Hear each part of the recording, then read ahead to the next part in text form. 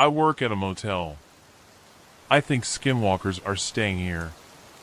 If you're ever driving down Route 106 in Michigan and you see a sign for the Greenbrier Motel, you better just keep on driving. Because there is something terribly wrong here, and the last thing I would want is for more people to die. I started working at the Greenbrier Motel a week ago. It wasn't a dream job by any standards. Night shift at the front desk, checking people in and out, doing some inventory in the back. I liked the peace and quiet, though. As a little rundown motel on a stretch of isolated highway in Michigan, it gave me a lot of time to read and play computer games on the clock. It also helped that the owner, Frank, didn't seem to care I was a high school dropout with a rap sheet. But on the very first day, I felt that something was terribly off. For one, there was the smell. When the wind shifted, the entire parking lot smelled like rotting meat. I ran to close the windows, but even then I could still smell it, seeping in through the HVAC system. The motel is surrounded by deep woods, so I figured maybe we were near the kill grounds of some animal. Or maybe it was just the endless roadkill of deer and possums on the highway. Either way, it was unsettling. And definitely not enjoyable. The other thing that struck me as odd were the guests' rooms. Some of them didn't have windows, and it seemed like that was intentional. I could see the lines in the paint, the seams outlining where windows had once been. When I asked Frank, he told me that some of the guests asked for windowless rooms, that they were in high demand. He didn't elaborate, and honestly, I was a little scared to press him on it. Things went from strange to downright creepy, however, as soon as Frank left. As I got set up at my desk, a woman walked into the room.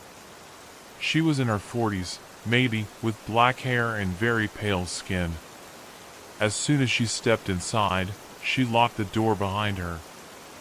"Frank left, right?" she asked me. "Yeah," I replied. Who are you?" She introduced herself as Matilda. She'd been working here for a decade, cleaning the motel rooms after the guests checked out. After a few minutes of small talk, she suddenly came up to the counter and lowered her voice. "I want to make sure you're safe around here," she said, glancing back towards the door nervously. "So I need you to listen to me." "Okay?" My heart dropped. Okay? "Whatever you do, don't ask questions. Just check people in, check them out, and mind your own business. And then, you'll be fine." My stomach did a little flip. Okay, so it was that kind of motel. Illegal business of multiple kinds, probably, all being conducted under our dilapidated roof. What if the police come? Will I be arrested, too? She gave me a blank stare. The police? Say they find evidence of illegal activity in one of the rooms. Will that get me in trouble? I already have shoplifting on my record and can't. She shook her head. "Don't worry about the police. Just don't ask questions. And don't make eye contact or look at their faces for too long." I swallowed. They don't want witnesses. They don't want me to be able to pick them out of a lineup. I thought, okay. I won't ask questions, and I won't look at them for too long. Got it. She smiled at me. You have nothing to worry about. As it turned out, though, I had quite a lot to worry about. That night, I checked in 3 people. They were almost like caricatures, a big, strong guy in sunglasses that looked like he'd stepped right out of The Godfather. A woman dressed to the nines, wearing a more makeup than a clown. A skinny young guy in a hoodie that smelled of something chemical and strange. But I listened to Matilda. I didn't ask questions. I didn't even ask the questions I should have been asking, like when Hoodie Guy gave me an ID that was clearly fake. Don't ask questions and you'll be fine. I kept repeating that to myself. And I kept my eyes glued to the computer screen, never even glancing up at them. When it hit midnight, I assumed the rest of the night would be smooth sailing.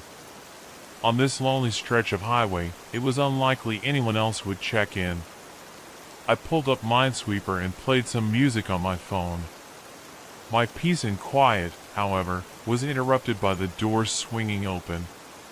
At 2 a.m., I glanced up to see the guy in sunglasses, the guy who looked like he'd stepped out of The Godfather. Oh, no. I should have locked the door. I swallowed and kept my eyes glued to the computer screen as he approached.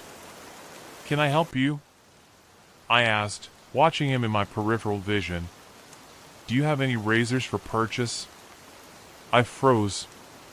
Razors? At 2 a.m.? I instantly got a mental image of him slashing someone up in his room. Blood all over the sheets, soaking into the carpet. No, we don't have any razors," I said, keeping my eyes on the computer screen.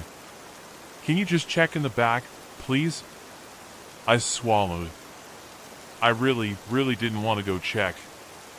As soon as I turned around, he could do anything. Pull out a gun. Tackle me. Force me into a chokehold and keep me hostage. But refusing him was just as bad, if not worse. It might make him mad. Really mad. I sat there, staring at Minesweeper on the screen, weighing my options. Paying close attention to him out of the corner of my eye. And that's when I saw it. There was something off about this guy.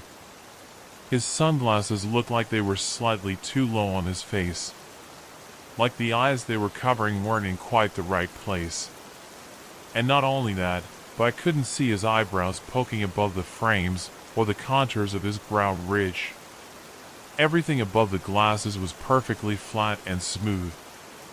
Like he had no eye sockets at all. "Can you check in the back, please?" he asked again, his voice taking on an annoyed tone. "Why, yes. Sure." I sprung out of the seat and ducked into the back storage area. I quickly glanced over my shoulder to make sure he wasn't following me, but he wasn't. I had half a mind to just stay there, hiding out in the back storage room, until I heard his voice calling me. "Did you find them?" He sounded angry. Approaching furious. Thankfully, I did find a few package razors next to some spare toothbrushes and soap we kept. I grabbed them and handed them over, keeping my eyes trained on the floor. "Thank you," he said, sounding pleased. And that was it. He turned around and left. As soon as the door shut, I ran over and locked it. I closed the blinds and sat back down at the front desk, my heart hammering in my chest. All I could picture were the strange contours of his face. And as I sat there, I realized something. All three guests that I'd checked in since the start of my shift, the Godfather guy, the makeup woman, the hoodie guy, had something covering their face or head. I mean, I wasn't exaggerating about the woman having enough makeup for a clown. She was wearing foundation so thick that it cracked around the corners of her eyes and lips, and wore false eyelashes so long they gave the appearance of spider legs. And hoodie guy had kept his head pulled so tightly over his head that his ears and hair weren't visible. It was like they all had something to hide. Morning couldn't come soon enough. As soon as the day shift workers arrived, I got the hell out of there. I floored it back to my house and slept for a long time, my sleep plagued with nightmares of faceless people and spidery eyelashes. Then it was time to go back to the motel for night number 2. Thankfully, it was a quieter night. Although the vacancy sign glowed brightly in the darkness, no one checked in during my shift. They must have all come earlier, during the day shift. I locked the door, sat down with a cup of coffee, and enjoyed getting some reading done in the quiet. Unfortunately, the quiet didn't last long. Around midnight, I heard a loud slam from outside. I threw my book down and ran over to the window. The door to room 16 was wide open. I looked around. Nobody appeared to be outside, the parking lot, and the sidewalk were empty. The room itself was dark, none of the lights were on. I walked over to the computer and looked up the room. To my surprise, no one had booked it for tonight. Should I go out and close the door? I hesitated. It was late. There was no one around, except for the occasional passing car. If someone had broken into that room and then attacked me, there would be no one to hear me scream. So I kept the door locked tight and accessed the security camera feed instead. As I rewound it, I saw what happened. The door had opened, and then a woman had walked out of it. I couldn't see her face, just her long dark hair. She then disappeared into room 22. I checked room 22 on the computer and saw it was booked to a woman named Cassandra Johnson. I frowned. Looked like Cassandra might be going into our vacant rooms and possibly stealing stuff. Matilda must have forgotten to lock up the room after she cleaned it. I sighed, opened the door, and began walking towards the open room. I thought of knocking on room 22, but then thought better of it. Keep your nose out of other people's business. I'd just lock up room 16 and go back to the lobby like a good little employee. I walked towards to the open room. But as soon as I got close, a horrible smell wafted out of the room. Like something rotting, decaying. My stomach turned. What did Cassandra do in there? Throw up? Stash all her garbage in there? I reached into the darkness of the room. Bracing myself, I flicked on the light. The room looked normal. The bed was made. The carpet was clean. But the smell had only intensified. I pinched my nose as I glanced around, starting to feel nauseous. And then I saw it. There was something on the carpet, just barely poking out from the other side of the bed. What is that? It was tan and folded over itself, like a beige sheet or pillowcase had been bunched up on the other side. But all our sheets were white. I stepped into the room, my heart pounding in my chest. Hello? I called out. Nothing. The smell got even worse as I approached the bed. Nausea washed over me. I forced myself to keep going, pinching my nose, swallowing down the urge to throw up. I peered over the side of the bed and froze. There was a pile of beige, slightly translucent material folded over itself on the other side. But I instantly recognized certain shapes attached to it. Awfully familiar shapes. Like 5 fingers, resembling a glove made of skin, poking out from under one of the folds. It looked like someone had shed their skin. I stepped back, my legs shaking underneath me. No. There's no way. It can't be. I backed away, towards the door, my throat dry. Because it didn't make sense.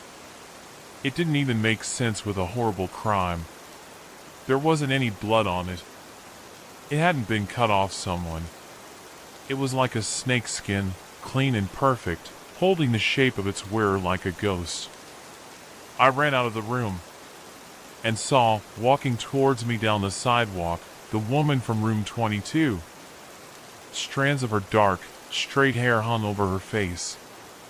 But I could tell, through her hair, that there was something wrong with her face. Her eyes, her lips, were in slightly the wrong position. She strode towards me, fast, her shoes clicking on the pavement. I didn't want to find out what she'd do if she caught me. I whipped around and ran as fast as I could. I could hear her behind me, but I forced myself to go faster and faster until I was inside the lobby. I clicked the lock shut and collapsed in the back room where she couldn't see me. That's when the whistling started. Just outside the door, I could hear her whistling. The source of the sound shifted as she circled the lobby area, looking for a way in. I heard it at the door, then at the back, then through the side windows. then back at the front door. This went on for an hour.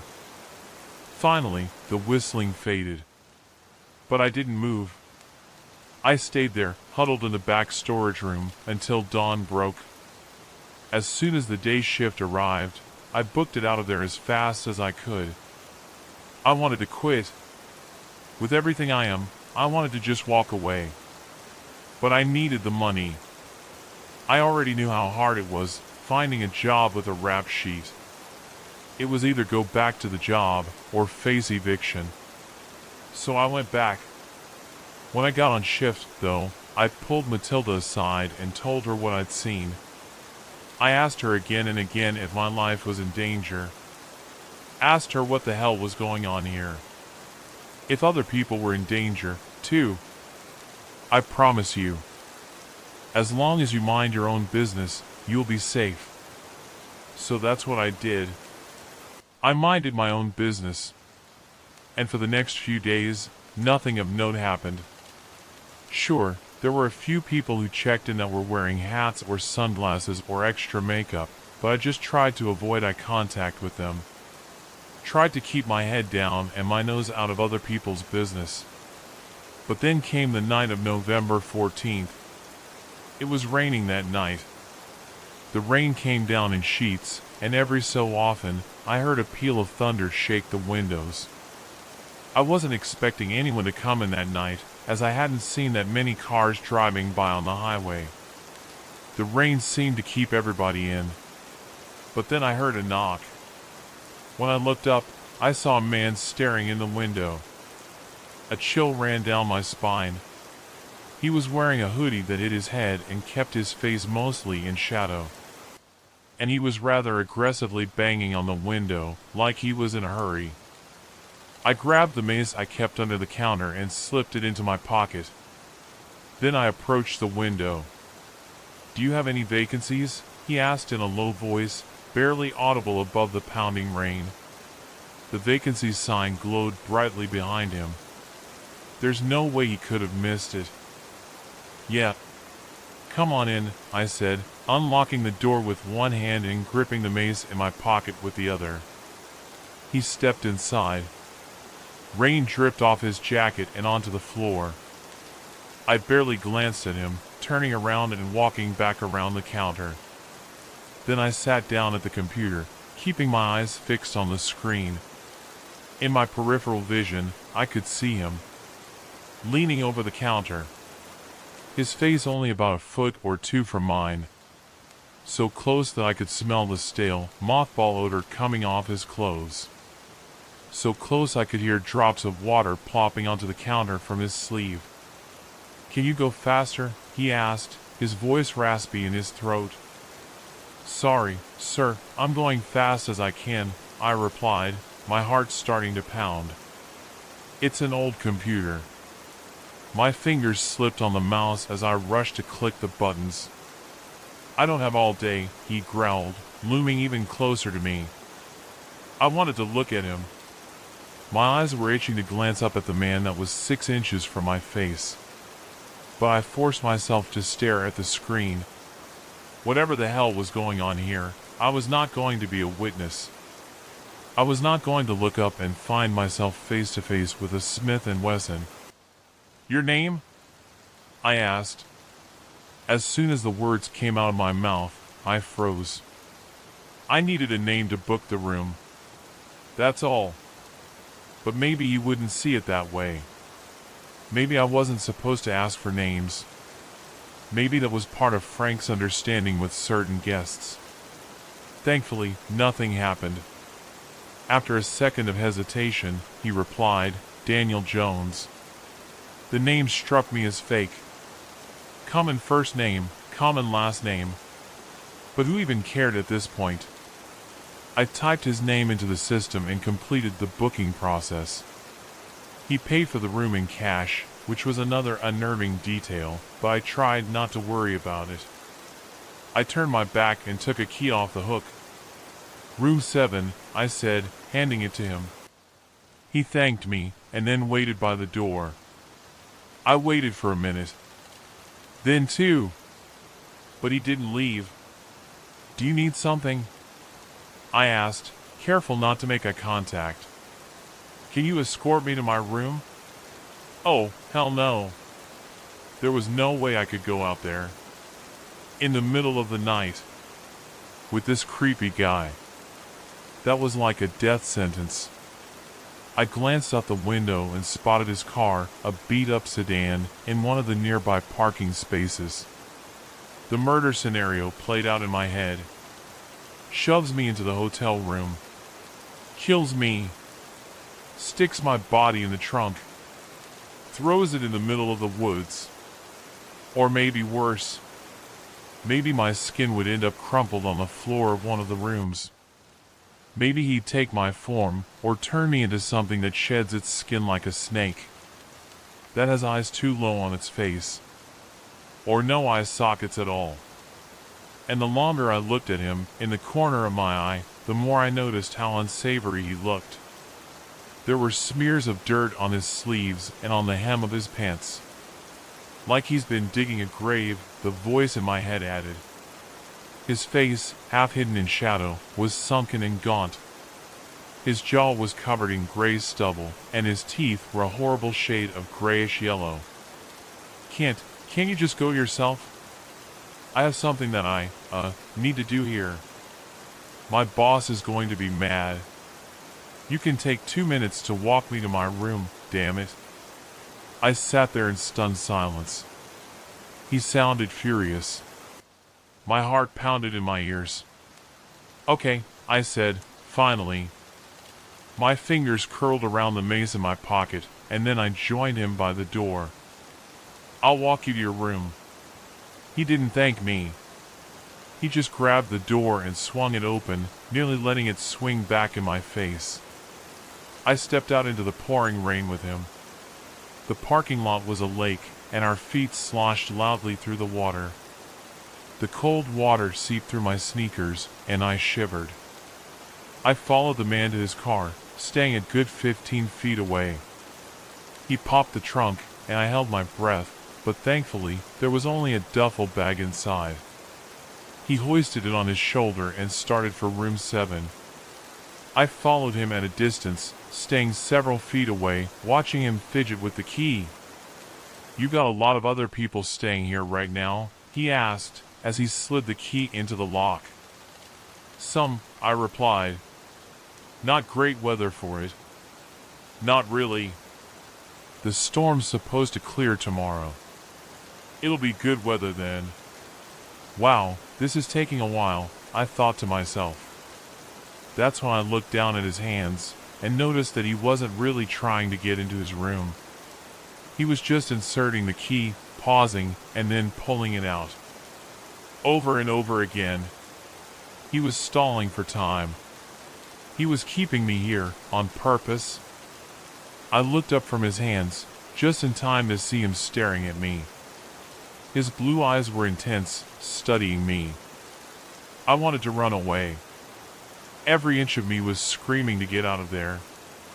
But the guy had 6 inches on me, and was really thin. He'd probably catch me in seconds. I was never much of a runner. I slipped my hand in my pocket, curling my fingers around the mace. Do you need help getting into your room? I asked. He shook his head. I'm going to go back to the front desk, I said, taking a step back. As soon as I said that, he froze.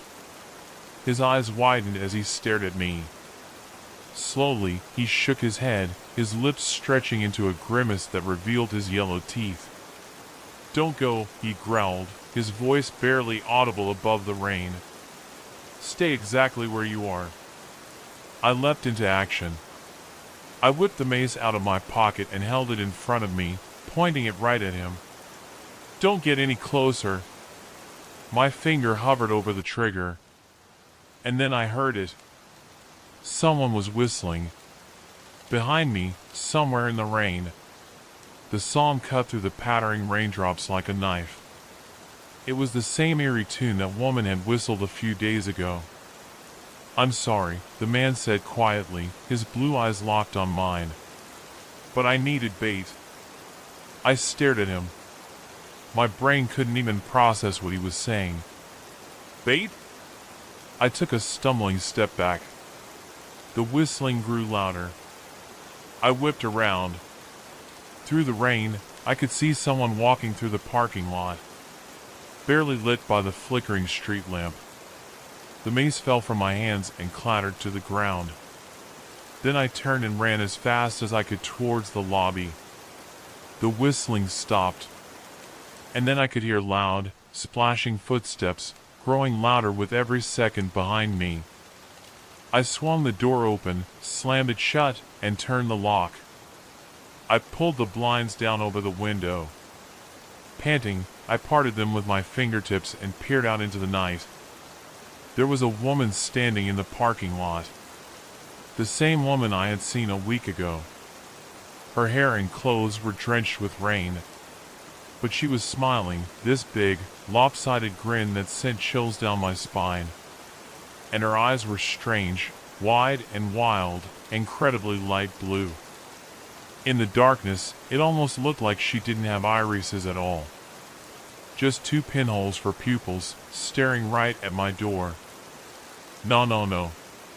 She took a step forward. I ran over to my desk, grabbed my cell phone, started dialing 911. Come on. 911, what's your emergency? I'm at the Greenbrier Motel and there's this guy, and this weird woman. Thump. I was cut off by a loud thump nearby. I ran to the window and peered out. The man who'd booked room 7 was running towards the woman. He was holding something up in the air, a short dagger, gleaming silver in the rain. He's attacking her. I screamed into the phone. The woman's face changed. Her features twisted, her grin crept up to her eyes. Her arms crackled and stretched. She blinked, and her eyes turned pure white. Her body twisted unnaturally at the waist, so that she was facing the man. With fast, jolted movements, she leapt at him. Within seconds, he was dead. She stood on all fours above him, her knees bent the wrong way, her fingers far too long. With another horrible crackling sound, her neck stretched out 2 feet long, twisting in serpentine. And then she looked at me. I leapt away from the window with a scream. What's happening? The operator asked me. Sir, please, tell me what's happening. I opened my mouth, tried to speak, but only a squeaking sound came out. By the time I made it back over to the window, the woman was standing there, looking down at her kill. She looked normal. Then she stepped over his body and walked towards the rooms. To my horror, she pulled out a key and opened room 22. Then she disappeared inside. The police arrived a few minutes later. In strings of gibberish, I begged them to check room 22. That something horrible was lurking inside. But then they knocked on the door. A completely normal-looking woman opened it. I watched from the lobby. I couldn't hear that much of their conversation over the pouring rain, but they weren't arresting her, weren't accusing her. They seemed to just be having a friendly conversation, asking her what she'd seen. Then they thanked her and came back to me. We'll need to see the security tapes from tonight, please, the officer said, in an accusing tone. But when I showed them the tapes, they got quiet. One of the officers made a call to someone, saying something about an infestation. The other 2 officers ushered me out into the lobby, their faces grim. They told me not to leave as they talked among themselves in hushed voices in the corner of the room. Then they approached. You didn't see anything tonight, the tall man said, leaning in close. You got that? But what about? Listen to me very carefully, he interrupted, lowering his voice. You didn't see anything. Just like you never shoplifted in your life. What? You understand me? He asked. The silence stretched out between us. Yeah, I got it, I said, my voice wavering. I didn't see anything.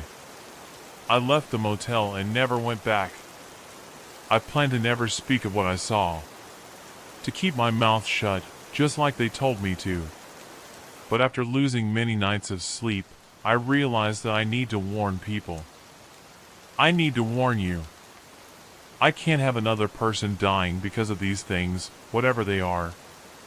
So, I beg you, if you're driving through Michigan and see that there's a vacancy at the Greenbrier Motel, keep driving.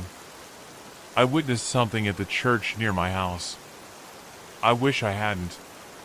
Something strange is happening at the small church near my house. I've stumbled upon some horrific things there, and I'm not sure what to do. I live in the suburbs, in a quiet area with 15 houses scattered around. Going into the city takes 40 minutes by car. I don't know any of my neighbors. I only know John, who lives closest to me. I work as a data engineer for an insurance company, but I won't bore you with the details. What matters is that it takes me 2 hours to get to work, so my days are long. I wake up at 5 a.m. and don't get home until 8 p.m. I usually don't do anything once I get home because I am too exhausted. Only on the weekends do I have some time for myself, which I use to work on my photography skills. Last Wednesday, I went to a restaurant with my colleagues for a team outing after work. I still had to work a 9 to 5 that day, so I felt drained before it even started. Socializing is already tough for me as an introvert, and keeping up with the group was exhausting. I mostly stuck to polite conversation, as I'm not sure what kind of conversations I'm supposed to have with colleagues that aren't work-related. We stayed at the restaurant until 9 p.m., and since it was in the opposite direction of my house, I had a 2.5-hour drive ahead of me to get home. As I was driving back, I hit another delay, a crash on the highway that added another 30 minutes. I was frustrated, knowing I'd barely have any time to rest before the next workday.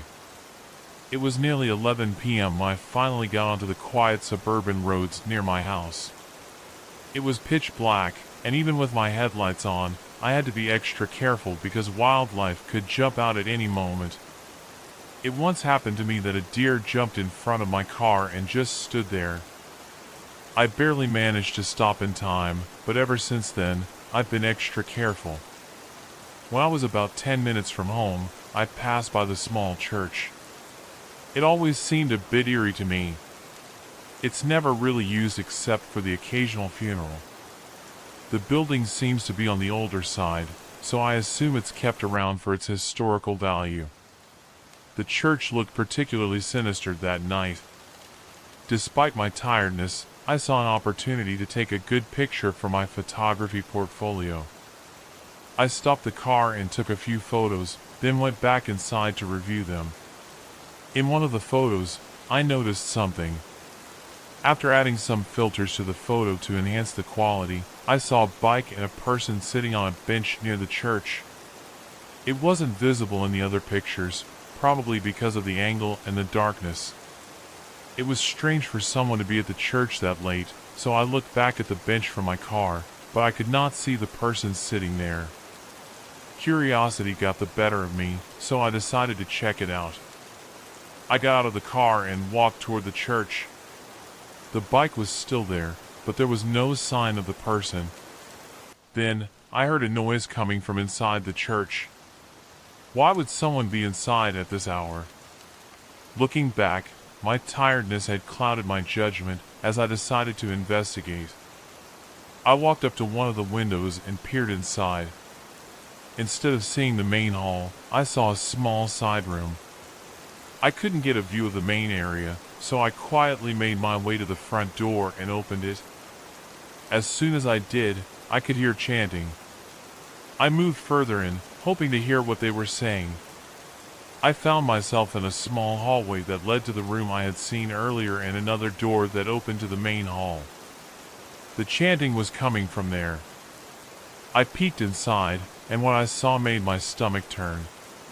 6 people were standing in a circle, chanting in front of the altar.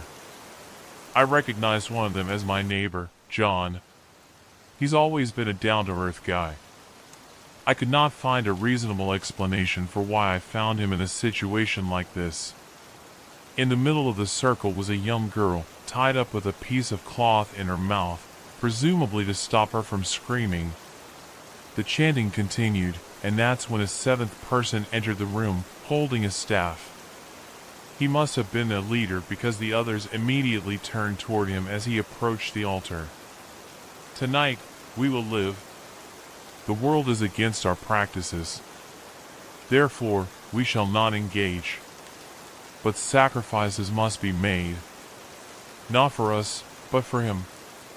Fearless leader, accept our offering.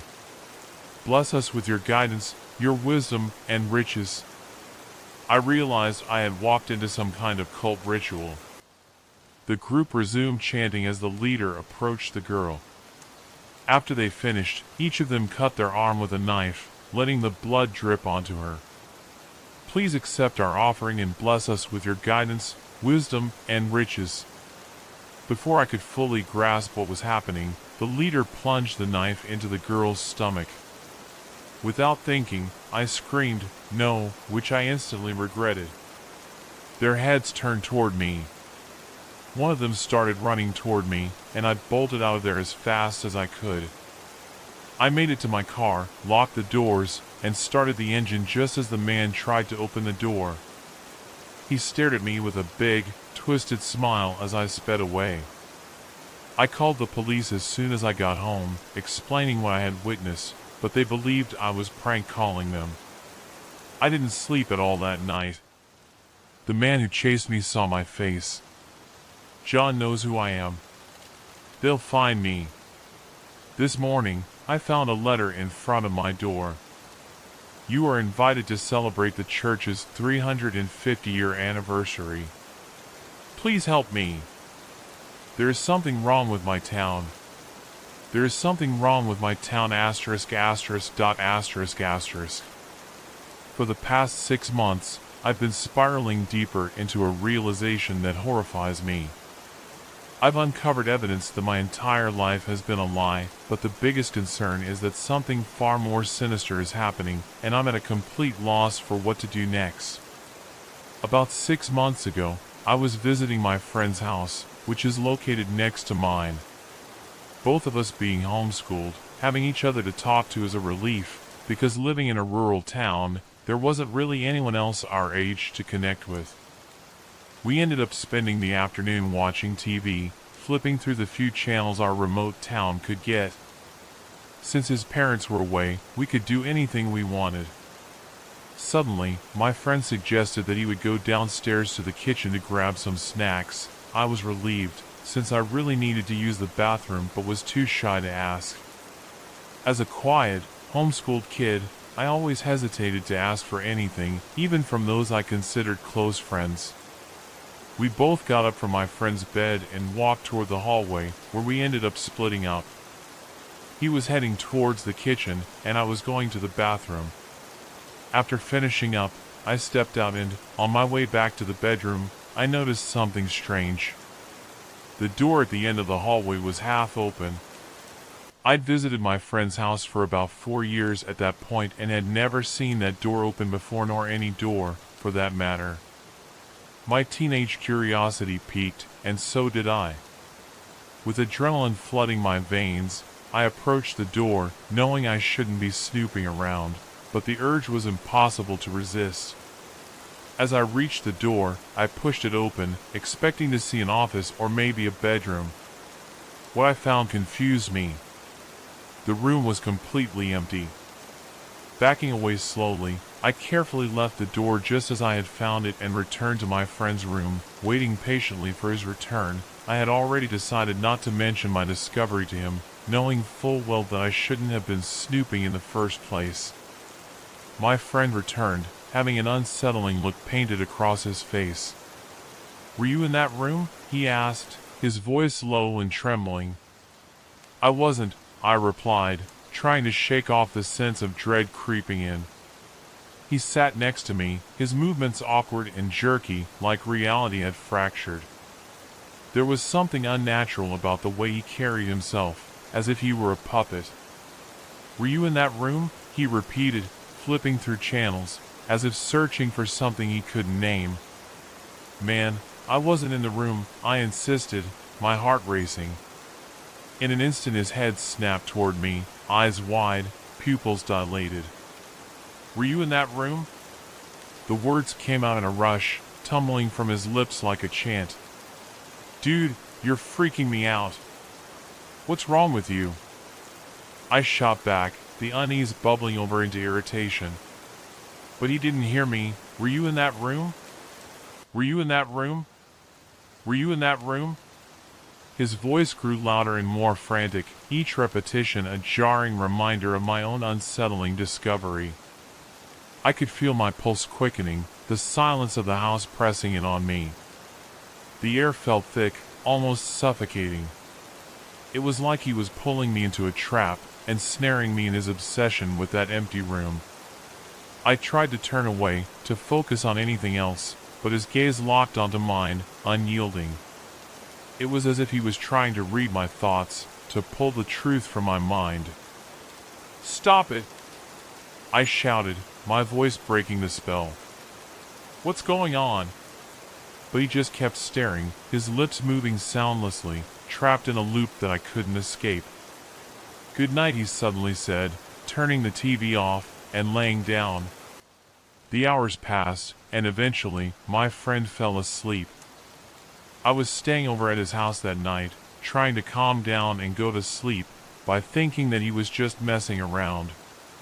But no matter how hard I tried, I couldn't fall asleep. Every time I closed my eyes, I kept thinking about that empty room and what had happened afterwards. There was something about it that pulled me in to investigate, like a magnet. What I do next is what gets me into the situation I'm in now. I quietly slipped out of bed, careful not to wake my friend, and left the bedroom. I went back to that room, but nothing seemed different. Still, something didn't feel right. I decided to check around the rest of the house, letting only the moonlight from outside guide me. I moved from room to room, opening each door one by one, and discovered that every single room was empty. The only furnished rooms were the kitchen, the living room, the upstairs bedroom, and the bathroom. Even his supposed parents' room was completely bare. Now, I wasn't just confused, I was overwhelmed by a growing sense of unease. It was as if the house was designed so only the rooms someone could visit were furnished. I hurried back to bed, eventually falling asleep and waking up early the next morning. Before my friend even woke, I quietly left his house, leaving a note with a flimsy excuse for my early departure, and headed back home.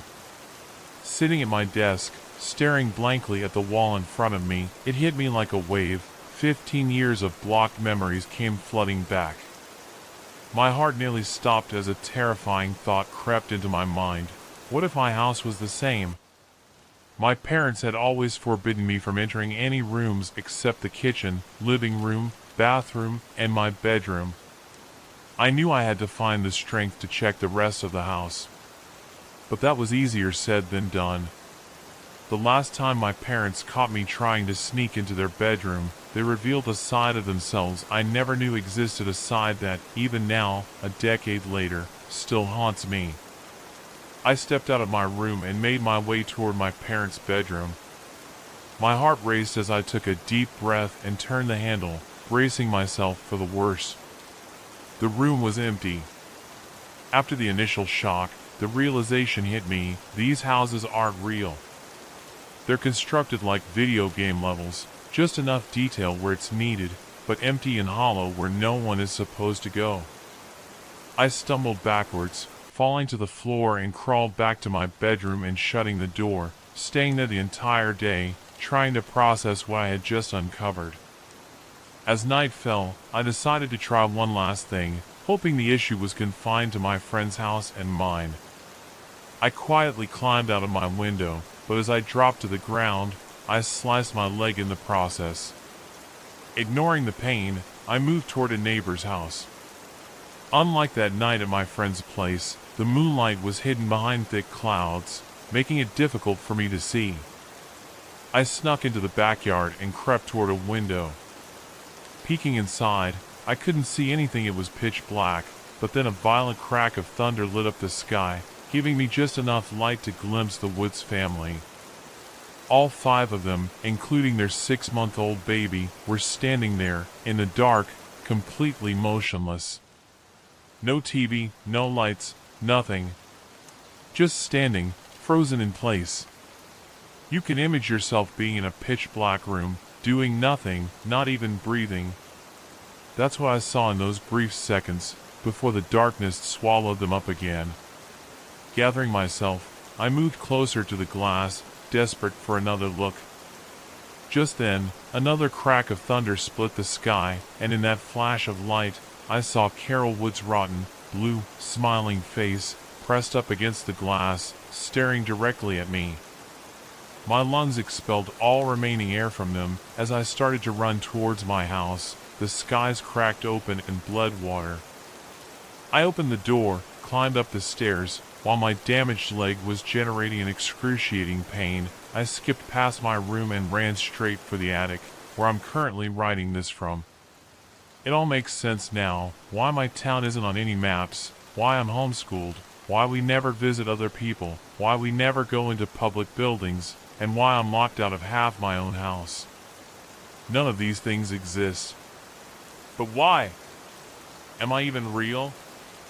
As I'm writing this, bleeding out, I know it won't be long before I'm found, either by my bloody trail or the open front door behind me. I'm hoping you're real because I'm all alone and freezing. And for the love of God, if such entity exists, I hope by the time I'm found by whatever these creature actors are, I'll be dead. As I look around, the attic is empty. I'm freezing.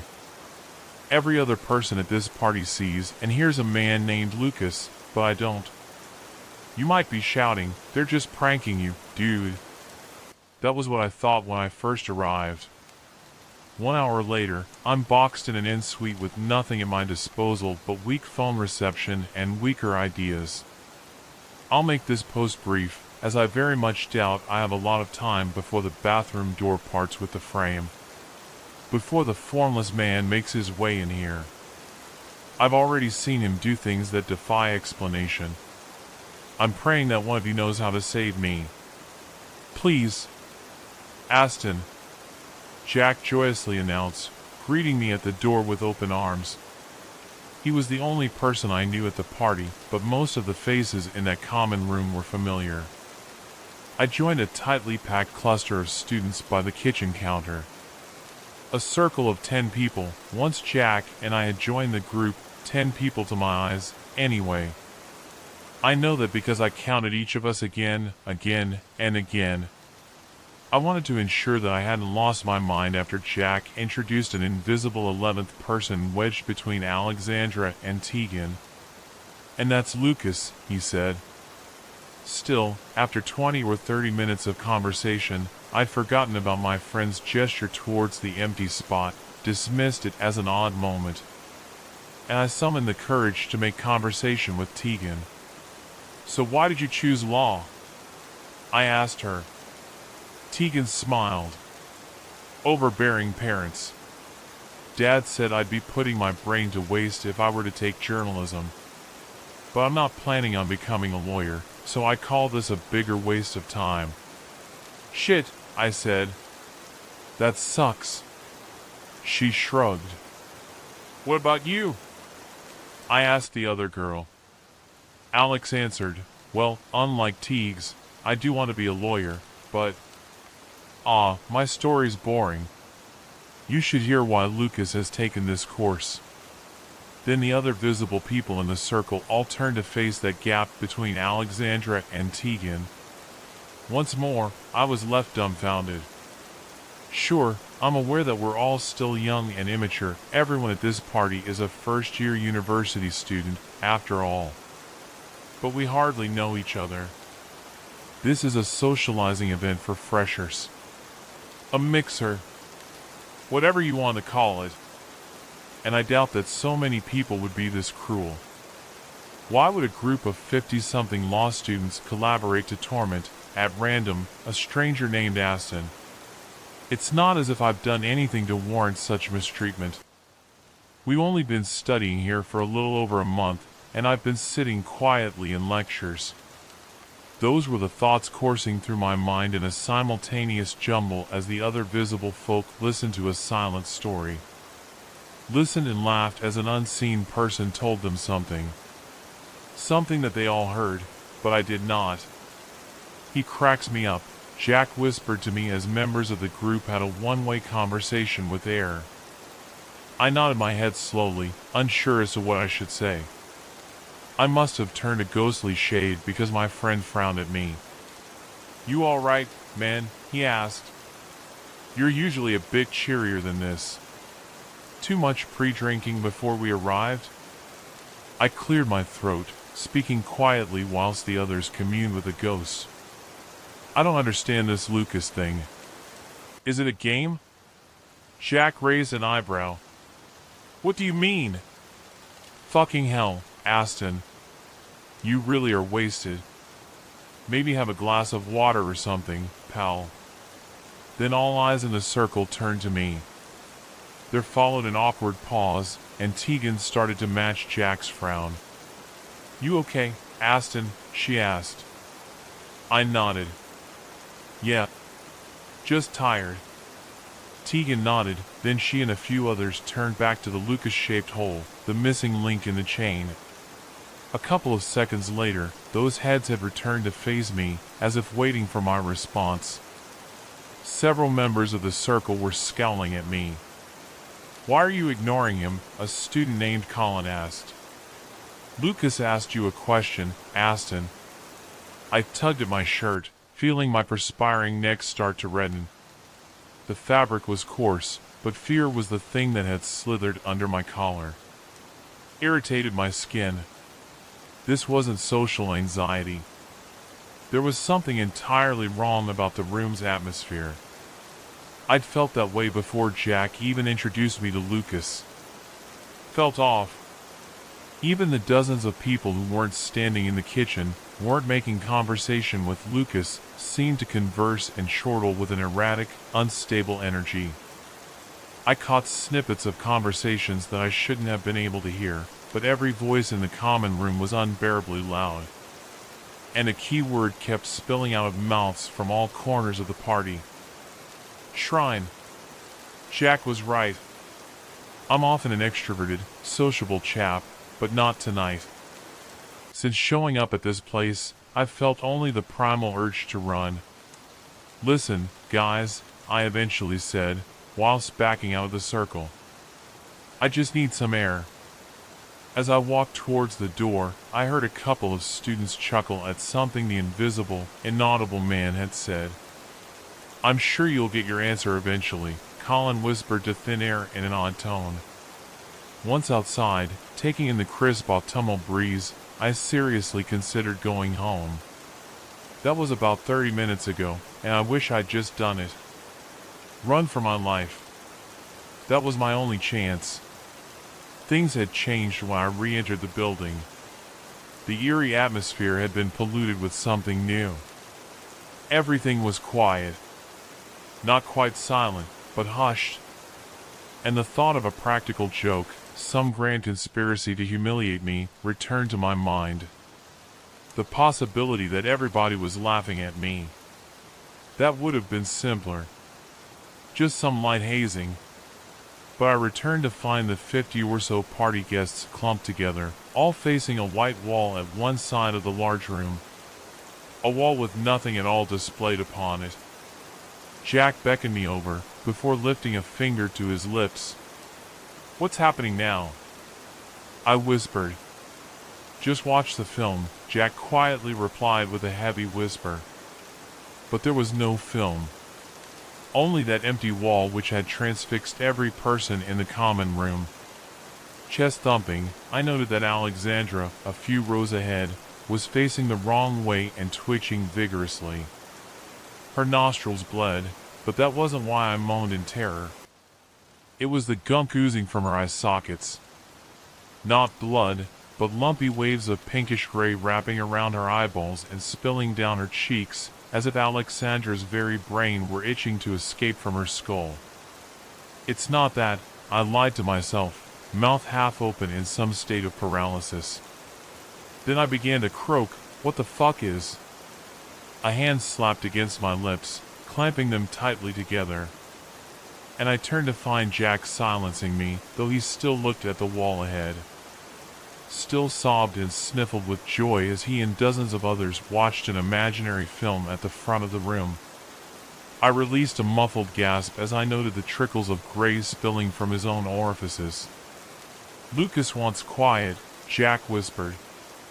I was too frightened to move. Too frightened of what the hypnotized members of the crowd might do to me. Frightened of my own innards fleeing from my body. Then, after half an hour of watching nothing, there came a new horror from the front of the crowd. Directly ahead of me, in the front row of the audience, two side-by-side students crumpled to the ground. Their bones shattered. Bodies imploded. The sounds of crunching and splashing. I don't know how else to describe whatever the fuck I saw. A specter scrunched their very skeletons inwards like balls of paper. And then the same happened to two audience members in the second row. The third followed. Something was flattening bodies to create a path, parting the crowd and forming a direct line towards me. "He asked you a question," Jack groaned. My friend had finally turned to face me. I ran towards the building's still ajar front door. Ran as fast as my legs would carry me, but it was no use. A gust slammed the door shut, and it wouldn't open, no matter how hard I tried, no matter how forcefully I tugged. I was trapped in the hallway. When the crunch of compressing carpet sounded behind me, I stopped rattling the door handle. Stopped and turned to see recesses forming in the carpet. The shapes of loafers or misshapen feet. These were the only physical indicators I had seen of Lucas' existence, other than the trail of crumpled corpses and the supernatural door slam. But as he walked towards me, the man's form remained unseen. His voice remained unheard. And I saw only the dozens of partygoers standing in the common room behind him, tightly huddled together, no longer watching Lucas' invisible film on the white wall. Their heads were turned to the right, were turned towards me. I dashed upstairs. There was no other way past the thing in the corridor, and no escaping out of the front door. I entered a hallway with dorm rooms on either side, and I hurriedly tried handle after handle. Stairs creaked below, one after the other. Slowly. By some miracle, I eventually found an unlocked room, so I scurried inside and locked the door behind me. That didn't feel safe enough. Of course, I locked myself in the en-suite for good measure. I don't know what Lucas asked. Don't know what Lucas might be. All I know is that he's still out there, either searching or waiting, and I need help before he finds me. I think death would be more merciful than hearing Lucas' question, than seeing his face. I thought I was alone in my apartment until I found someone else's belongings. I moved into my first apartment a few months ago, excited to finally have my own space. It was a modest one-bedroom in a quiet building, and I loved the peace it offered. I quickly settled into my routine, enjoying the independence and solitude. One night, after a long day at work, I returned home and immediately noticed something felt off. My front door was slightly ajar.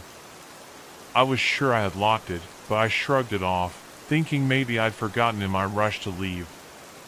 I pushed the door open, calling out, "Hello," just in case I had a visitor. No response. I stepped inside, locking the door behind me, and went about my evening. I noticed nothing seemed out of place, so I put it out of my mind and went to bed. The next day, I got home late again. As I entered, I felt a chill in the air and again noticed the front door was ajar. My heart raced as I cautiously stepped inside.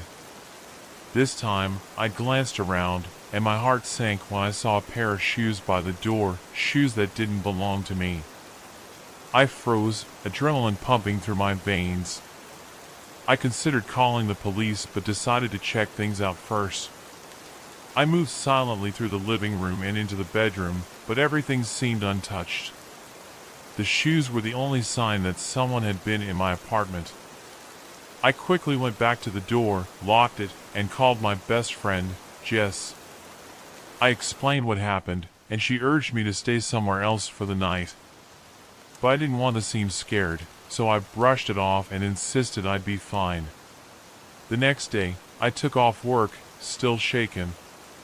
I didn't want to be alone. I spent the day at Jess's place, but by the evening, I decided to return to my apartment. I needed to confront whatever was happening. When I entered, the first thing I noticed was that the shoes were gone. I felt a mix of relief and unease. I locked the door and spent the night on edge, jumping at every sound. The following days were more of the same. Every time I came home, the door was ajar, and there were new items that didn't belong to me: a jacket, a half-empty soda can, a set of keys. Each time, I'd lock the door behind me and wonder who was entering my apartment while I was gone. I finally reached my breaking point and called my landlord. I explained the situation, and he assured me that no one had access to my apartment besides me. He suggested that I might be paranoid or imagining things. Desperate for answers, I decided to set up a camera in my living room while I was out. I left it recording and went to work, feeling a mix of dread and hope. When I got home, I rushed to check the footage. My blood ran cold as I watched. There, in the middle of my living room, was a shadowy figure, dressed in a dark hoodie, rifling through my things. I watched in horror as they casually opened my drawers, going through my personal belongings. I felt sick. I couldn't believe someone had been living in my space without me knowing. They were in and out as if it were no big deal. I immediately called the police, and they came over to check things out. When they arrived, I played them the footage, and they assured me they would investigate. They also advised me to stay with friends or family until they found out who the intruder was. After that night, I couldn't bring myself to sleep in my own apartment. I spent the next few nights at Jess's. The police kept me updated, but they had no leads, and I felt like I was losing my mind. Then, about a week later, I got a call from the police. They had apprehended someone, and they wanted me to come in for questioning. When I arrived at the station, I was shown a mugshot of a man I didn't recognize. They informed me that he had a history of breaking and entering. But what shook me the most was what they said next. He claimed he thought this was his apartment. He had been living in the building before I moved in, and for some reason, he believed he still had a right to enter. The officers assured me he wouldn't be able to get near me again, but I knew I'd never feel safe in that apartment again. I moved out a week later, and even now, I can't shake the feeling that someone was watching me. Sometimes I still hear noises at night, and I find myself looking over my shoulder more than I should. I learned that some things can hide in plain sight, and they can be scarier than any horror movie. If I turn off the light in my attic and whistle, something always whistles back, but off-key. It started when I was a kid. My parents had warned me to stay out of the attic. Too much junk up there, they'd say, waving me off whenever I asked. But of course, the more they told me to stay away, the more curious I became. So one afternoon when they were out, I climbed the narrow, creaking stairs to the attic and turned the rusty knob of the old door. The attic was just as dusty and cluttered as I'd imagined, boxes piled high, old furniture draped with moth-eaten sheets, the smell of stale wood and forgotten years filling the air. But it wasn't the mess that caught my attention. It was the silence. It was too quiet. The kind of silence that presses in on you, that makes you feel like you're not alone. I stood in the middle of the room, feeling a cold draft brush against the back of my neck, even though none of the windows were open. I don't know why I did it, but I whistled. Just a simple, soft tune, something my grandfather used to hum when I was younger. I was about to turn back toward the stairs when I heard it, a whistle. Faint, soft, but unmistakable. Only it was wrong. The sound didn't echo my tune exactly. It was off.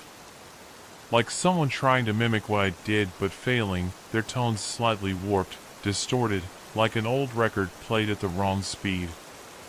I froze, my heart hammering in my chest. I waited, listening, but the attic remained quiet again, just as it had before. I should have left. But I didn't. Every time I went up there after that, I'd try it again. Turn off the light, stand in the dark, and whistle. Every time, something whistled back, always off-key. Sometimes it was slow and drawn out, like whoever, or whatever, it was struggling to remember the melody. Other times it came back quickly, like a mocking echo. But it was always wrong. As I got older, I started visiting the attic less. The whistles became a story I'd tell at sleepovers, something to laugh about with friends. But I always left out the part where it truly terrified me. How every time I heard that off-key sound, a chill would crawl up my spine. How it felt like something was just beyond the edge of the dark, watching, waiting. Years passed. I grew up, moved out, went to college, started a life. I didn't think about the attic much anymore. But after my parents passed and I inherited the house, I found myself standing in front of that same door again, the old knob cool under my palm. I hadn't set foot in the attic in years. But as soon as I pushed the door open, the air hit me like a wall, stale, cold, the same sense of something lurking just beyond sight. The boxes were still there, the furniture still draped, but there was something else now. A weight to the space, like the room itself had been waiting for me. I don't know what possessed me, but I turned off the light and whistled. It came back instantly, faster than it ever had before. And this time, it wasn't just off-key. It was garbled, like too many voices trying to whistle at once, their tones clashing and scraping against each other. The sound filled the attic, growing louder and more twisted with every second. Panicked, I scrambled for the light switch, but in the dark, my fingers fumbled. The noise grew louder, closer, like it was coming from the very walls, wrapping around me. And then I felt it, something cold brushing against my arm, like a hand, but not quite. I slammed the switch on, flooding the room with light. The whistling stopped. The air went still, but I knew it was there, just beyond the light, waiting. I stood frozen in the attic, my breath coming in ragged gasps as the light flickered overhead. The sudden silence was worse than the sound of the broken whistle, worse than the garbled tones that had filled the air moments before. Because now, I could feel it. Whatever had been whistling back all those years, whatever was lurking just beyond the dark, was closer than ever. I took a hesitant step toward the door, my legs stiff with fear, when I heard it again.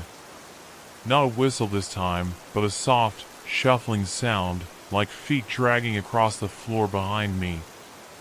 I turned slowly, my heart in my throat, expecting to see nothing but the same old boxes, the same forgotten furniture. But something was different. The sheets that had covered the furniture were moving, barely noticeable at first, just a subtle shift, like something was breathing beneath them. One by one, they seemed to twitch, the fabric rippling as though disturbed by a breeze I couldn't feel. My pulse pounded in my ears, drowning out all reason. I backed up, my hand grasping blindly for the door behind me, eyes fixed on the stirring sheets. Then one of the sheets slipped off, falling to the floor in a slow, deliberate motion. I wasn't prepared for what I saw underneath. There was no chair, no box, no old forgotten relic. Instead, something crouched there, a shape, hunched and twisted, its back to me. Its body was wrong, unnaturally elongated and contorted, like a shadow stretched across a wall. The thing was pale, too pale, its skin thin and translucent, like the surface of a moth's wing. Its head hung low, obscured, but I could hear the softest sound coming from it, a wheezing breath, labored and wet, like the thing was struggling to stay alive. I should have run.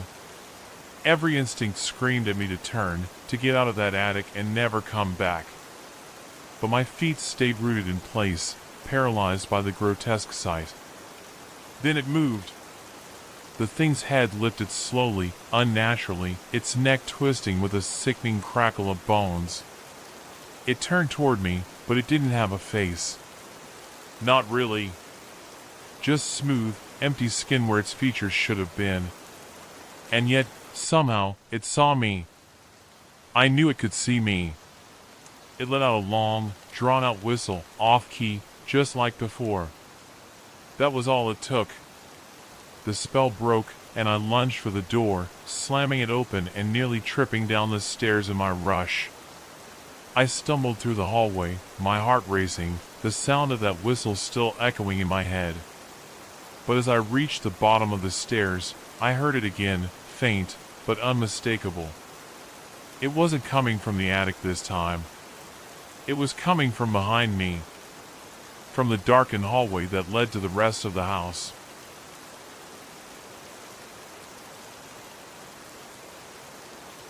Something was following me. I turned, my breath hitching in my chest, and saw nothing. Just the empty hallway, bathed in the dim light from the ceiling. But the sound was getting closer. The off-key whistle, garbled and wrong, growing louder with every step I took. I bolted for the front door, fumbling with the lock, my hands shaking. The whistle was right behind me now, almost in my ear, so close I could feel the air shift. I yanked the door open and stumbled outside into the night, slamming it shut behind me. The whistling stopped. I stood there on the porch, panting, staring at the house in the darkness. Nothing moved. No sound followed me out. The attic window was still, the house eerily silent, as if nothing had happened. I told myself it was over, that I had imagined the whole thing, that the house was just playing tricks on me. But as I backed away, I saw something, just for a moment, in the attic window. A figure, standing there, watching me. Its head tilted, its body twisted and wrong, a pale hand pressed against the glass.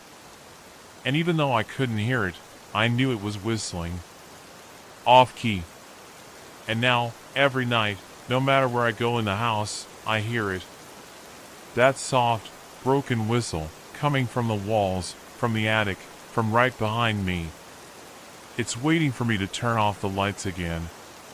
And next time, I don't think I'll be able to escape. The road with no end. I would not consider myself a stupid person in any sense of the word. But I, like every person, am prone to stupid moments. That's why I decided not to go to school but instead tried to start my own business in which I would sell my own clothing brand that I was so sure was going to make me millions.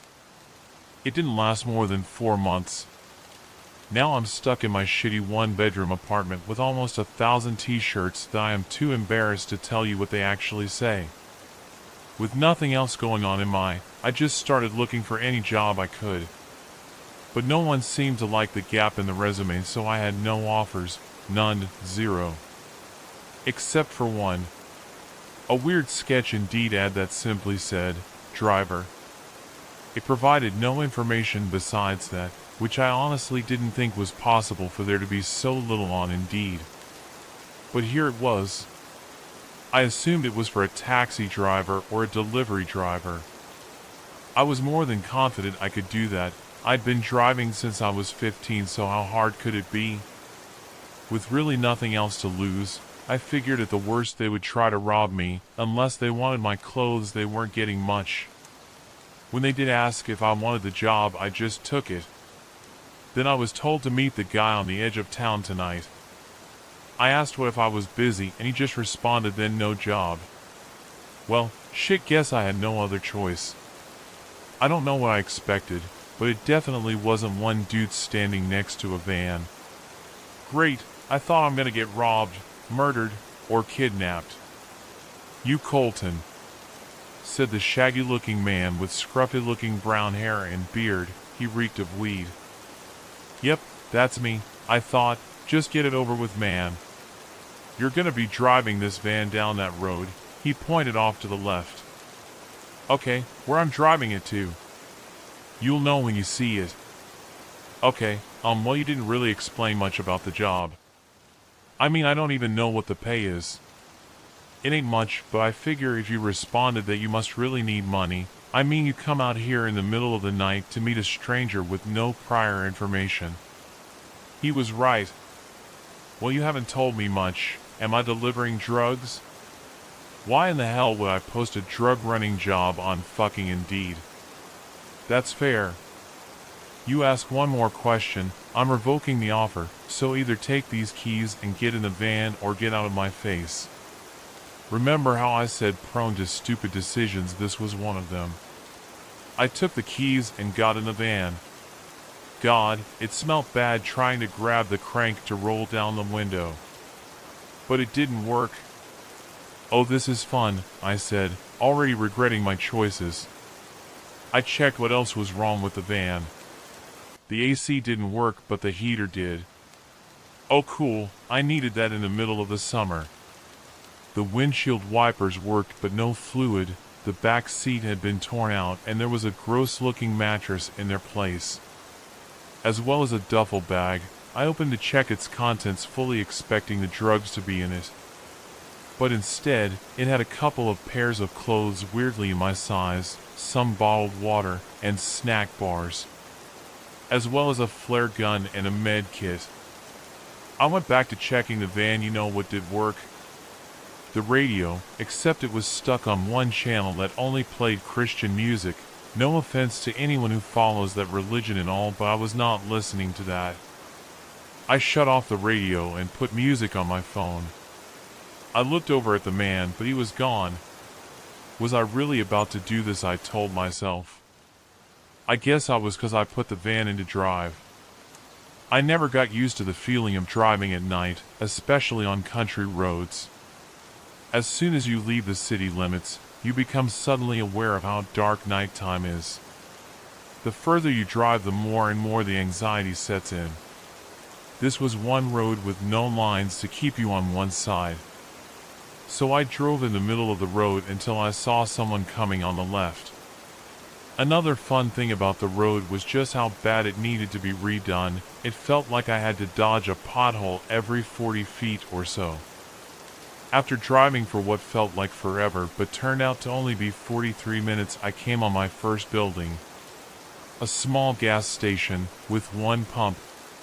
Upon seeing it, I began wondering how the hell I was gonna fill up the van. I looked down to see the gas gauge was still on full, so that meant either this thing got pretty good gas mileage or that the gas gauge was also broken. I felt like it was the second one. I pulled over in hopes that it sold air fresheners. The smell only seemed to get worse as I drove. I was more than willing to spend what little money I had left on one. The place was extremely worn down. It only had one pump and no diesel nozzle. There were water stains running down the building, and a small breeze kept shaking a piece of the sheet metal roof. It clanked against it, and for a few short seconds I stood there listening. This was enough to annoy me, and I felt bad for any workers. I pulled the door open, but it got stuck against the concrete, and I heard someone from inside yell, "You're gonna have to shimmy through."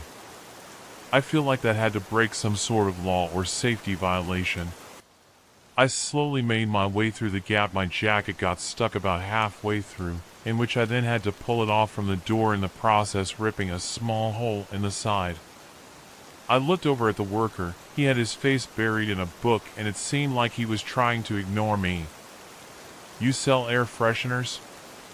"Auto sections at the back of the store next to the medicine section." I took that as a yes. The air fresheners were $7 for one. Talk about overpricing. I knew I only had like $12 left in my account. My credit cards were maxed out and I drained my savings, so I knew I had nothing to fall back on. I checked my bank app to make sure I had the money I thought I had. To my surprise, I had more, finally something good. I had a whole $23 that I was about to completely blow at this random gas station. Still unsure if I was even getting paid for this. Why was I still driving? I mean, really, there was no job security here. I still don't even know what I'm delivering or if I'm even delivering something. Was I this desperate? Just then, like he was reading my mind, I looked down to see a text from Charlie. Wait, who is Charlie? Don't worry, kid, you're getting paid.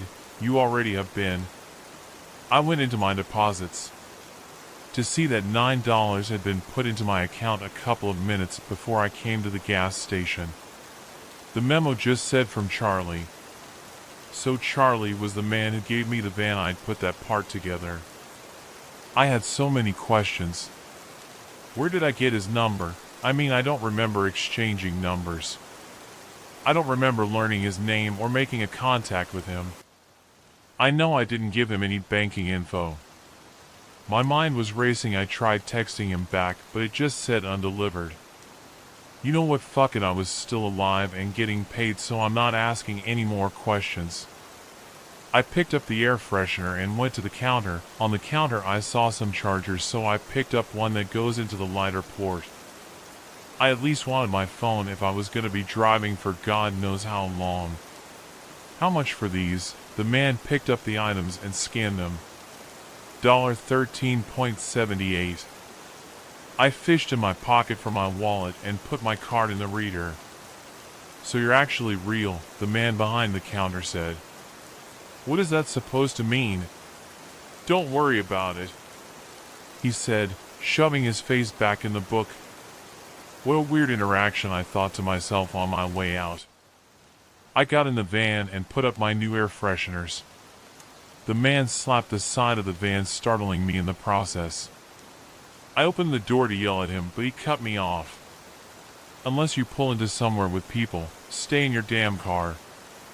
He walked away before elaborating. I was half tempted to follow him, but I decided against it. I was back on the road. I decided to put on a YouTube video as I was getting sick of my music. It was a video of someone explaining the Waco siege, which I had already listened to a couple of times. But I liked the YouTuber and he was slow between uploads. It got to the part where they accidentally lit the compound on fire. Just then a large creature jumped out from the darkness, bailing in front of the van. I tried to swerve so as not to hit it, but I wasn't quick enough. The van collided with the creature, smacking it with the front before it proceeded to roll over the top. I slammed on my brakes, stopping to catch my breath. My heart was pounding in my chest. I took a second breath and got out to inspect the damages on both the van and whatever I hit. The van was fine, not even a scratch on it. What a tank. The animal was not fine, it was a deer. One of its antlers broke off in the impact and its face did not seem to enjoy the asphalt. There was a small trail of blood where it skidded across the road. One of its legs was broken and was sticking in the wrong direction. Oh shit, that thing is dead. I ate my words as I heard them huff. Now I felt like it was my obligation to put it out of its misery. I found a big enough rock on the side of the road to crush its head. Shuffling over with the heavy thing, I raised it as far up as I could and dropped it. The thing came down with a splat. Blood shot up from it and splattered on my face. Welp, I said, wiping the blood off my face onto my jacket. I had done my civil duty. At least that's what I thought before the damn deer started squirming. Oh no, I had made it worse. It kicked and jumped, trying to get its head out from underneath the rock. I sat dumbfounded, trying to figure out if I should smash it with another rock or help it get the rock off. But just then it stopped. I was thankful as it finally died. I ate my words again. The thing planted its 3 working legs. As it did, the 4th leg began to crack back into place. The bones crunched multiple times, and suddenly the leg was planted with the other 3. What the? The deer lifted its head, and the rock easily fell out of its place. It sat up and stared at me. Half of its face was scrapped from the asphalt. The other half, flattened inward, there was blood and revealed bone. Its lower mouth hung halfway off, and its brain was revealed to the fresh air. In no world should it have been alive. It looked pissed in a way animals should not be able to show. The deer started its charge for me, its broken jaws swaying as it did. I turned around to make my run back toward the van, but the deer was much faster than me. I felt its remaining antler tear into my clothes and then into my back, knocking me to the ground and standing in front of me now, ready to make its second charge. I was able to roll out of the way this time. I pushed myself forward into the driver's seat and pressed the gas pedal as hard as I could. But since it was still in park, I didn't move. The deer rammed into the side, shaking the whole van. I put it into drive and peeled out of there. My adrenaline finally started to wear off, and I was very aware of my injuries, not only my back, but my knee and hands, which I scraped during my fall. Once I felt I was far enough down the road, I pulled over. Using one of the van's side mirrors, I did my best to examine my injuries. The 2 scratches on my lower back seemed to not be serious, but the puncture wound in my shoulder was bleeding really bad. I called 911 to get an ambulance, but the call wouldn't go through. It just kept failing. I knew I was going to have to drive myself to a hospital, and since I didn't want to die of blood loss, I saw one option. This was my first time doing stitches, so my solution was, well, I ended up on a WikiHow link, which as I'm typing this I realized was another stupid moment. I lacked most of the tools they use, so I had to just follow it as best I could. I took a needle and thread from the med kit and went at it. After poking the needle in my skin for the first time, I realized how fucking painful it was. I grabbed my shirt and rolled it up so I had something to bite onto, and went through several painstaking minutes of stitching. By the end of it, all I wanted was to get blackout drunk. I applied some of the first aid cream, which was for minor cuts and scrapes and scratches over my wound. Probably wouldn't help much, but better than nothing.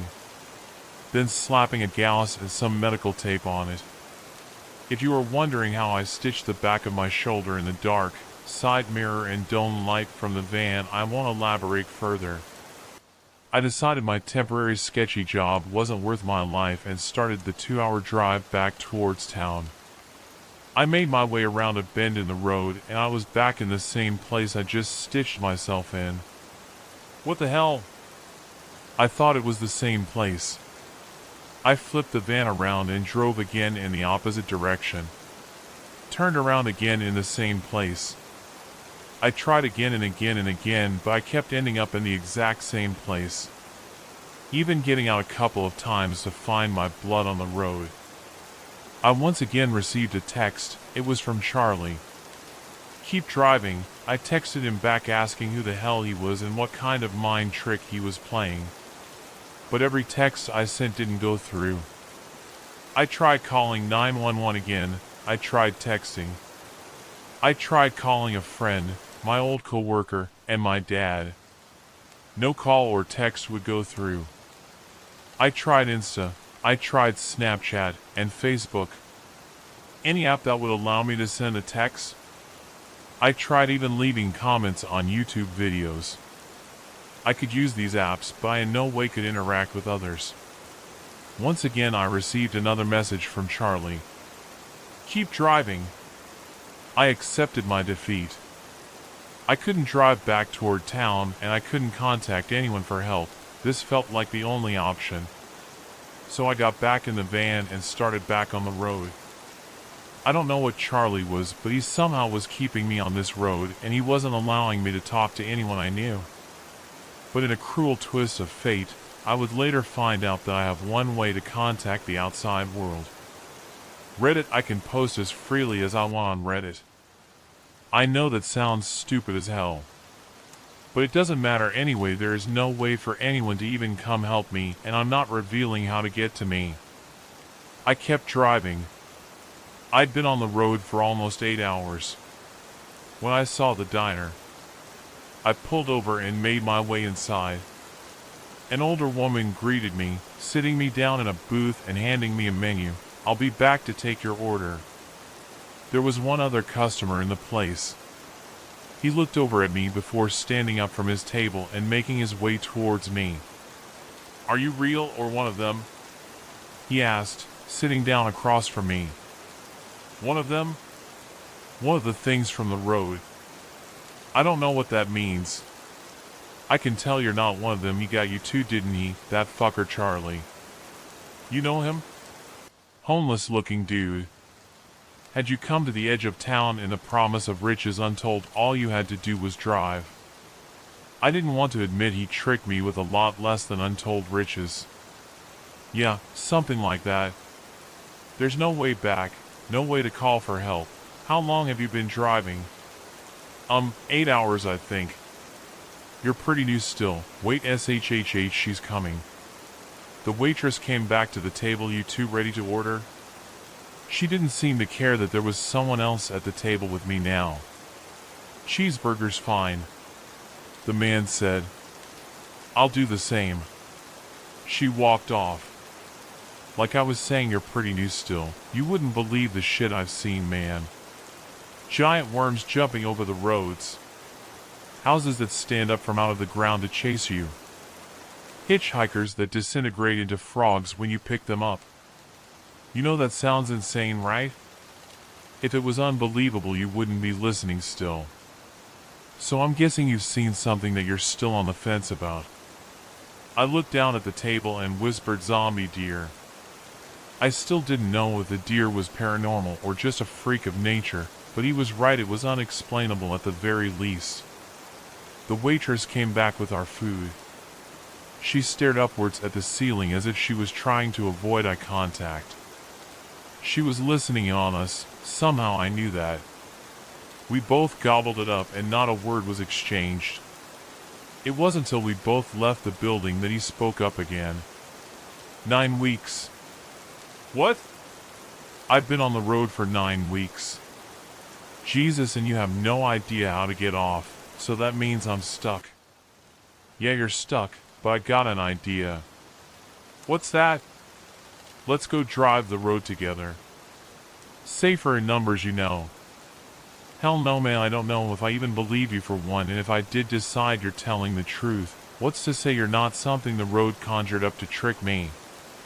Yeah, you bring up a good point. Look, man, since you're probably gonna die. What the fuck, man? Let me finish. Since you're probably gonna die, I wish you the best of luck. With that, he turned around, got in his car, and sped out of the parking lot. All while I sat there trying to figure out my next move. I knew something was wrong. I knew somehow I was stuck on the road. But I knew nothing else if I was to believe that, man, I was gonna see some weird shit. I believed him.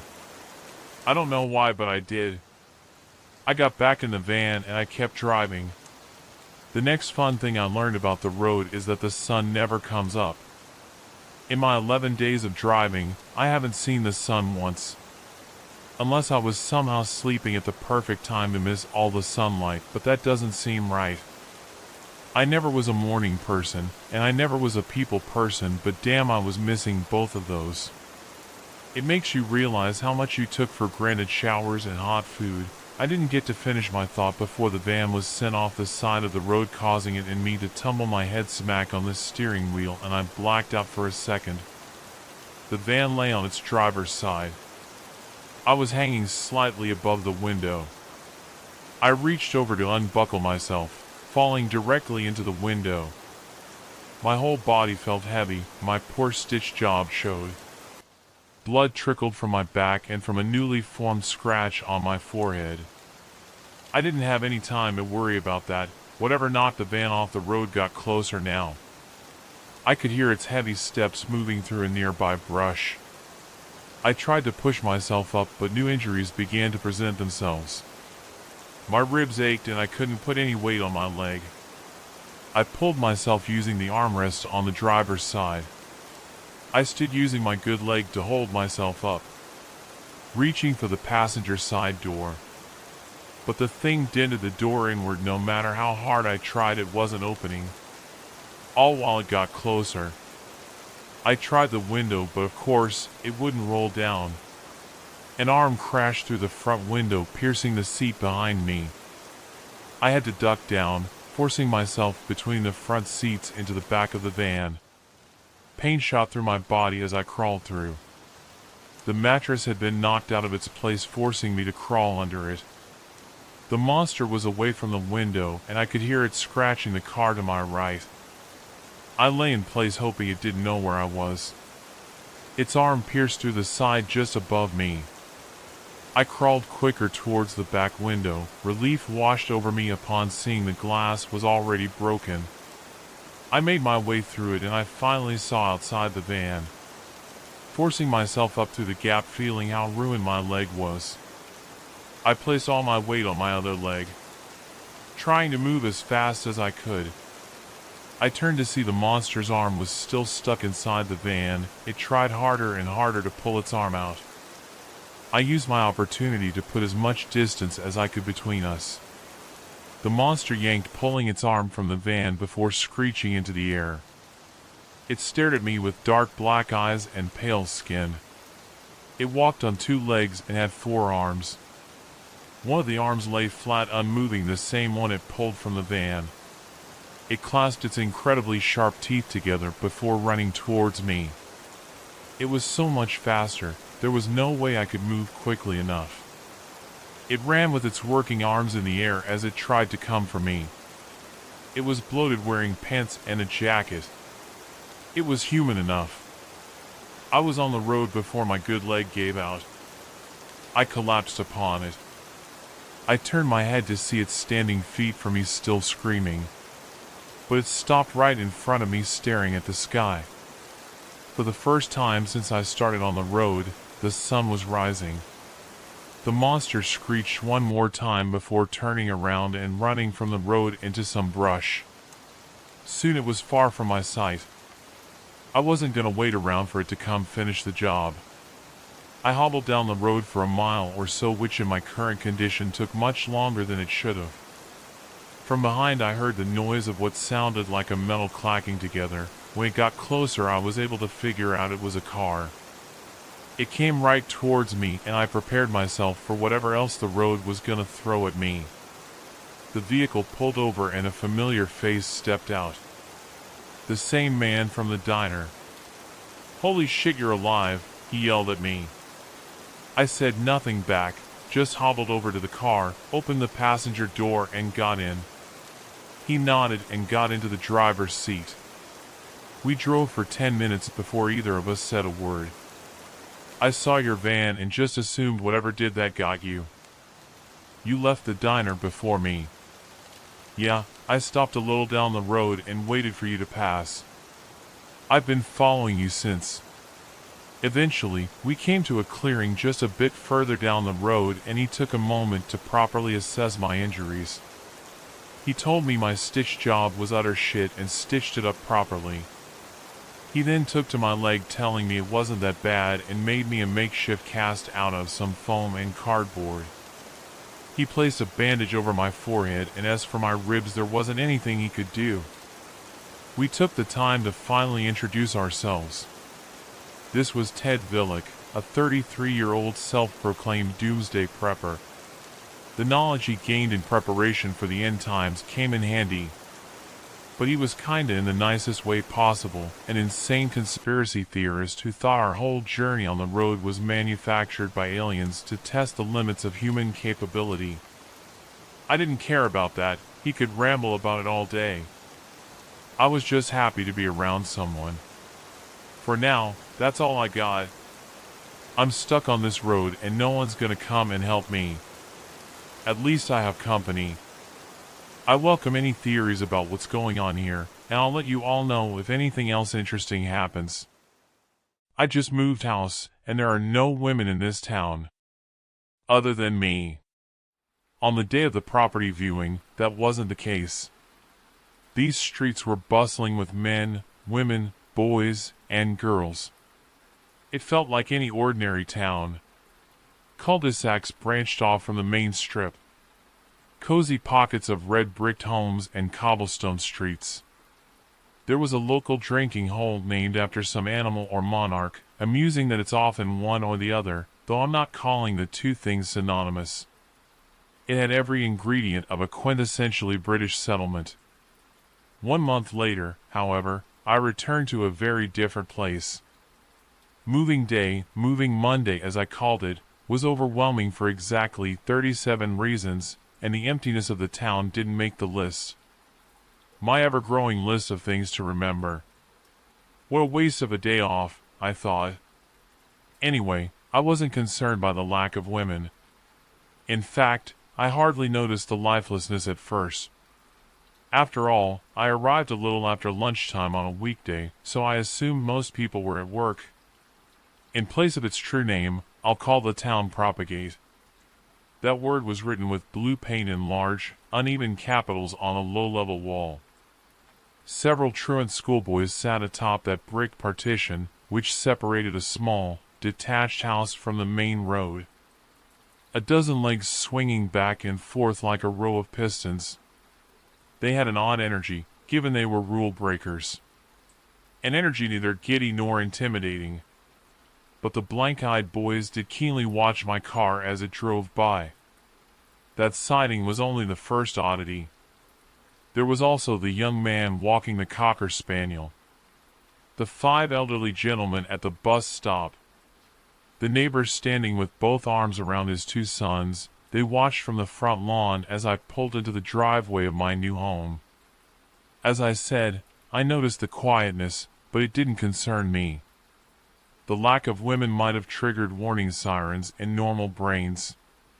Brains with a little common sense. But I was completely oblivious. An awe-stricken, first-time homeowner with a bulky moving van in tow. Don't judge me yet. I'm not, by any means, the bluntest blade in the knife block, just the least even. I was hardly surprised by the autism diagnosis in high school, as I'd always been a little rusty when it came to, as my dad called it, the real world. People and politics. The fuzziness of social science. My mind has always belonged to rigid sciences.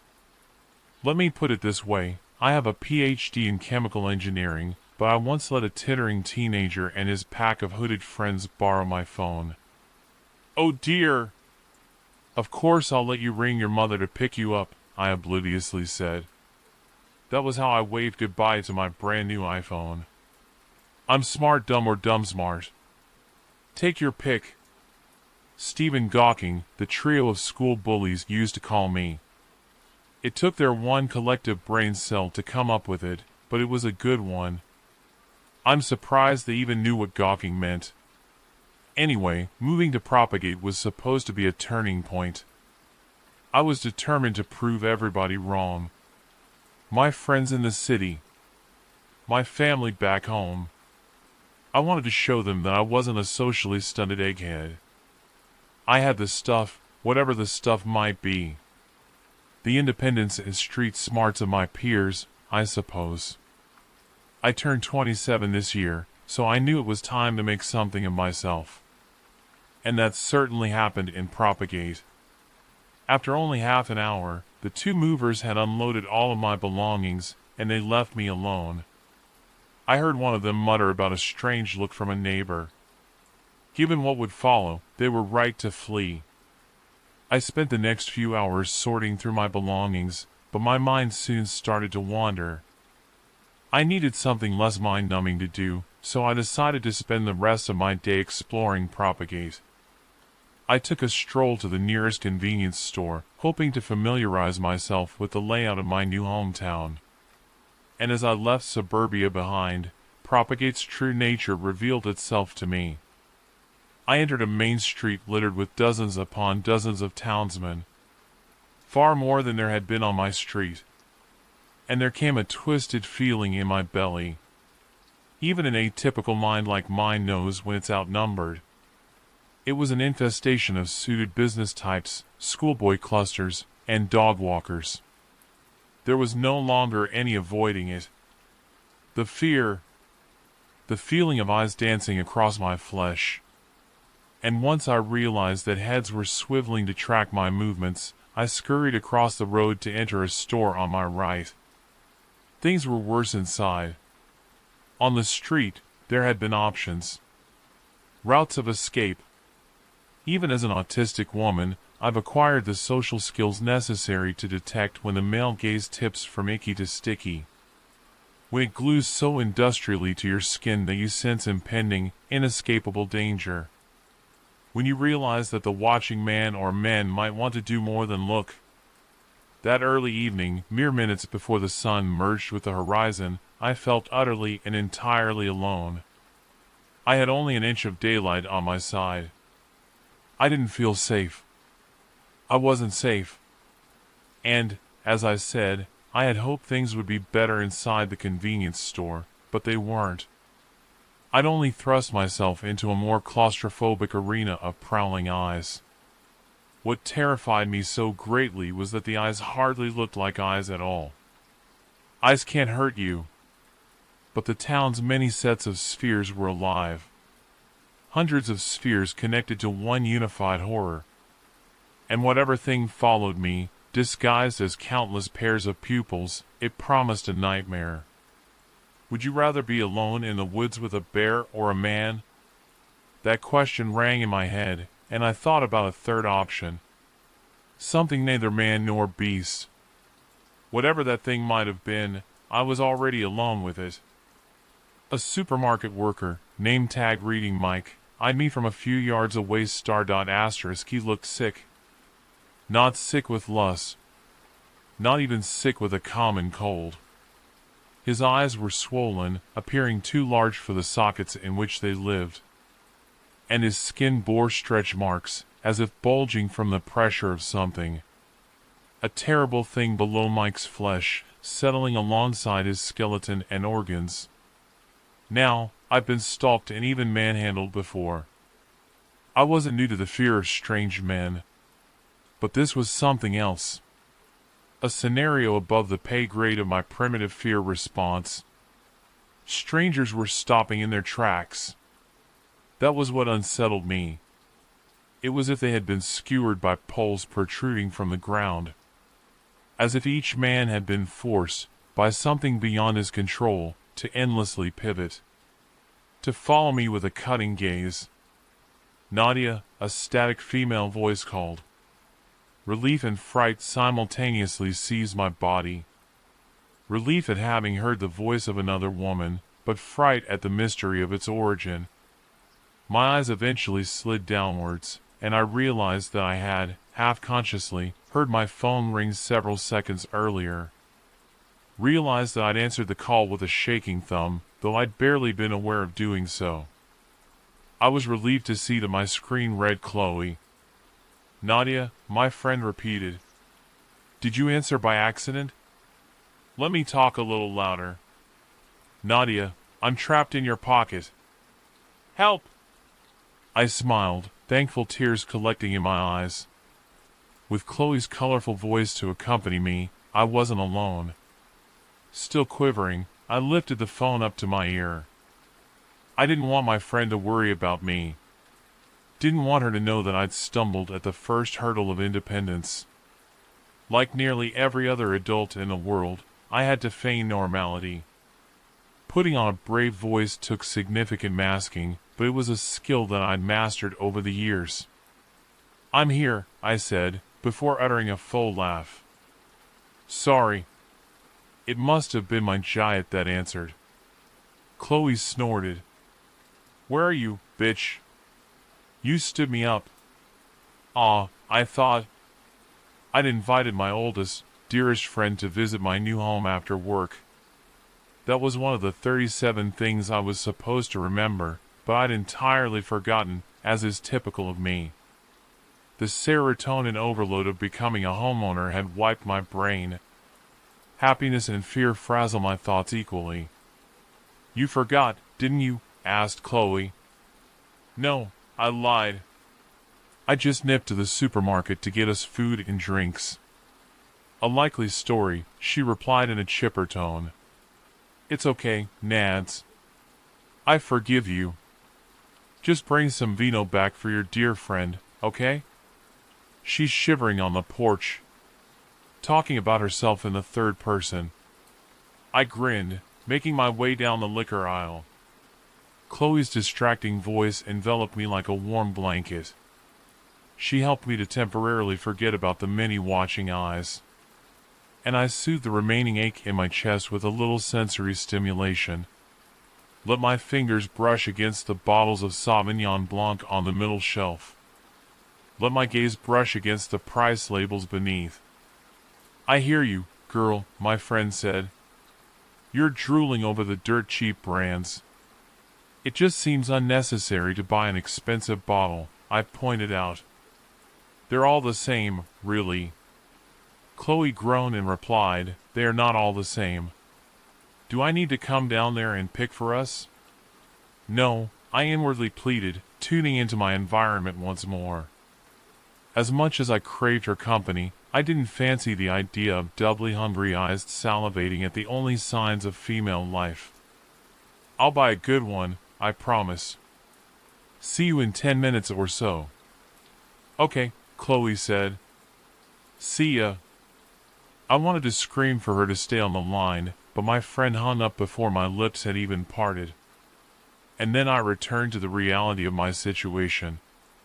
After I put my phone in my pocket, I scanned both ends of the shop. In the aisle adjacent to mine, an elderly gentleman was lightly tapping a box of oatmeal with wrinkled fingers, but his eyes were facing me. I noticed his walking cane on the tiles below. He let it clatter to the floor at some point. His free hand hovered aimlessly, and his fingers were curling in a groping motion. Not for the cane that he'd been holding. For me. I drew blood from my bottom lip, tightly biting it to stifle a slight whimper of horror, then I spun my head back to the line of liquor. After taking a mid-range wine, only wanting to get out of that place, I turned to leave. But my uncoordinated fingers knocked a bottle beside it. As it started to topple, I watched in panic, bombarded by a nightmarish vision of strewn glass and red liquid. By a vision of every last townsman converging on my location to inspect the commotion. I was thankful, of course, when the wine did not fall. Thankful until I realized that the tilted bottle was suspended in midair. Realized that a set of bulky fingers were wrapped around it. The hand came from within the sea of bottles. And I knew I shouldn't, but I instinctively squatted to look through the gap between two shelves. Followed the black-sleeved arm to the next aisle. To the stranger who had stretched his arm through the shelving unit to catch the bottle. A man whose face was not revealed, for he rose far above the middle shelf. I saw only his midsection. An unbuttoned blazer and a second hand. An open palm frozen in the shape of a high five or a wave. When the hand did move, it did not offer a friendly gesture. It started to walk, nearly run, across the middle shelf. Started to cross the bridge between our two aisles. And it was not shooting towards a second toppling bottle. It was shooting towards me. I screamed, clutched my chosen wine, then dashed out of the aisle. Dashed towards the self-checkout registers at the right-hand side of the store. I hoped, by doing the scanning myself, that I would avoid any more of the unnerving townsmen. "May I help you?" a watching member of staff asked depressively, not cooperatively. "I'm fine," I said, before wincing at the "Are you over 21" message on the touch screen. The supermarket worker took slow strides over to my register, then swiped a card to give me permission. The smiling man stood far too close to me, exhaling puffs of cheese and onion. A pungent aroma that, horribly, concealed something even worse beneath. A scent I didn't manage to place. "You hardly look 21, my dear," he softly said. "But I'll allow it." I'm 27, I shakily promised, fumbling in my purse for some form of identification. The man shushed me, lifting a finger towards my lips but stopping just shy of touching them. And as I looked at his face, I saw what I had seen in Mike. A wrong face. The worker inhaled deeply. You will grow. Yes. You'll grow. I thwacked my cart against the rear, bagged the wine, then strolled speedily out of the store. Even with eyes firmly locked upon my shoes, I felt those predatory gazes. The shoppers, at first, then the outdoor townsfolk when I exited the store. It was only a 10-minute walk home, but it felt longer. Perhaps because, during those minutes, the sun finally dipped over the horizon and plunged the streets into darkness. The street lamps sprang to life, revealing solitary figures watching me from pavements and front yards. My body moved sluggishly forwards, burdened by heavy gazes. But what truly made the itch on my flesh unbearable was the knowledge that I had seen so little. Seen only those caught in the glow of lampposts and headlights. There were, undoubtedly, figures in the town's unlit pockets. Men eyeing me from the shadows.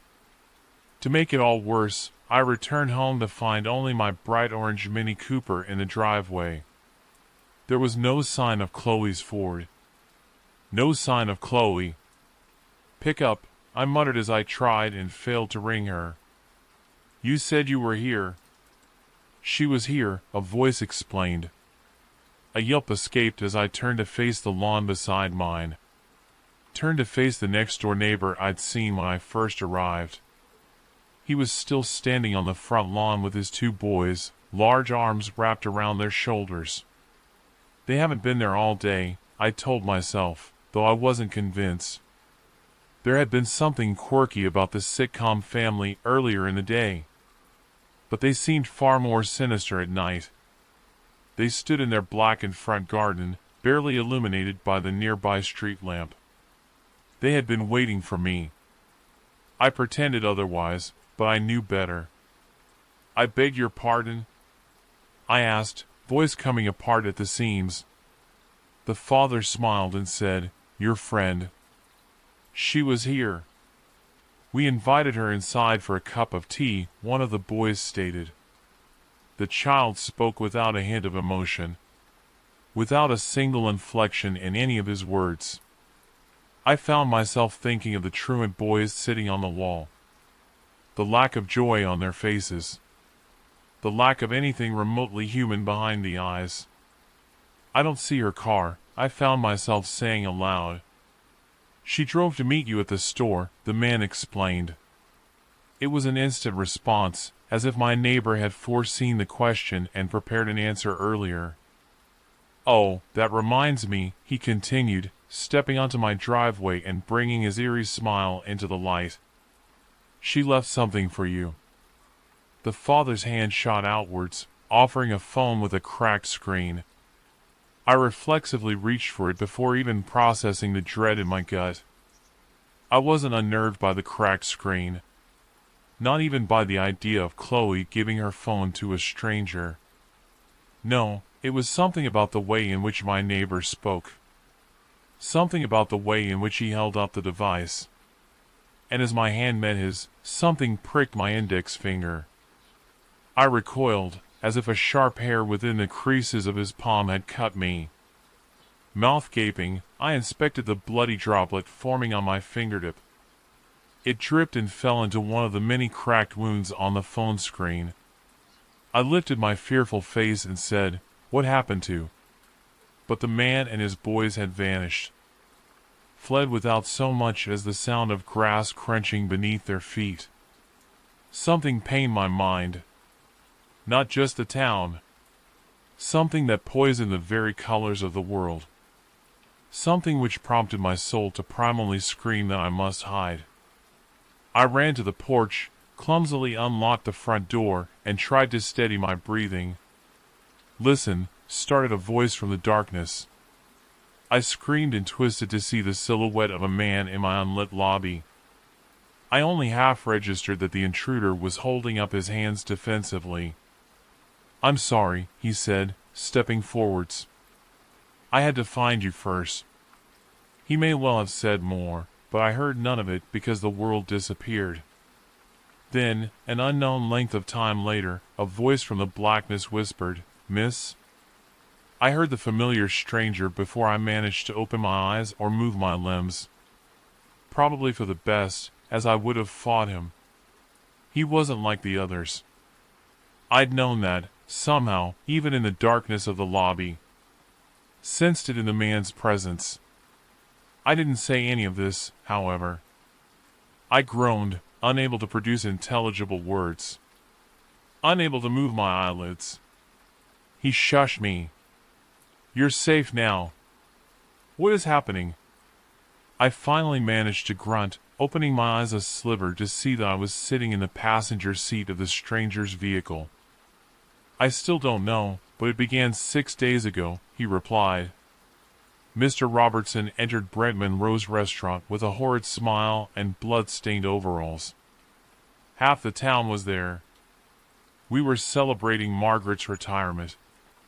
Anyway, we all thought somebody had hurt Mr. Robertson. A disgruntled customer at his repair shop, perhaps.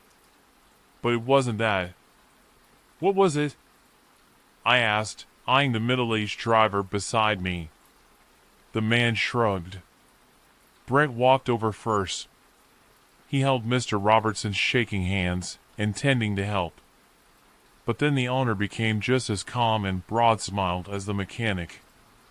It was all a blur after that. The place descended into chaos. "I don't understand," I said. "No," he replied. "I didn't imagine you would."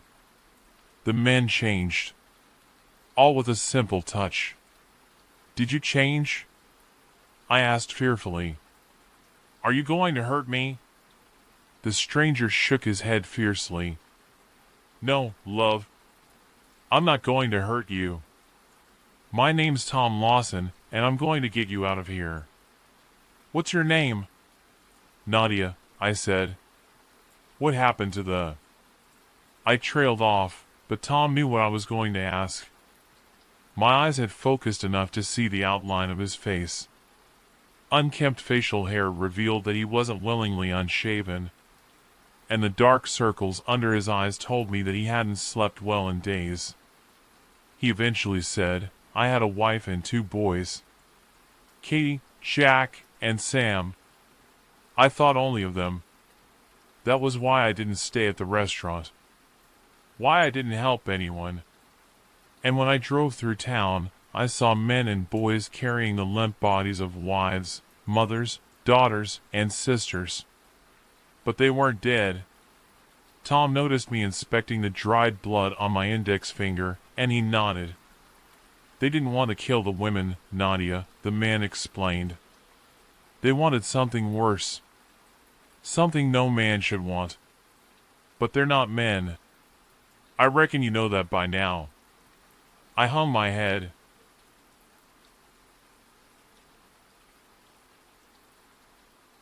Tom said, "It spreads by skin touching skin.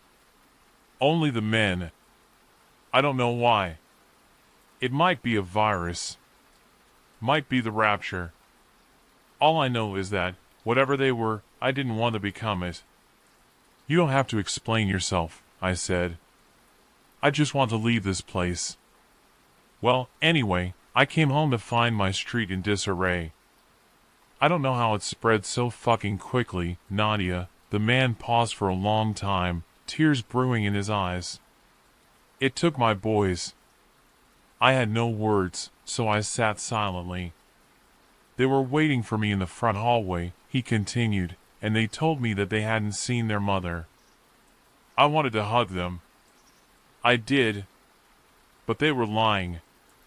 And they weren't my boys anymore." "What happened to your wife?" I asked. The man started to sob. "I don't know." "Why are you still here, Tom?" I whispered. "Why haven't you left?" "Where would I go?" he replied. "I have nothing." No one. I wanted to redeem myself, Nadia.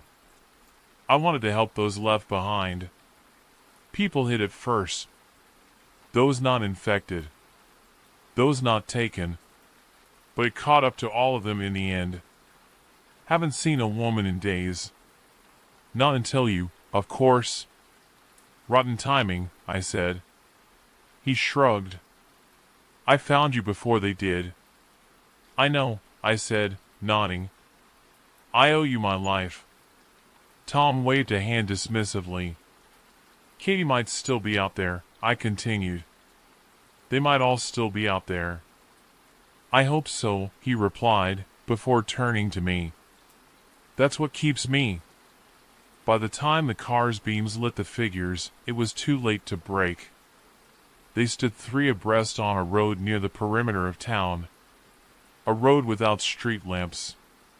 The barricade of bodies was revealed by the headlights only when 200 feet away. And believe me when I say that, whilst traveling at 50 miles per hour, it takes only a couple of seconds to cover 200 feet. Tom managed only to veer the steering wheel to the left, losing control of the car and colliding with a tree beside the road. The force of the impact didn't leave us unconscious. A small blessing, given that the 3 strangers were already approaching our vehicle before I even managed to undo my belt. After freeing myself, I placed a hand in my empty window frame, cutting my hands on glass shards. I was grateful that the front bumper of Tom's Jeep had taken the brunt of the impact, but we were not both unharmed. The driver grunted painfully as we clambered out of the car, clutching his abdomen, then he offered me a bloody smile. I'll keep them occupied, Nadia. Go! I wanted to stay and argue. It was the proper thing to do.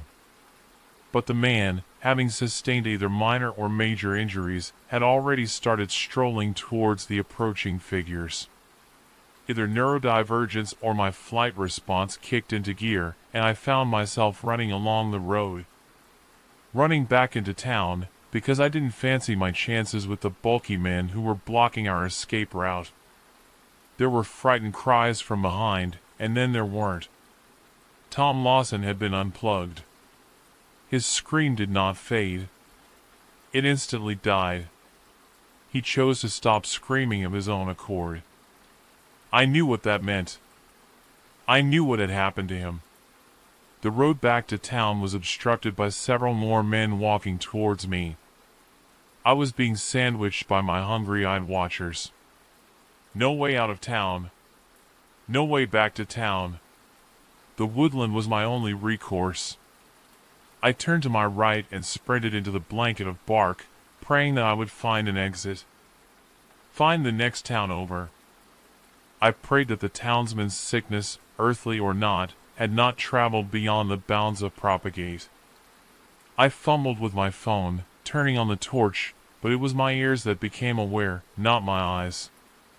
I heard not-so-distant moans. Garbled voices around me. Not voices of the haunted men who were pursuing me. No, these were muffled words of a higher pitch. The cries of women. I cast my torch from side to side, not daring to slow or stop. But I found no sign of the captives. And, in my fearful search for the missing persons, I forgot that my uncoordinated limbs do not fare well when I multitask. It was no surprise, then, when I tripped, when I was sent sprawling across the forest floor by one of my feet tripping the other. I rose quickly, feeling a weightiness in my throat as the sound of men's footsteps loudened, but something at my feet had caught my eye. And when I cast my torch downwards, I shrieked. On the ground were bodies. Dozens and dozens of women's bodies. In fact, they weren't on the ground. They were in it. The missing women of Propagate were the dirt beneath my feet.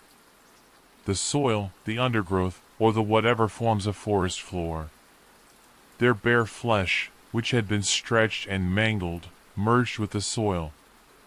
Long, fleshy tendrils sprouted from their arms, sides, rears, and all other parts of their bodies, as if they had taken root. as if they had become one with the woodland. Worst of all, the townswomen were still very much alive. They must have wished they weren't. For, as I looked closer, I realized that each woman, tied to another by skin-formed rope, was no longer just one, but many. And by that, I mean I looked down at the woman below my feet to find her own face looking up at me 4 times.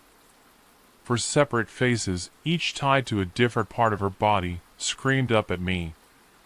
Not as some united hive mind, but as 4 separate versions of her. Every face moaned in a slightly different way. All moaned with lips closed, but each expressed itself differently.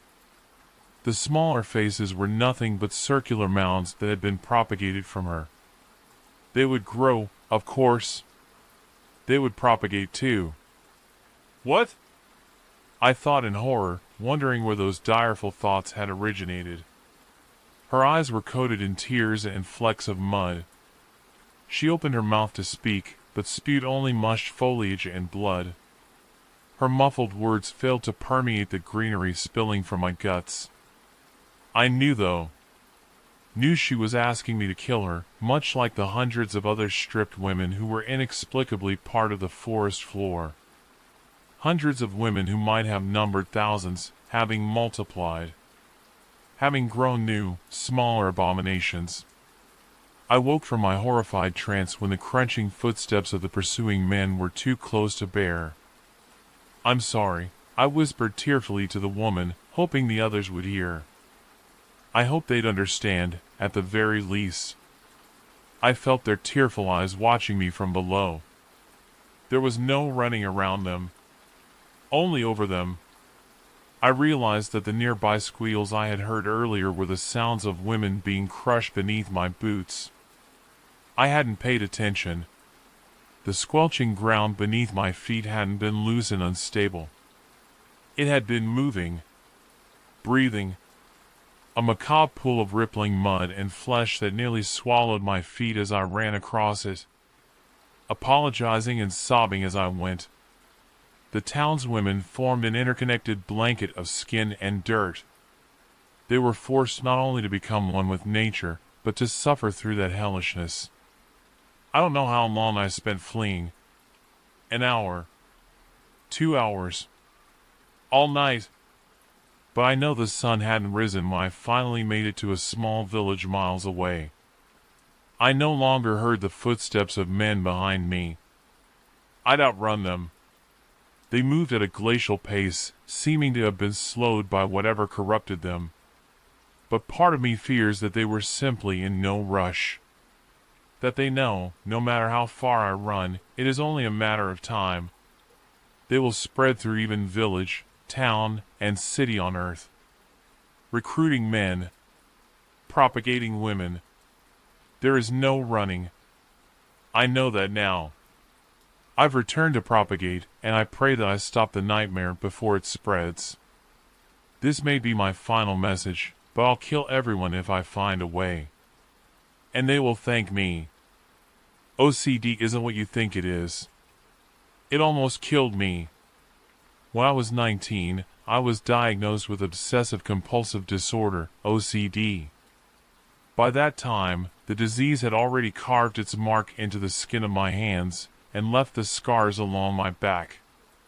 It had marred my shins and knees, and overall left me with a terrible secret. Some things, I fear, are not meant to be shared. I wonder how much of this story will fall into that category. It is worth saying to those of you who complain about the arrangement of pens on your desk, saying I am so OCD, take a moment to consider my words. What I have to relate begins when I was around 8 years old. I will leave the sob story out of it for now, and say only that I lived in a neglectful, addicted home, where I, an only child, could do practically anything I wanted. If you're privy to the matter, I had all of the pre-existing conditions to allow this illness to take hold. My home life was unstructured, unpredictable, and marred by a fear of rare, but imminent violence. Strange men, drugs, alcohol, you get it. The disease first appeared to me as a general nervousness creeped into the recesses of bright and early childhood. I was anxious about people in particular. From the time I was able to talk, my mother has recalled hearing me say, "No, Mommy, say," followed by whatever it was I was so anxious to hear. This is not a clear indicator of OCD, but it seems to track with the tendencies that followed me to the present. My mother had no way of knowing what drove me to make these odd requests. She thought, I believe, that I was just trying to get what I wanted. Sometimes she was right. It was the times that I needed her to say no to me, or to say something a second or third time, that she should have caught on. I wasn't interested in getting things from Mommy. I was afraid. This is what differentiates OCD from a general orderliness or a desire to be in control. If Mommy didn't say yes or no at the right time, I was certain that she was going to die. I want you to let that sink in for a bit. Suspend disbelief just for long enough to form the picture. I had a very vivid imagination. To my little 6, 7, 8-year-old mind, if Mommy didn't do what I wanted her to do, her face would swell and turn purple. Her eyes would darken and lose focus, and her breath was that gurgling rattle that even a child calls death. The truth is that I had seen her in a state not unlike this more than once due to her drug usage, and that image appeared in my mind every time the desire occurred.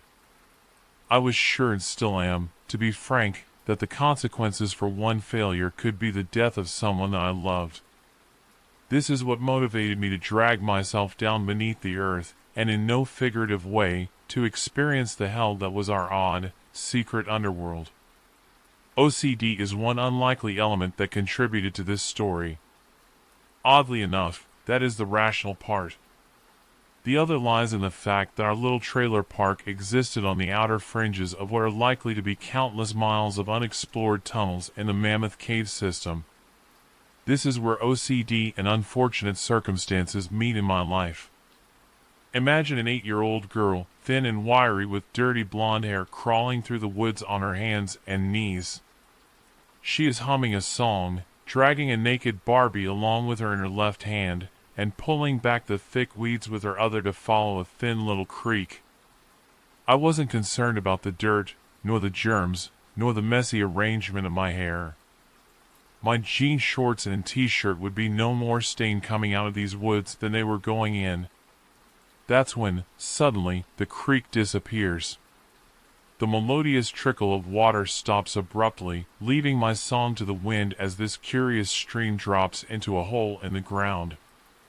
The hole was at the base of a hill, and it was only about 5 feet deep. 3 of the walls of that hole were dirt, and the 4th was a stone curtain on the side facing me. The creek flowed discreetly into an opening just under the stone curtain. I was a curious child. To me, that cave could have been the entrance to a magical fairy kingdom, or a buried treasure, or any measure of wonderful things. It was also a gaping mouth at the bottom of a stone face. When I crawled to it, I realized it was breathing. Where I sat, legs crossed and Barbie in my lap, I could feel air being sucked into the hole. Something about it unnerved me. It was the same feeling you get when you look into a storm drain, like even entertaining the thought could drag you in. I don't exactly remember what happened next, but only that I left in a hurry. Either my mother called me, or I heard something, but nonetheless I scrambled out of that hole and ran the way back home. This is where the memory kindoff picks back up. I was lying in bed, and it hit me. I had left my Barbie in that hole in the woods. To a normal child, this would be a problem, and perhaps even a big one. They might cry or become anxious. Not me. I knew, as if it were the verdict of a judge, that if I did not go and get my Barbie, my mother was going to die. This is strange even for me. My OCD doesn't usually work this way. Usually it's compelling me towards a task that is right in front of me. Challenge plus consequence equals compulsion. This was more like a sense of unrightness. Something was missing, it needed to be replaced, and now. I knew what I had to do, and I knew why I was going to do it, so that tracks, but something about it calling me out into those woods just doesn't make sense even to me. So, little me in my pajamas made my way to the trailer door, stopping only when I saw the moonlight through the crack of the blinds. My mother's room was just down the hall. I could check on her, and go to bed for a bit. Standing there, my hand idly on the door handle, I pictured myself returning to her room once, twice, 3 times. I knew she would be fine. I also believed she wouldn't be. I knew she would be okay in the morning. I also believed from the bottom of my heart that she would be dead right now unless I went. I hope this is as confusing for you as it has been for me. You're reading this, so that means I went. The path was not hard to find. Once I reached the creek, it was just a matter of following it to the hole. I should mention the pale street light outside of our trailer. It was bright and ugly, but I thought to myself that it would be a good way to get home if I got lost out there. It was the first of a few odd things which just so happened to save my life that night. The woods were much larger, and much noisier now than they ever were during the day. I thought for sure that I had passed the hole, stopping to turn back at least twice. Anyone who grew up in or around wilderness has felt this effect. The woods stretch at night. The hole snuck up on me. I had stopped for a 3rd time, sure I needed to turn back now, when I realized that I was standing at its edge. The thing was much wider, much deeper to me now than it had been just hours before. I lowered myself in, and felt around for Barbie. To my dismay, Barbie wasn't there. I searched once, twice, again. The more I fumbled around, the more vivid the image became. Her face was pale, slightly purple around the eyes and lips. Her eyes were shut this time, filled with shadow. Her mouth was slightly open, and from her lips a gurgling, rattling breath escaped her. It was her lass. That is when I felt the air sucking into the mouth of that stone face again. My stomach twisted at the realization. This thing had sucked Barbie in. I was sure of it. And even more sure was I that I had to go in and get her. The deterministic thought was so forceful that it served to alleviate some of my fear. When I approached the opening, crawling on my belly to see, the fear returned in full. It was black. There was no way that I would see there. Thankfully, I had come prepared. In my back pocket, I had brought my Cinderella flashlight.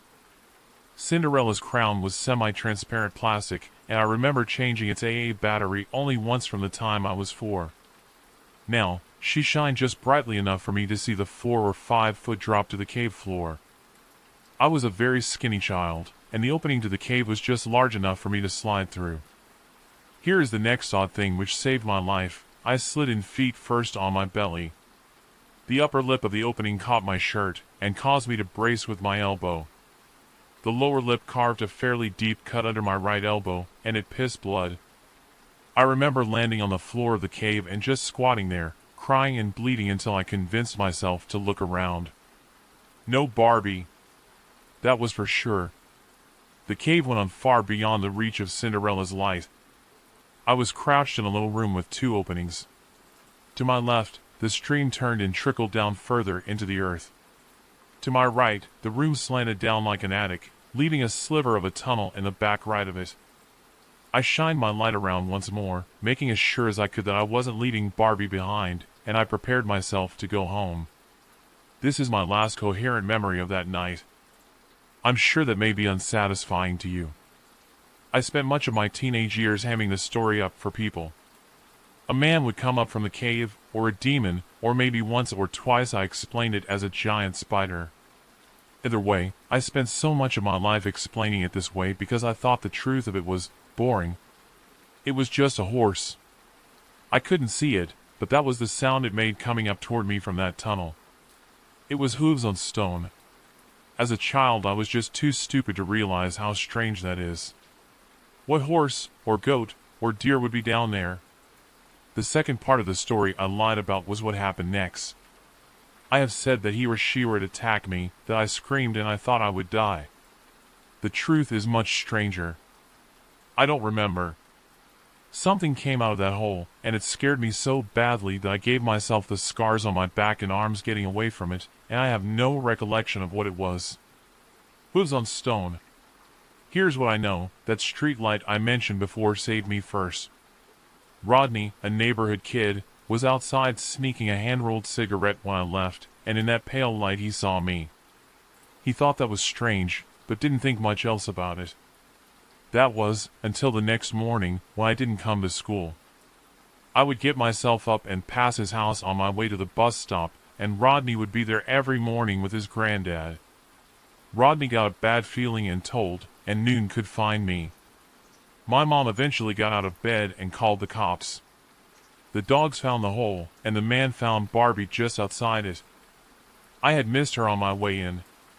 They had to chisel out a good portion of the curtain just to get into that cave, and if not for the blood, they would have had no hope of finding me. I hadn't taken the left turn along the creek. Instead, I had gone right, shoving my body headfirst into the small, slanted tunnel as far as I could go. When they pulled me out, the jagged rock had torn me to shreds. I bled from my knees, elbows, forehead, and God knows where else.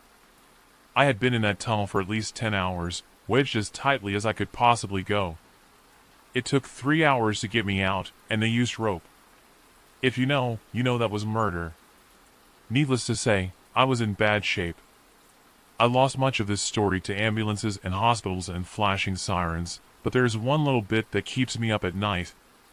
It haunts my dreams, and when I feel it, it takes me back to a time and place without any prior context. I'm crushed between two slabs of sharp rock, everything hurts, and I can hear it first. Hooves on stone.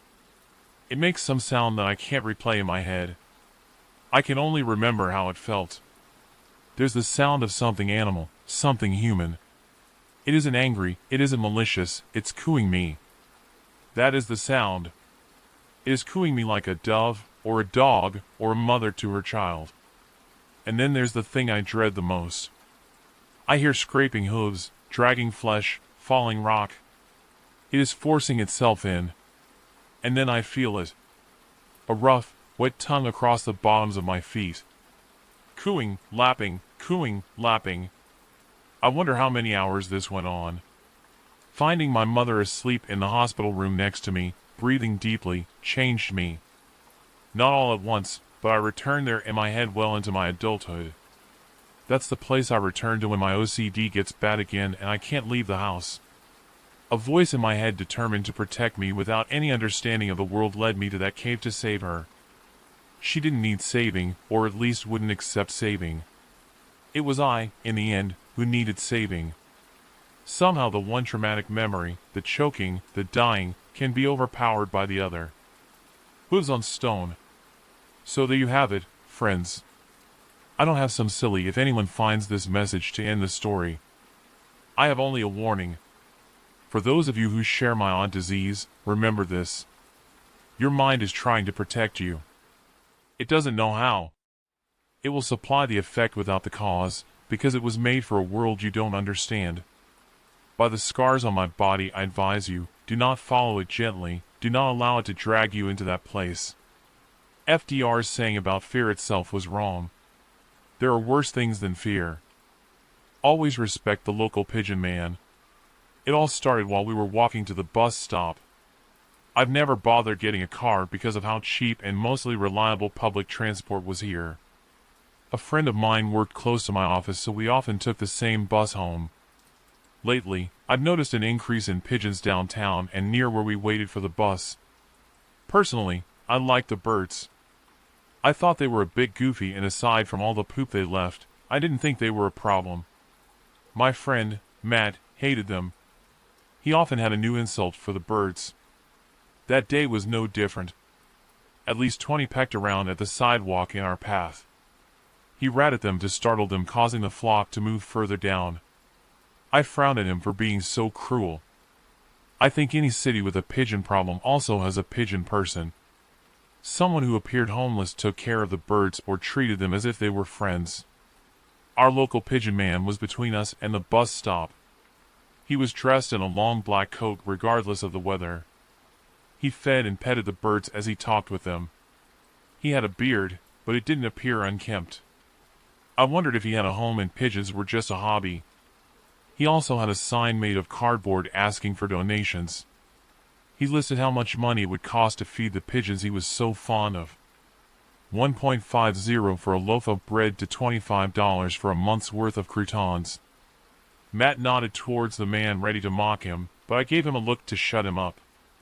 We started to walk by them while dodging birds at our feet. The man tore off pieces from a freshly baked loaf of bread. There wouldn't be nearly enough for all the birds. I felt bad for them. I made it 3 steps past them as I sighed and turned around. Matt expected this. I have always been a bit of a pushover. He waited as I went over to the man and read over his sign again. "They'll repay the favor," the man said, not looking away from his birds. "They will?" I asked while still trying to decide how much to donate. "These birds are better than people. They're special. They don't accept anything for free, so they'll repay you." I felt 100 eyes on me. It appeared as if all the birds were watching as I pulled 2 bills from my wallet. I had recently snagged some overtime at work so I could afford to pay for a month's worth of croutons for the birds. The man accepted the money and nodded a small thanks. A few birds flapped their wings as Matt tapped his foot, showing a sign he wanted to keep moving. "Don't forget to take care of yourself," I told him and joined my friend. "He's probably just going to buy some drugs," Matt said, even though we weren't out of earshot just yet. "Good for him either way." I shrugged. We could still see the man and the flock of pigeons from our bus stop. True to his word, he went inside the small store he had been standing in front of and came outside with a bag of croutons. At least someone was taking care of the poor birds. But wasn't bread bad for them? It made them happy, so that was something. Our bus arrived and I had forgotten all about the exchange. It was only until a small incident happened a week later that I was reminded of the pigeon man. I had been about to cross the street and had stepped off the curb when a pigeon flew in front of my face, scaring the hell out of me. Thankfully it did, because a car turned when it shouldn't have. If I didn't step back, I would have been hit. I stood stunned over what happened, my heart racing a mile a minute. Looking up, I spotted the bird that saved my life sitting on a power line. I could have sworn it nodded at me. The day after I nearly died, I was walking to the bus stop, but without Matt. The pigeon man was sitting on the ground looking after his birds again. I walked over to him and got down low so we could talk. "I only have this much on me today," I said, offering a $5 bill. "You still have 3 weeks left," he said, and didn't reach out to take the offered cash. I was confused. Glancing over, I saw so many of those birds staring in my direction. Their eyes appeared as if they understood what was going on. A pigeon helped me out the other day. I wanted to repay it. "Here." He finally took the bill, and I stood back up. It would be nice if I could feed the bird that saved my life regardless of whether it meant to or not. But who knew what one it was? And I also hoped this man was taking care of himself and not just the birds. I noticed my bus drive by us. I darted down the street hoping to catch it in time. I scared a few birds as I ran down the street, expecting the bus to drive away at any second. When I reached the stop, I noticed the reason why it hadn't moved. A bunch of pigeons were sitting in the road blocking the bus and other traffic. They flew off after I got on. To be honest, I didn't give the man expecting favors from the pigeons. At first, I didn't even believe they were smart enough to do anything for a person and thought the man had some sort of harmless illness. For a moment, I wasn't sure what I believed. Even if they were helping me out in some way because I bought their services, they were birds. What else could they even do? In the back of my mind, I was counting down the days until my so-called pigeon contract ended. On the final night, I came home very late because of some final project crunch at work. My girlfriend also had been working non-stop to finish a big project. She was an artist who did massive paintings that a local gallery sold. She would spend a few months creating new pieces and living off the pay from the last batch. We were both suddenly hurting for cash because the gallery ordered 3 more large pieces, and that meant she needed to pay for materials she hadn't budgeted for. Once they were finished, it would be worth it. "You're late," she commented, stretching and greeting me by the door. "I heard Matt was going out tonight. Did you go with him?" The apartment smelled of paint even though she had all the windows open. She was covered with all sorts of colors and needed a shower. I bet that's just what she had been about to do before I walked in the door. "No, I was at work. I wanted to finish some stuff so I could have tomorrow off." Faintly, I heard a podcast in her painting room. Since she worked for long hours, she needed something to listen to. But I didn't fully approve of her listening to so many true crime podcasts. She got pretty freaked out after so many hours of them. "You need to shower." "So, do I. Let's save some water," I offered with a smile. I really wanted to hug her but didn't want to get paint on my work clothes. "Can you take a rain check? I'm sore from working today," she suggested. She expected me to be disappointed. I was a little, and I snapped my fingers as if I had just lost a bet. "Darn it. Okay, next time. And how did you hear Matt was going out tonight?" "His girlfriend told me. But if you're not with him, that means he's going out drinking alone," she said while crossing her arms. "Matt liked to drink at a bar about a 10-minute walk from my place. For lack of a better way to put it, Matt had a drinking problem. Unless someone was with him to keep him in line, he always got in trouble while on a night out." I knew what was even going to be said before the words came out of her mouth. "Maybe you should see if he's at the bar and get him home," she suggested.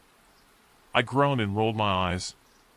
I was thinking of excuses when she raised paint-stained hands in a threat.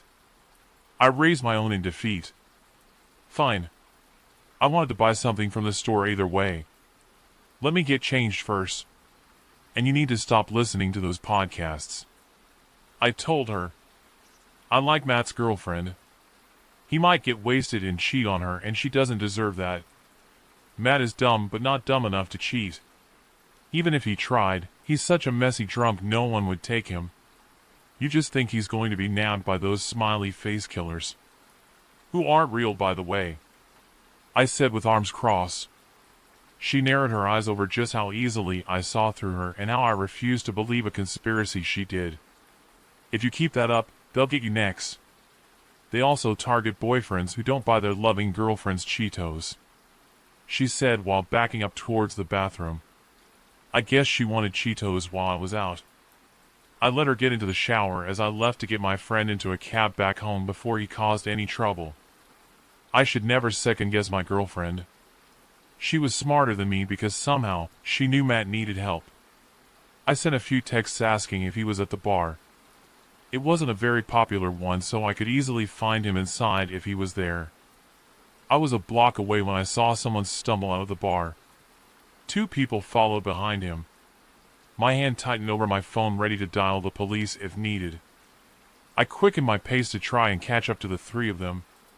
The pair closed the distance between the first man, and I heard my friend yell. They dragged him into a small alleyway as Matt drunkenly shouted for them to let him go. I turned the corner to see one man keeping a hand on Matt's jacket and was in his face over something. "Do you always go around talking to other people's girls? Huh? Do you really think she would give you the time of day?" the larger man accused. I suddenly felt exhausted. Why couldn't Matt just behave? He made things worse by not understanding how much trouble he was in. "I didn't know she was yours because she didn't look at you all night." He shrugged. They got closer, both ready to knock some sense into Matt. I spoke up, causing all 3 of them to look in my direction. "I'm calling the cops if you give me a reason to," I said, not feeling as brave as I sounded. "Is he a friend of yours?" the taller man asked. Sadly, yes. That was not the right answer. They both decided that I needed the same kind of punishment as Matt. Since I most likely was going to call the police either way, they figured they would get something out of being arrested. The taller one landed a hard punch on Matt's face. I pulled out my phone about to call the cops, but the second attacker moved too fast. He hit me so hard it knocked me off my feet. I've never been much of a fighter. I tended to take the easy way out or avoided confrontations altogether. The night should have ended with both of us in the hospital. But it didn't. Wings flapped in the darkness as a sudden flock of birds came down. They flew in the face of my attacker, blinding him. He swatted at the birds as he yelled. Their feet and beaks tore at his exposed skin. By sheer luck, he knocked one out of the air and hard to the ground. I scooped it up before he stomped on the poor bird. I held it carefully in my arms as I watched in horror as more pigeons flocked to the small alleyway. Within seconds, what appeared to be 1,000 of the birds came down. They mauled the two men. The sounds of their wings flapping were nearly deafening. Specks of blood and fabric flew out from the mass of feathers as they tore at the humans in the middle of the swarm. It didn't see Matt for a moment. Suddenly he came bursting out of the mass, his face bleeding from the attack. Pigeons came down on him as they saw him as an enemy. The first man's body dropped to the ground. Through the flapping wings, I saw a mass of flesh and bone. My stomach twisted and fear ran through my body when I realized the birds were eating them alive. And Matt was next. "Wait! Please!" I cried out, expecting the birds to understand me. He curled in a ball on the ground as they pecked away. He begged me to do something, but there were far too many. "He'll buy you croutons," I shouted, feeling a little bit stupid, expecting such an offer would work. Somehow, it did. The birds let up long enough for him to get up. He made a run for it, and I caught up to him and grabbed his collar. We were going to uphold our deal. He rambled, scared and hurt, begging for us to just go home. I looked up to see hundreds of pigeons sitting on buildings looking down at us. I called a taxi to get us to the nearest open grocery store. No matter where we went, we were being watched. I still held the injured bird from the fight, unsure of what to do with it. It sat calmly in my arms as we went inside the store. We were an odd sight. One was beaten and bruised while the other held a pigeon. We gathered up bags of croutons, hoping it was enough. Matt meekly tried to make me pay for some of them. I told him he had to do it. The birds already liked me. I wasn't certain how we would feed all the pigeons, but that was answered when we left the store. The pigeon man waited for us, and he accepted the bags along with the injured bird. "Can we go home now?" Matt said while looking around. He fidgeted, seeing so many birds watching us from all directions. I swear their eyes were glowing, but it may just be the street lights reflecting off their pupils. "Your friend is in the clear, but the birds don't like you." "Matt, was it? You'll need to keep buying them food every month, so they won't punish you," the man said, almost sounding bored. "Punish me for what?" my friend demanded. "You kicked one of them outside the bar tonight." I looked over at Matt, frowning in disappointment. The fact we got away tonight was a miracle. These birds had been nice enough to give him a second chance after he hurt one of them. "It's just a bird," he protested. "No, it's not. In case you haven't noticed, this city is theirs now. They're just nice enough to let us live in it. Unless you want to end up as the others tonight, you'll feed them." Those words chilled me down to the bone. Flapping came overhead. A few pigeons landed near us, their dark eyes watching our reactions. Finally, Matt smartened up and nodded, agreeing to the deal. The man told him how much he needed to buy each month and let us leave. I made sure Matt got home, and we swore not to speak about what happened that night. I think he was worried the police wouldn't believe pigeons killed people who were going to kick his ass. I got home late as my girlfriend rushed over, clearly worried. Only when I saw her I realized I'd forgotten the Cheetos. She didn't care about that. She wanted to know why I had a bruise on the side of my face. I made up a lie about two guys trying to make trouble, and we spent some time running around a few blocks trying to lose them before heading home. She believed that, and I finally was able to relax a little from such a weird night. 2 months had passed since then. I was aware of every pigeon staring down at me as I went to work. Sometimes they watched me through the office windows. A small feeling of fear hit my stomach every time I saw one of them. I should have expected Matt to not be able to last 2 months. He disappeared last week.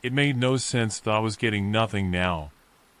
Frustrated, I peeked into the hole I had drilled, trying to see what was the deal. Nothing but deep, grave darkness stared back at me.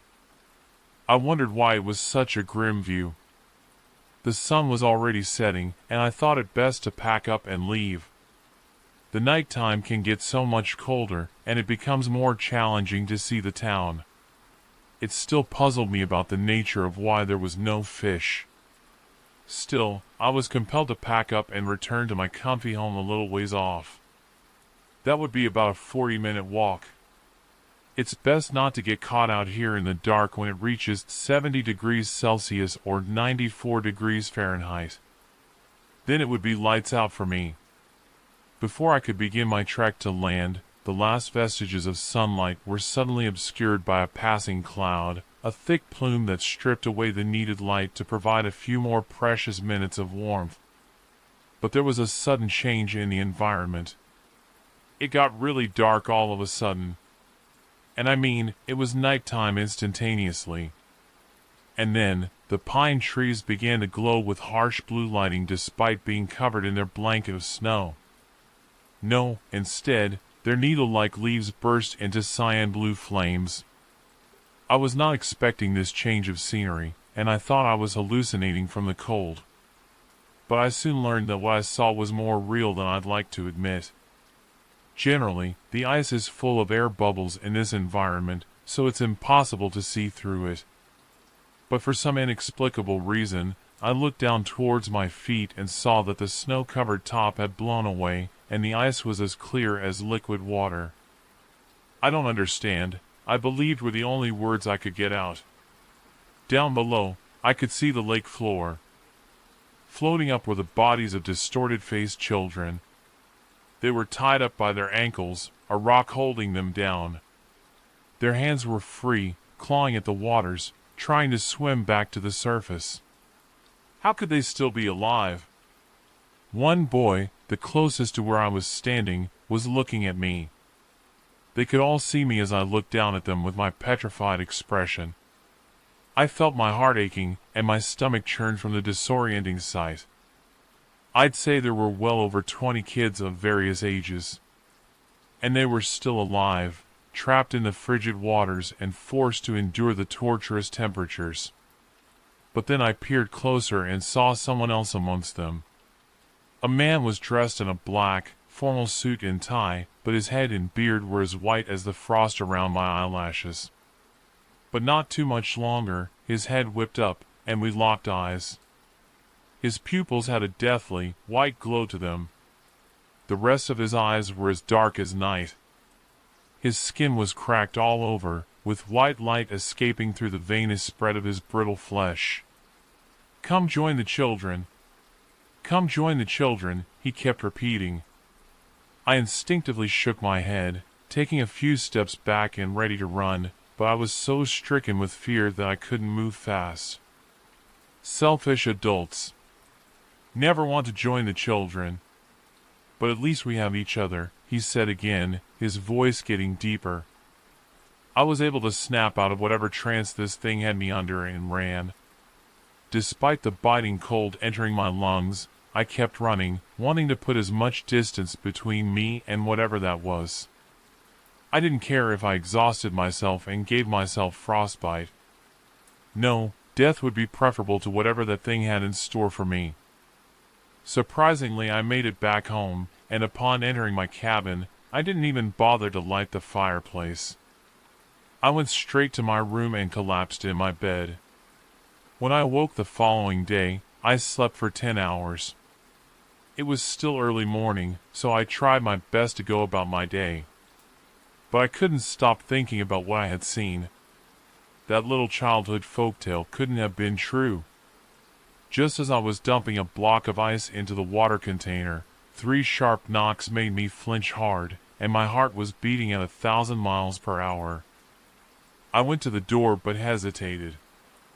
I don't know why. I already knew who it was. My brother always came to visit me during the early hours. I opened the door, and there he was. It was such a relief.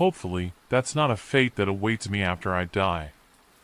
I'm certain I can relay all this information to Americans and other English speakers because they'll never find the lake. As a warning, I'm telling you this before I get to leave this life and hide in death. If your town or city or wherever you live has an old folk legend, I suggest not investigating or disregarding it. Not everything that sounds like a fairy tale is fiction. My advice to you is, it's better to be safe than sorry. The Undercity. I was helping my mom move house the other day and I found a small leather journal in the attic. I asked her about it and she said it belonged to her grandfather, who was an archaeologist. Apparently he had a few of these from different digs he'd been on, though she had never read that one in particular. She said I could take it home and read it, but warned me that they could be pretty dry. Seems like my great-grandfather wasn't known for his creativity. I took it home that afternoon and forgot about it for a while. I was reminded of it by, strangely enough, a dream. I was sitting in a field on a rock outcropping reading the journal. I remember, in the dream, being overwhelmed by a sense of serenity, like I was floating, like the grass, swaying gently in the breeze wasn't grass at all but a vast ocean. Anyway, the next day I made sure to set some time aside for reading. It started out normal and was mostly just logistical things, supplies, and such. But then about halfway through the entries took a turn. The only way I can describe them is unsettling. I've been trying to convince myself that he just randomly decided to take up creative writing. Gonna write up some of the weirder entries here, hoping that by sharing them it'll take the edge off a bit. Hopefully we can all laugh at how dumb I'm being. August 24th, 1932. The dig has been nothing short of a disaster. We've found nothing and the money is running out. I knew it was a gamble and it took more than enough convincing from the committee to secure the grant. The books that led me to this location were entirely suspect, a queer leather-bound tome barely held together by ancient bindings. Strange glyphs covered the front and back in its entirety, scrawled things that had been scarred into the leather itself. The text, if it could be called such, inside was entirely incomprehensible, much of it similar to the scrawl on the cover. Luckily, or perhaps unluckily, there was a map on one of the pages. It took months to decipher possible locations. It was a risk, a massive one. I just had a feeling. An inexplicable feeling. It wasn't a particularly good feeling, mind you, but it demanded an answer. It was my decades of work at the college that enabled this trip, and it will be my head if it fails. It pains me to think that if this dig turns out a failure, my so far immaculate career will be tarnished, an ugly, writhing blemish on an otherwise perfect legacy. Is it conceited of me to think about such things? Perhaps, but when one's field is history you can't help but think about how you will be remembered, what you'll leave behind. Will anyone know my name in 80 years? I'd like to hope so. We have 2 weeks of dig time left and I've little hope. August 27th, 1932. A fight broke out between Moore and Thompson today. The strangest thing. Moore is one of the most sensible men I know. Likes to keep to himself, never causes trouble. But at tonight's meal he just lunged at Thompson. Thankfully they were broken apart before anything could happen. Thompson says he did nothing that knowingly could have drawn the man's ire. Didn't even know he had ire, he said. I spoke with Moore a bit later, after giving him a moment to himself. He didn't say much. Just kept saying that he didn't know what came over him and that he was sorry. It must be the stress of the dig weighing on him. He has another one on the way. I tried to reassure him, but he seemed despondent, so I left him alone. I just hope there will be no further incidents. This dig is teetering on the edge of a cliff as it is. August 29th, 1932. Things have just gone from bad to worse. There has been a plague that is the only way to describe it going through the camp. People have been vomiting all through the night. We've considered perhaps that the rations had gone bad, but only a few men have come down with this mysterious illness. It is terrible to witness. Violent and disturbing. The substance they expel from their stomachs there is no word for it. I have never seen anything like it in my 57 years. Like tar, thick and black and shown an odd mixture of green and purple. It seemed to move on its own accord, but that's dash. Maybe it was a trick of the light. It must have been that, a simple trick of the light. Or I've been out here too long. September 4th, 1932. It's hopeless. September 9th, 1932. We found something. It's just a glimpse of something. We uncovered an opening, and after lowering a lantern down we saw some odd stone. Definitely not natural. From the look of it, it was impossibly smooth, and the light bounced off it like nothing I've ever seen. The news has reinvigorated the men, and I couldn't be more relieved of it. I could see they were starting to slip, and the failure of the dig was starting to get to them. We've been out here for 3 months after all, with no sight of anything remotely interesting, and after the sickness the men needed this morale boost. I've got a good feeling. This will be the find of the century, I know it. September 22nd. We've continued excavation of the structure, as it has become known. September 24th.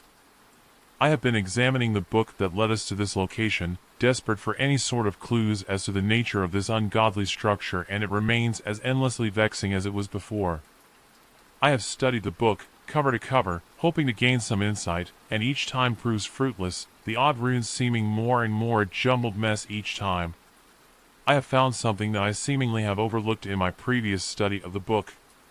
A sketch of what I can now discern is our current location, with a strange monolith-like structure reaching impossibly into the sky. Obviously there is nothing of the sort here. There are some phrases in the book, long rambling paragraphs that have the cadence of a sermon. A rambling preaching by a man so lost in his faith it has consumed him. Unfortunately, they make little to no sense at the best of times. The passage, "and we shall indulge in one another and become the Ouroboros of eternity given flesh," seems to be repeated many times throughout.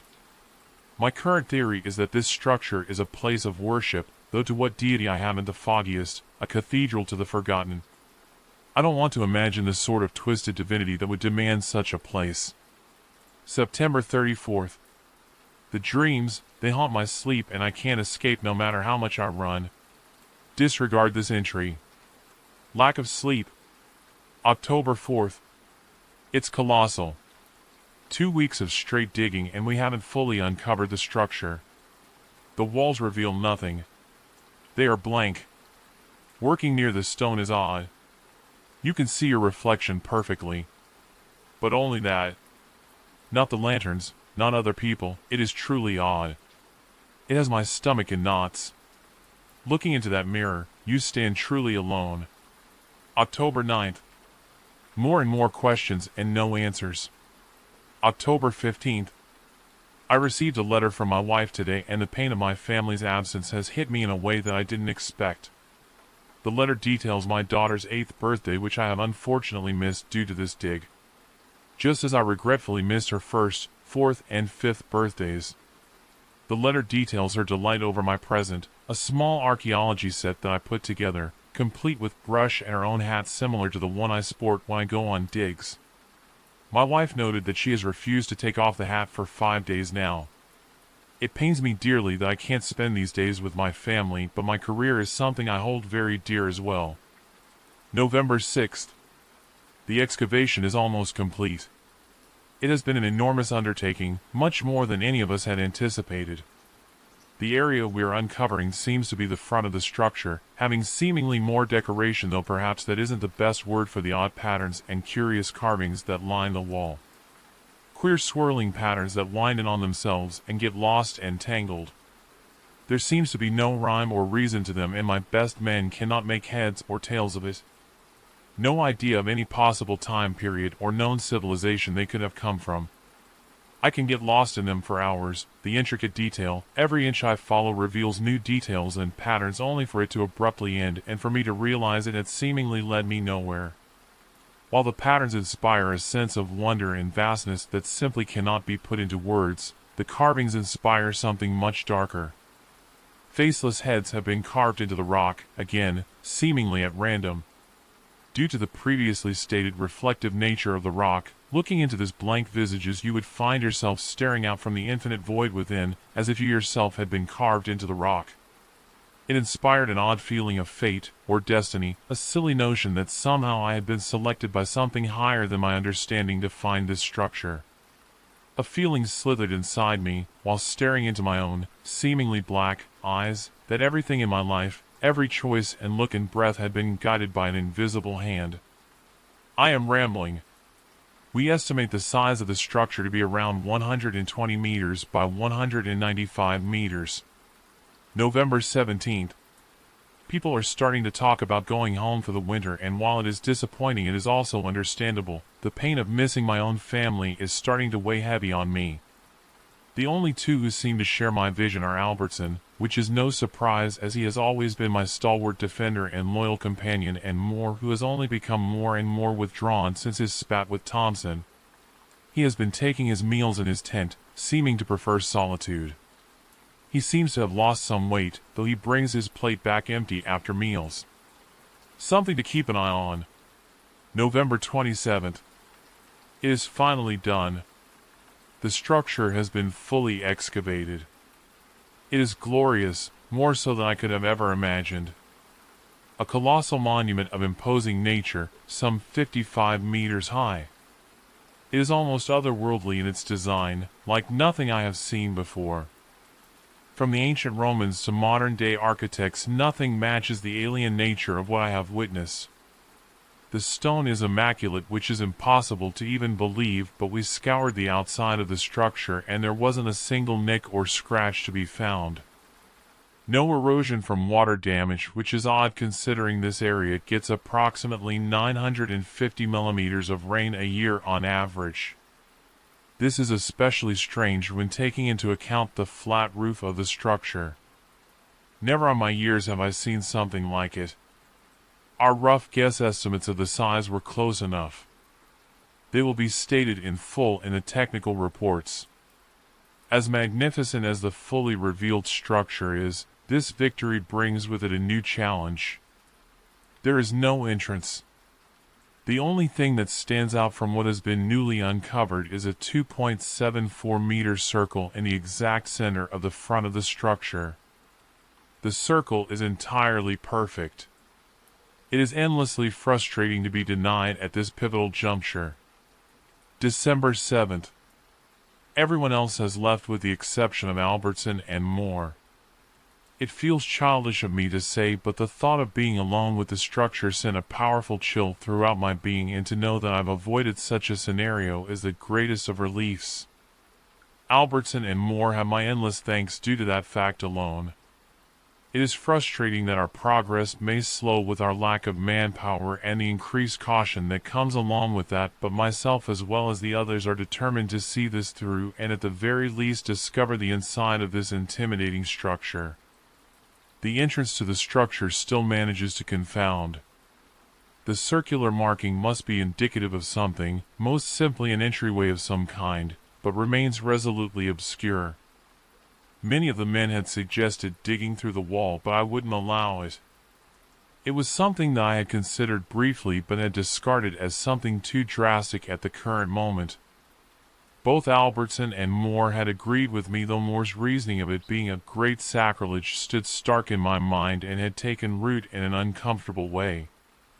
I will continue to consult the tome to see if I can glean some insight on this issue. Perhaps some primitive mechanism holds the door closed. I remain hopeful. It simply must open. December 11th. A curious phenomenon seems to be occurring that I have no logical explanation for. While my expertise lies solely in the fields of archaeology and history, the stars have always been a subject of interest for me. The mystery and majesty of the night sky while on a dig, illuminated in splashes of bright color, is truly a unique sight. It gives a sense of scale like nothing else can. It touches the same sense of wonder that a new find does. While archaeology seeks to explore things lost in the past, the stars are the future in trying to grasp the possible discoveries of some unfathomable far-flung future. Humans is enough to keep one occupied for an eternity. That is all to say that I have a casual familiarity with the night sky, constellations and such, and I am certain there are stars missing, glaring voids where those pinpricks of light should be. I have consulted with Albertson and he agrees with me, though pointed out that some form of light pollution or other natural phenomena could be the cause. December 15th. The structure is open. I wish I could claim some level of responsibility for this newest success, however I have to admit that I played no part in it. I should be more suspicious of this occurrence, but I find it difficult to assign the proper caution at this moment. The adrenaline that has been coursing through me all day is only now starting to wear thin. Ever since I saw it, the hole, it appeared overnight as if by unnatural means. A simple hole about half a meter in diameter. I must have stood there mesmerized by the twisting shadows that played inside for hours before calling from the others. We debated for a long time on whether or not it was safe to enter, more vehemently insisting that he had to go inside, while Albertson preached caution. Eventually something pulled me forwards, and without a thought otherwise I climbed inside the hole, the sound of Albertson's protests fading behind me. It was a tight fit and the walls were much thicker than we ever would have thought, and it took a good amount of shimmying to force my way through. Just when I thought my sense of claustrophobia would overwhelm me, I tumbled out into a large room. The first thing I noticed was the stale quality to the air, and the lack of any noticeable airflow, as if the air from outside was being prevented from entering. The floor was much the same as the walls, the same black stone that seemed to drink the light, leaving complete nothingness. It was an eerie sight that gave the impression of floating over an unimaginable void. I called back to the others that it was safe to enter and to pass me my lantern. After they had made their way inside the structure, I pushed forward. Albertson and Moore inched along behind me, swinging my lantern this way and that, though the odd nature of the stone meant that little was revealed at any one time. The room seemed bigger on the inside, which was surprising considering the colossal scale of the structure, though perhaps this was due to the reflective nature of the stone.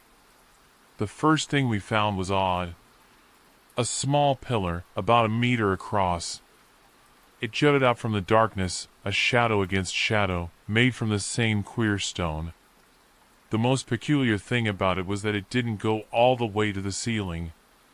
In fact, it was hardly half the size of the room. Clearly, it wasn't for any kind of structural purpose, which leads me to conclude that it must be decorative in some sense. Perhaps ceremonial. There were 2 rows of these columns that led to the back center of the chamber. The second and last thing we found instilled in me such a profound sense of dread that I fear will remain with me, even into death. I am infinitely grateful for my cautious pace and Albertson's quick hand, as those factors prevented me from stepping into a large hole in the ground. As I held my lantern out over the hole, only shadows swam up to meet me. I gained an incredible sense of height as I stood on the precipice, as if standing on the edge of a cliff. The fear that struck me at that moment was something that I will remember always. After I had regained some sense of composure, I pulled out a coin from my pocket and tossed it into the hole, hoping to gain some idea of the depth. It never made a sound. December 16th. The 3 of us have spent the day inspecting the inside of the structure, taking in the majesty and grace of its architecture. We have agreed to the terms that one person must remain outside the structure at all times, as we are still unaware of the mechanism that caused the entrance to open. I find myself entranced and unnerved in equal measure during my time inside the structure and don't like to linger there for too long. Albertson seems to share my mindset. Moore seems completely fascinated with the structure and will spend hours at a time in there. When I am in there, inspecting the walls and pillars for any clues as to the peoples who built this place, he would simply stand at the hole gazing into it as if it were a beautiful vista. December 17th. The hole is an utter paradox in that it is mesmerizing and repulsive all at once. I am certain that it leads to that infernal plane that we mortals call hell. It brings to mind the idea of the maw of a great beast, terrifying, endlessly hungry, devouring, consuming all. I am reminded, looking at the whole, of something from my childhood. An old, abandoned well that my brother and I had found when out exploring the untamed wilderness of our homestead.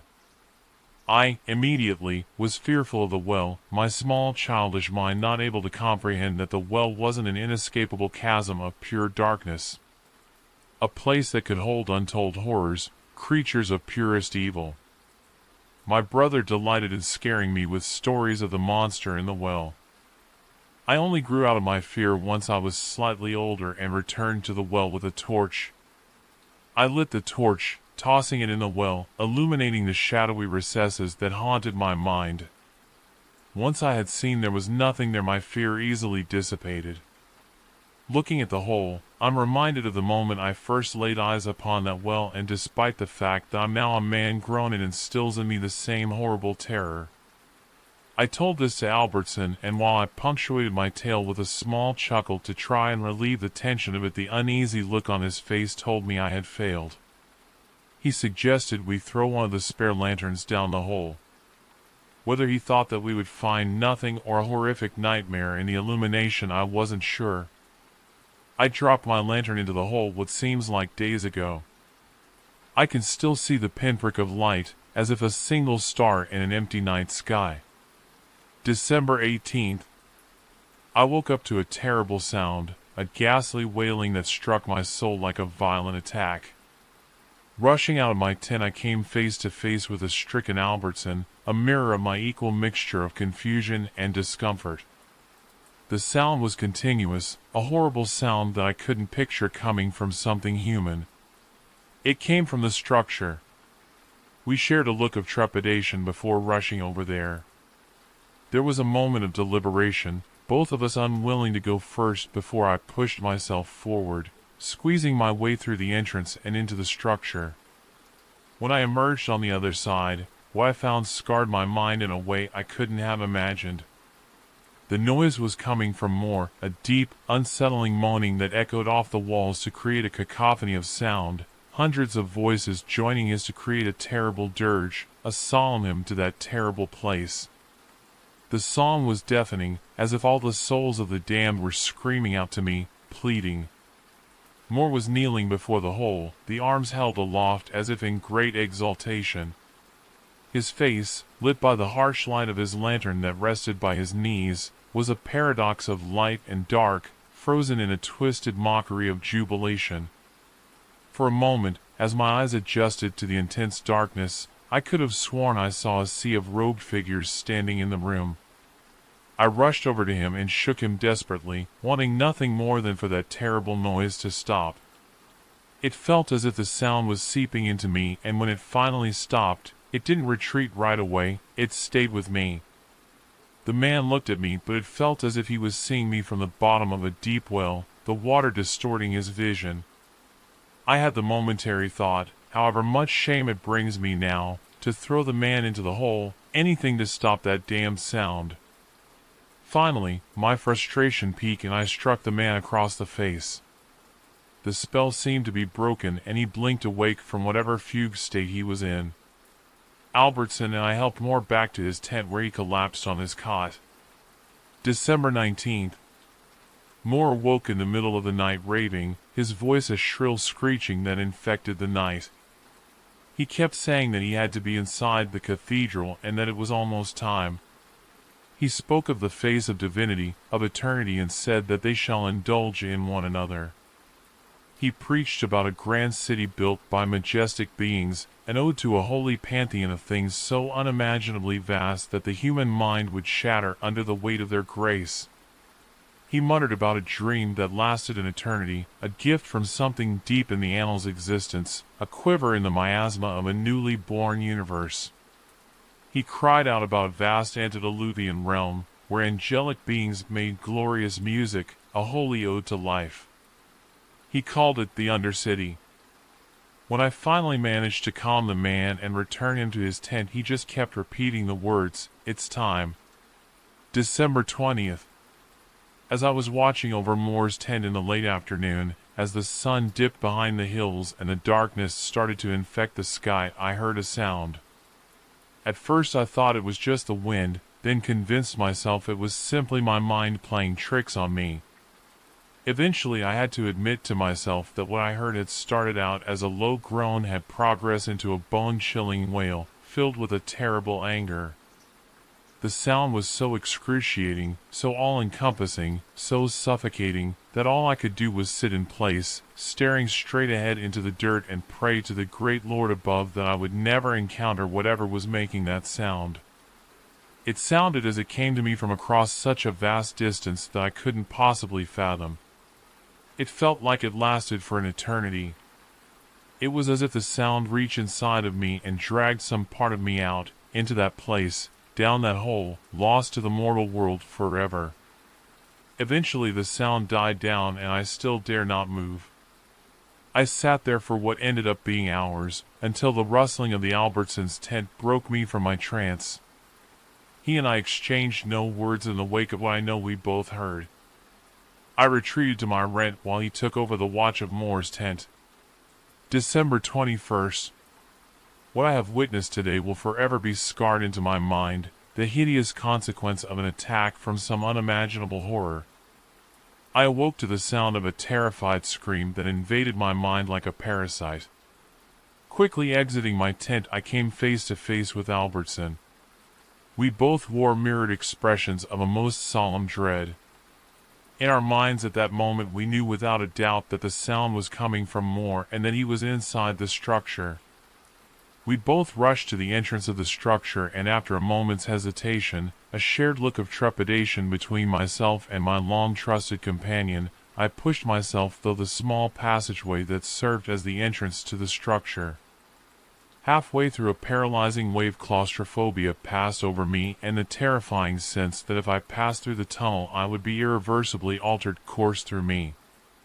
Another horrific howl pieced the fog that had engulfed me, and I pushed myself out into the interior chamber of the structure. The room was lit with the glow of what must have been Moore's lantern, and what I saw cannot truly be described. It seemed to be a mass of flesh, roiling and tumultuous like a stormy sea. It had no eyes, no features that I could discern, and yet as soon as I was aware of it, I knew, somehow, it was aware of me in kind. The presence of it bore down on me as if 100,000 people suddenly turned to me, and I froze under that intense scrutiny. As an ant looked upon a human being, I looked upon it. It seemed to swell in my vision, grow and grow until it was an impossible size, engulfing everything in sight. I felt as if I lay bare under the gaze of some unknowable deity, some forlorn divinity forgotten to humankind. Before I could be consumed by that unknown, I rushed forward towards Moore. The creature had ensured him somehow, and due to how slowly the thing moved, all I can imagine is that Moore approached it willingly. Getting close revealed more hideous details of the thing, and I once again struck with a timeless terror. The creature wasn't made of flesh but rot. A huge mass of rot, of discard, of mottled leaves and shed insect carapace, of things forgotten, left behind. The dregs of reality. The smell was thick and cloying, giving the sense of a place forgotten, abandoned for a millennia, an eternity. The thing pulsed and undulated, some kind of vile ichor, a disgusting oil pit of oblivion. I swear, for just a moment the face of my long-dead grandfather rose up from that mass to greet me like some hazy memory from the back of my mind. It was a face that I had forgotten long ago, only ever knowing him as a young boy, but I am certain it was him.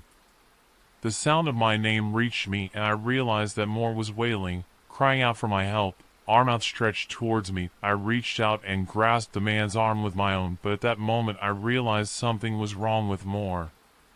His face, his skin was melting into the creature, merging with it into some sick amalgamation of human and thing. I tried to pull back, a desperate panic overtaking me, but it was like trying to pull down a cliffside, and no amount of force I used seemed to have even the tiniest effect. The moment I tried to pull away Moore's hand, what was left of it tightened around my arm with vice-like strength. Looking into the man's eyes, only a fanatical kind of fever remained and nothing of the man I knew. A searing heat crept up my arm, slowly invading my entire being. The pain was so much that I was barely able to think. All I knew was that soon I would be just like Moore, merged with this creature to be taken back to the ungodly realm within which it dwelled. I knew in that moment that death would be preferable, as by merging with that unholy abomination I would be so far from our Lord that I could never reach his great gates. The next thing I knew I was on the floor, my arms still writhing with pain, but my senses returned to me. Albertson helped me up and dragged me towards the entrance in my half-delirious state. With his help I just managed to escape that oppressive tomb, that damnable cathedral, to some unknowable thing from the dark depths of existence. The pain still coiled around my arm, 1,000 needles stabbing into my skin, and as I looked down I found my arm in the same horrific state that Moore was in. My skin was moving, transformed into that fleshy mass, as if an uncountable amount of slugs raved in orgy to that deity, the one to which I now know the structure was built to honor. Looking to Albertson, the man was wielding a large machete, and while I knew it was the correct course, the only course of action, to take, I didn't relish the idea. I must have passed out at some point, as I woke up some time later with my arm bandaged, severed from just above the elbow. I am writing this now as I fear that if I wait any longer, I will try to dismiss these events as some feverish nightmare. January 18th. The committee has declared the dig an utter failure and revoked any remaining grants. I am relieved that I never had to return to that wretched place.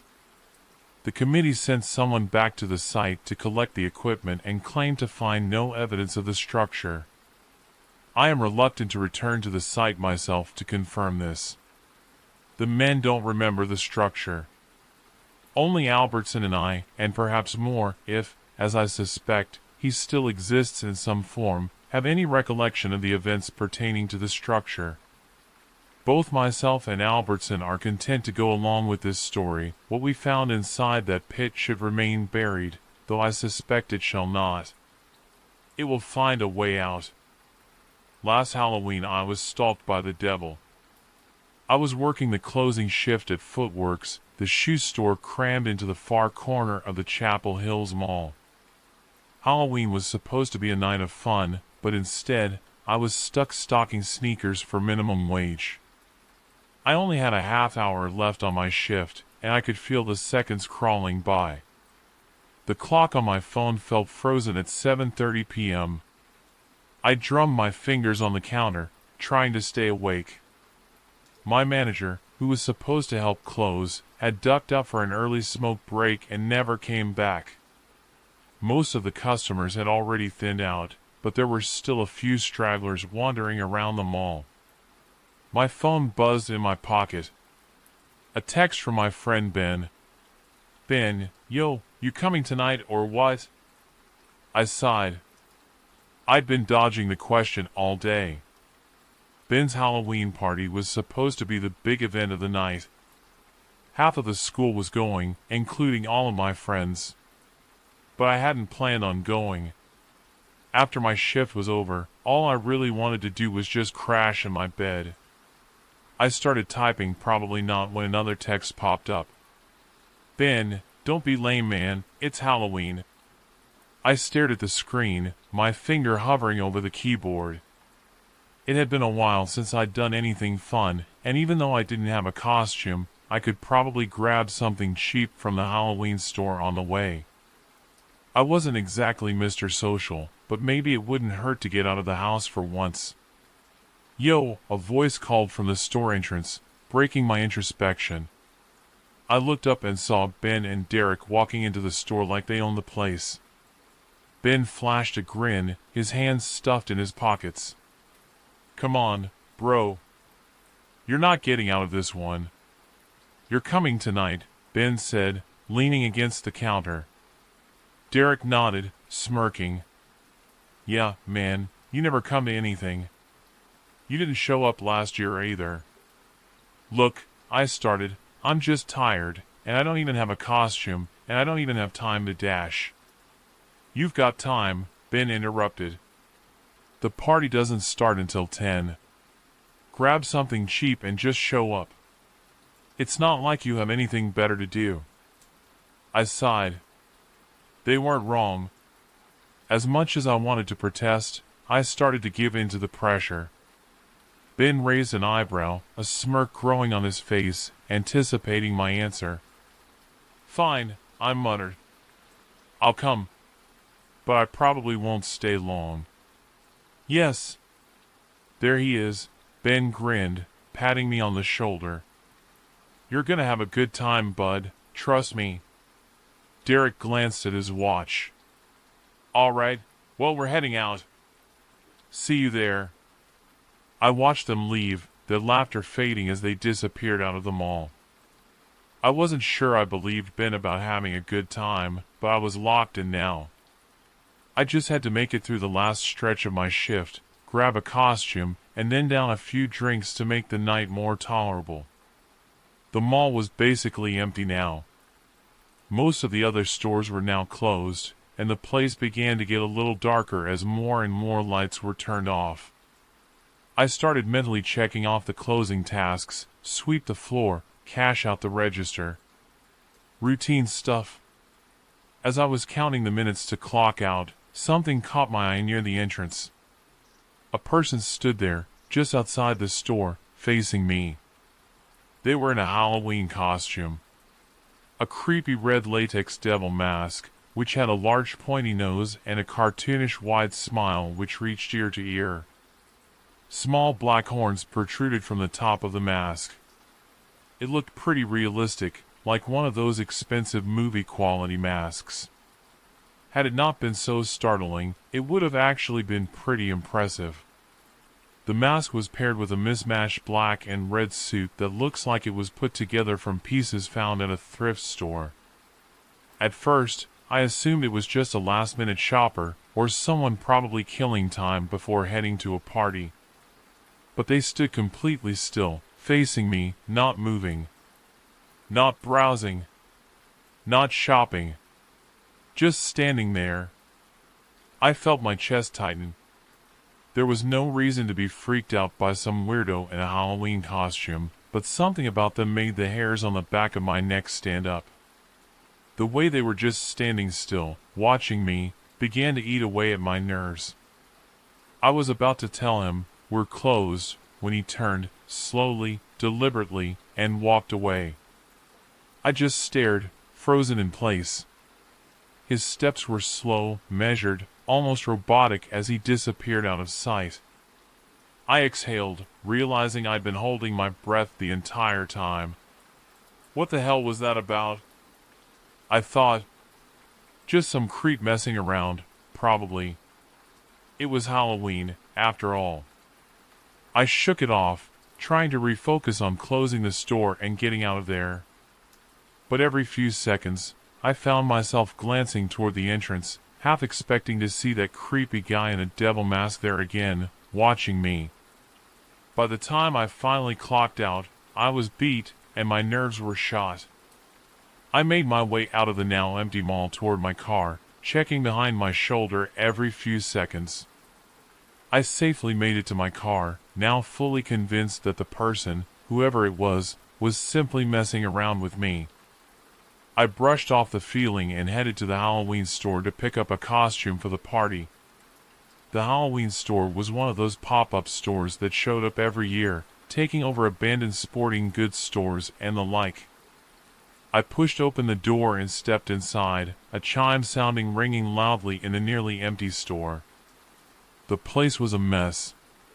Shelves were mostly empty now, and decorations were scattered all the floor, with a few straggling shoppers picking over the scraps. The sound of Halloween music played faintly through the speakers. I wandered aimlessly, searching for any scraps of a costume. The aisles were nearly bare, but I kept looking, feeling the pressure of time build. Suddenly, the music cut off, leaving the store in an uncomfortable silence. I knew I didn't have much time before they closed, so I hurried, eyes darting over the shelves. The door chimed again. Someone else had come in, but I didn't bother to look, I was too focused. At the end of one aisle, I found a small rack with cheap knockoff masks of famous movie killers. I grabbed a plastic Jason-style mask headed for the register, rushing to get out. As I turned the corner, my heart lurched. There he was. The man in the devil mask. He stood at the far end of the aisle, illuminated by the dim, flickering light. He didn't move, didn't speak, just watched me. My stomach twisted, and my throat went dry. No fucking way, I thought, feeling my pulse hammer in my ears. He stood perfectly still, just staring. For a split second, I considered throwing the mask down and bolting. But something kept me rooted. Maybe it was disbelief, maybe shock.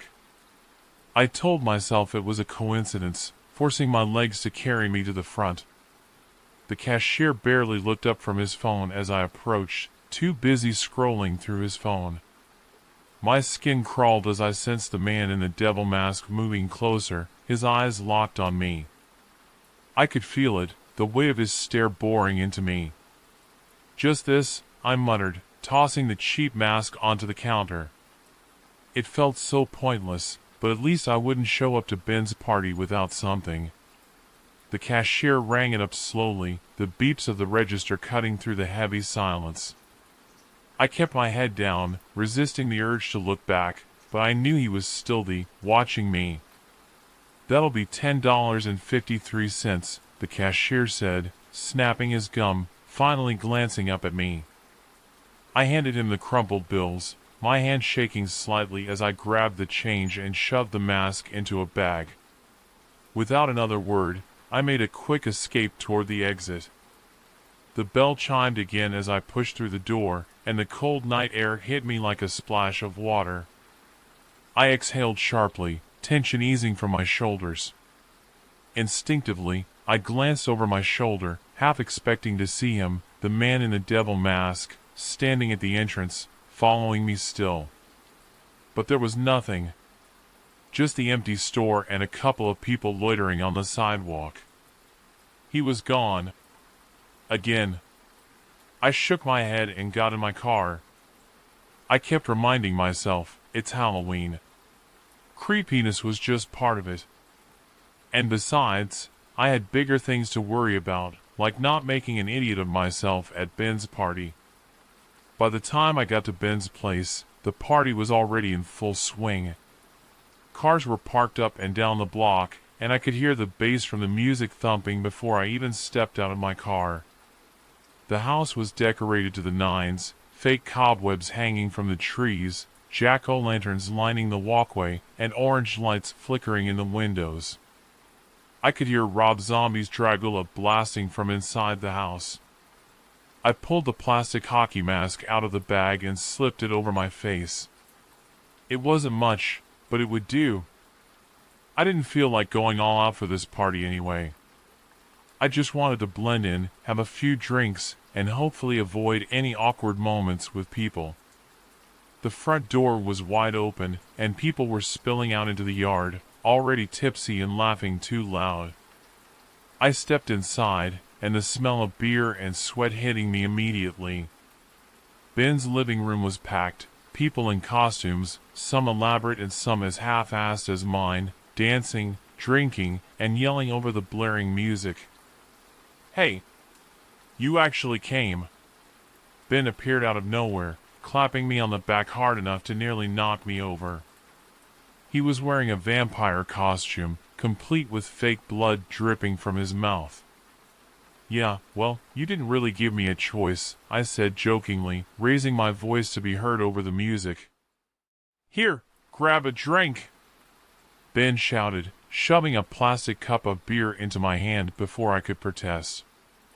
We're playing beer pong in the kitchen, come on. I hesitated. Beer pong wasn't really my thing, but it was better than standing around awkwardly in the corner. Sure, yeah, why not? I followed him into the kitchen, where a crowd had gathered around a table lined with orange plastic cups. Someone had set up a fog machine, and the room was filled with swirling white mist, making it hard to see more than a few feet in front of me. I took a swig of beer and tried to relax. It was just a party, after all. We played several rounds. The beer had begun to do its job with loosening me up, and I was actually starting to have fun. For a moment, I even began to question myself on why I didn't come out more. But just as that thought occurred, out of the corner of my eye, I saw him again. The figure. That devil mask. That long pointy nose and wide smile. He was standing in the living room, just beyond the edge of the crowd, perfectly still like he had been at the store. He didn't move or try to talk to anyone. He just stood there, watching me. My throat went dry, and my stomach twisted into knots. What the hell was he doing here? How did he follow me here? I blinked, half expecting him to disappear, like a trick of the light. But when I looked again, he was still there. He raised his hand and gave me a slow, taunting wave, and turned to leave. Maybe it was the drinks, or maybe it was the feeling of security from the crowd, but anger began to boil up inside me. I set my drink down and pushed through the crowd, trying to keep him in sight. I wanted to grab him and find out who he was and why the hell he was following me. But by the time I reached the living room, he was gone. Just like that, I scanned the room, my heart pounding in my chest. People were laughing, talking, and dancing like nothing was wrong. I thought about telling Ben, but what could I say? That some weirdo in a devil mask had been following me around all night? He'd just think I was being paranoid. I needed to calm down. I told myself it was just some guy playing a prank, maybe someone who had been at the mall earlier and recognized me. Or maybe it was someone I knew just messing with me. It was Halloween. People were supposed to be creepy. I grabbed another beer, took a long drink, and forced myself to relax. It was just in my head. It's nothing to worry about. I didn't stay at the party long after that. After a couple more beers and some awkward small talk, I made my excuses and slipped out. I just wasn't in the mood anymore. All I could think about was that guy. Every time I turned around, I expected to see him in his devil mask, standing there, just watching. It was a relief to get back to my car and leave the noise and chaos behind. The streets were quiet as I drove home, the occasional group of teenagers in costumes still wandering the sidewalks. My parents' house was only a few blocks away, and when I pulled into the driveway, everything seemed peaceful. The porch light was on, and the pumpkins were lit on the front porch. I parked and walked up the front steps, fumbling with my keys as I unlocked the door. The quiet was almost comforting after the noise of the party. I stepped inside, closing the doors softly behind me. "Mom? Dad?" I called out, but there was no answer. They had probably gone to bed already. I flipped on the hallway light and headed for the stairs, planning to just crash in my room and forget about the whole night. But something stopped me. A sound. A drip. A slow, steady drip. Not the drip of a sink, a heavier, thicker drip. Slowly, I made my way toward the sound in the direction of the kitchen. My breath caught in my throat as my eyes skinned around the house. As I got closer to the kitchen, the sound got louder, and there was something else, a smell, an odd smell, almost like copper, thick in the air. I rounded the corner into the kitchen when I saw the outline of something. No, Not something. Someone. I froze, my blood turning to ice. It was my dad. He was sitting at the kitchen table, and so was my mom. Only, something was wrong. They were sitting at the table, side by side, like they had been waiting for me. But there was something horribly wrong, so wrong that it took my brain a moment to catch up with what my eyes were seeing. Their heads were gone. The jagged, red stumps of their necks were all that remained, blood streaking down their clothes, pooling onto the floor. The table, once warm and familiar, was now soaked in it. My stomach lurched, but I couldn't tear my eyes away. I stood frozen, in shock, every muscle locked in place as my brain struggled to process the nightmare in front of me. At first, I wasn't able to comprehend if what I was seeing was real or some twisted hallucination. And then, I saw him. The man, the devil, was standing in the corner, almost blending into the shadows. He was big, much bigger up close, and his posture was unerringly calm. In each hand, he held a head, their heads, by the hair, the thick strands twisted around his fingers. In his hands, I saw the source of the sound. Blood dripped from their severed heads, landing on the tile floor with a soft, rhythmic plip, plip, plip. The sound was horrible, and for a moment, all I could hear was the sound of the dripping and my own heartbeat. He didn't move. He didn't flinch. He just stood there, perfectly still. His arms were reached up toward me, holding my parents' heads proudly, like two trophies. I couldn't breathe. I wanted to scream, to run, but I was frozen in fear. I slowly backed away, step by step, my eyes never leaving him. His head didn't turn, his body didn't shift, he just stared, with that pointy nose, that huge, red smile, as if he were frozen in time. I kept moving backward, my chest tightening with every inch I gained.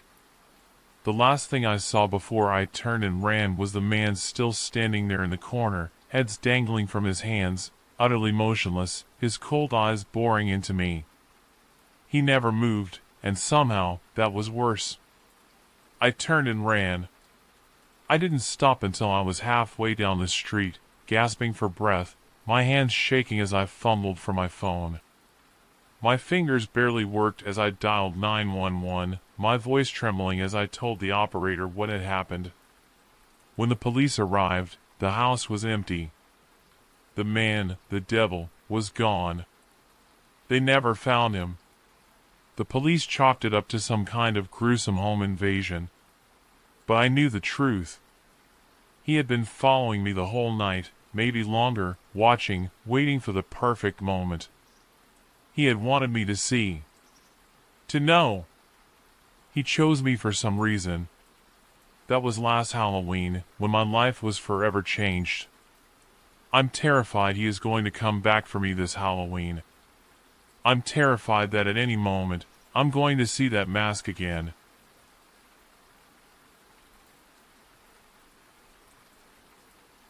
My parents disappear every October 31st. I don't mean they'd leave for a party or a night out. No, they'd vanish, gone without a trace by sunset, leaving me alone in the house. I'd search for them, call their names, but they were always gone, like they'd never existed. It wasn't something we ever talked about. The next morning, they'd be back, acting as if nothing had happened, like it was just another night. But it wasn't. I knew that. I learned that the hard way. It all started when I was 6 years old. I remember that first Halloween like it was yesterday. I was dressed as a witch, excited to go trick-or-treating. But just as the sun dipped below the horizon, I noticed the house felt different, cold, quiet, too quiet. I ran through the halls, calling for my mom and dad, but no one answered. Panic set in. I thought maybe they were hiding, playing a prank, but after what felt like hours of searching, I realized they were gone. The front door was locked, The windows were shut, and I was completely alone. That's when I found the first note. It was on the kitchen table, written in my mom's familiar handwriting. It simply said, "Rule 1, stay in your room. Do not come out until sunrise. Whatever you hear, ignore it." I didn't understand then. I was scared, confused, and alone. I didn't want to stay in my room. I wanted to find my parents. But something about the note made me follow the instructions. I took a flashlight and a pillow, locked myself in my room, and crawled under the covers. I thought maybe it was some kind of weird game. I wasn't sure. That night, I didn't sleep much. The house creaked and groaned, more than usual. I heard strange noises, soft scratching at my door, footsteps in the hallway, whispers that I couldn't quite make out. I told myself it was the wind or my imagination, but deep down, I knew it wasn't. Something was in the house with me. The next morning, when I opened my door, my parents were back. They were sitting at the kitchen table, sipping coffee like nothing had happened. I asked them where they'd gone, what had happened, but they just smiled and said I must have had a bad dream. That was the beginning. Every Halloween after that was the same. My parents would disappear just before nightfall, leaving me alone with a note. Each year, the instructions got a little more specific, a little more ominous. By the time I was 8, the notes included things like Rule 2, don't look out the windows, and Rule 3, don't respond if someone calls your name. And the noises, they got worse. One year, when I was 9, the sounds outside my room became unbearable. There were knocks on the door, not gentle, but loud, insistent pounding. I pressed my hands over my ears, squeezing my eyes shut, but I couldn't block it out. The voice on the other side was familiar, my mother's voice, calling my name. "Ellie, it's okay. You can come out now." She sounded so calm, so normal. For a second, I almost believed it was really her. But the rule had been clear, do not open the door, no matter what you hear. So I didn't. I stayed under the covers, trembling, until the knocking stopped. I never told my parents about the voice, and they never asked. The years passed, and the game continued. It became a twisted Halloween tradition. While other kids dressed up and collected candy, I stayed locked in my room, listening to the house come alive with things I couldn't see. I became used to the notes, the strange noises, and the feeling of being watched. It was all part of the game, my own haunted ritual. But when I turned 13, everything changed. That year, the note was different.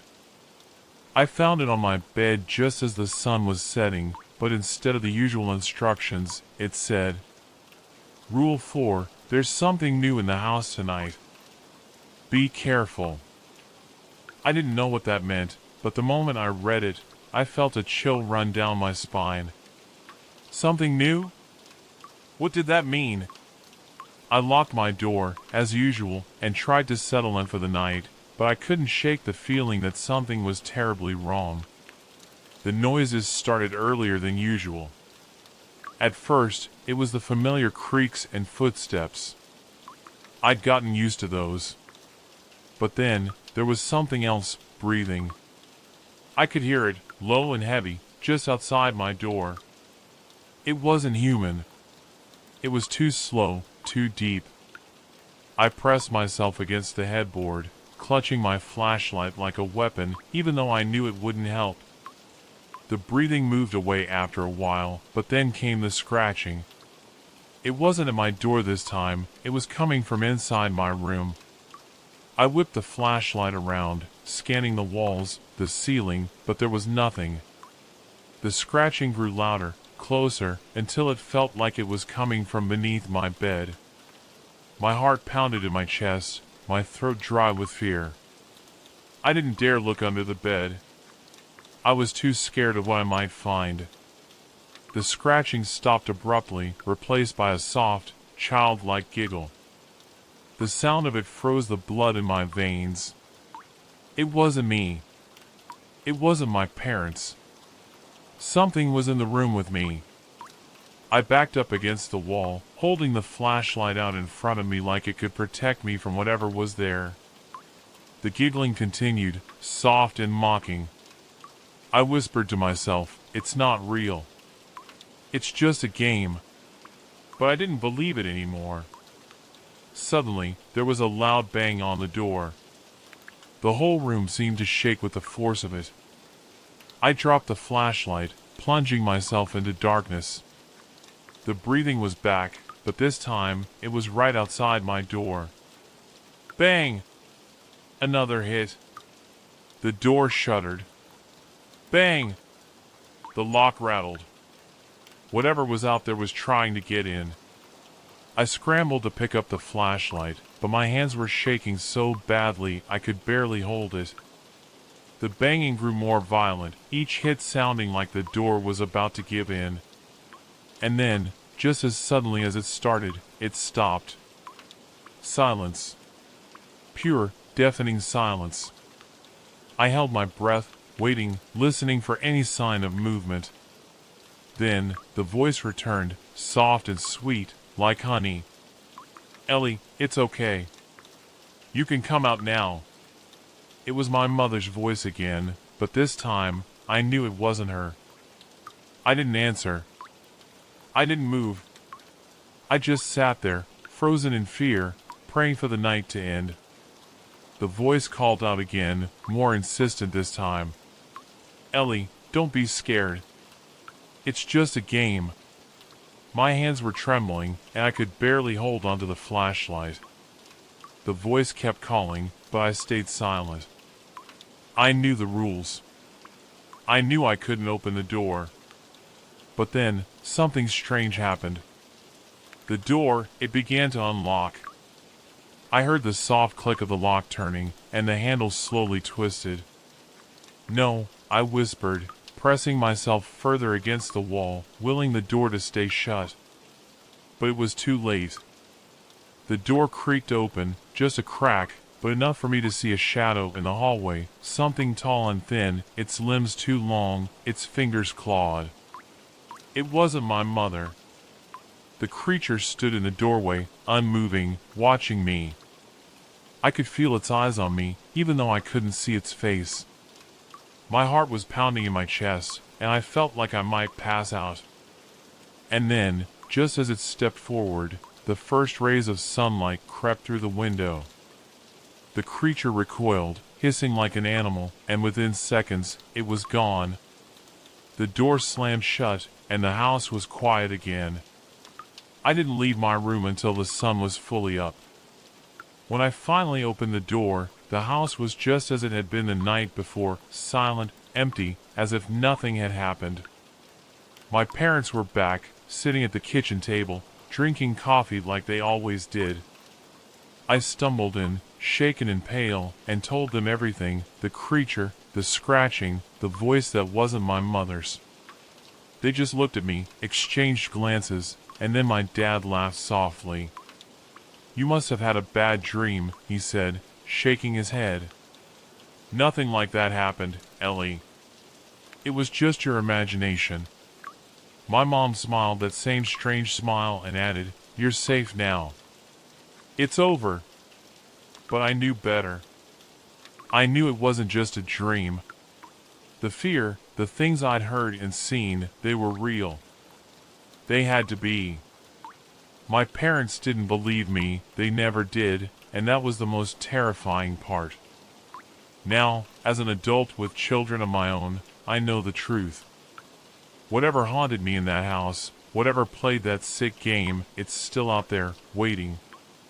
And it's hungry. I fear for the lives of my children. I'll never let them go through what I went through. I'll protect them at all costs, even if it means never celebrating Halloween, never letting the night touch them the way it touched me. because I know, deep down, that it's only a matter of time before the game starts again. Halloween is coming. The Paperboy. I couldn't tell you the first time it happened, and I wish I could tell you the final time it will happen. A boy who would appear to be maybe 12 or so rides on an old rusty bike and tosses the paper with such precision, one could assume he'd have a promising career with the Boston Red Sox. Heck, he'd probably soar in the NFL too. But something was seriously off about the kid. He didn't show up every single morning. But when he came, you knew it. You could hear his rusty bike chain struggling. It was as if the noise itself was elevated by invisible speakers. He would throw the paper dead center of everyone's doorstep. The paper didn't have a name such as the New York Times or whatever your hometown has. It was just simply blank. I remember the first paper I got. I woke up extremely tired from a sleepless night. I brewed some coffee and opened the door to see the leaves falling. That's when I seen the paper. Local restaurant closes down today. I didn't think much of it. Restaurants close all the time. It's one of the hardest businesses to maintain. It wasn't until I pulled up to my favorite Chinese restaurant that they announced on the door they were closed for good, no explanation. Months go by and I seen him riding down to the next house on the street. I picked up the paper again. Drunk driver crashes today. Sure enough, a man in our town drove his car into a used car lot, damaging one that was for sale. The man was over double the legal limit according to my cousin who is a cop. 6 months go by and another one. Jacob dies by stabbing. There's a lot of people named Jacob. Many of those people I'm sure were superstitious and stayed in home that day. The news crew were outside someone's home and said it was an active crime scene. They never did find who did it. At least a year went by when I heard the bike pedaling again. I ran outside and the paper landed at my feet. Full moon tonight, be cautious. A homeless person was mutilated in the park. They believed it to be some sort of wild animal. The rest of the paper every time was like any other, filled with weather and advertisements. No one ever tried to stop the paperboy to my knowledge. 4 months go by and I see him pedaling. I jog towards him. Hey, quit sending out these papers. Please. He turned his head and spoke back to me. I could have sworn his eyes were pitch black. Just doing my job. I don't write these. The paper went dead center of my porch step.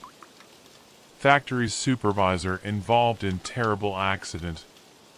I wasn't at work for 15 minutes when people began freaking out. A temp on a forklift collided with one of our supervisors and he was impaled. He died before the ambulance sirens lit up the rainy parking lot.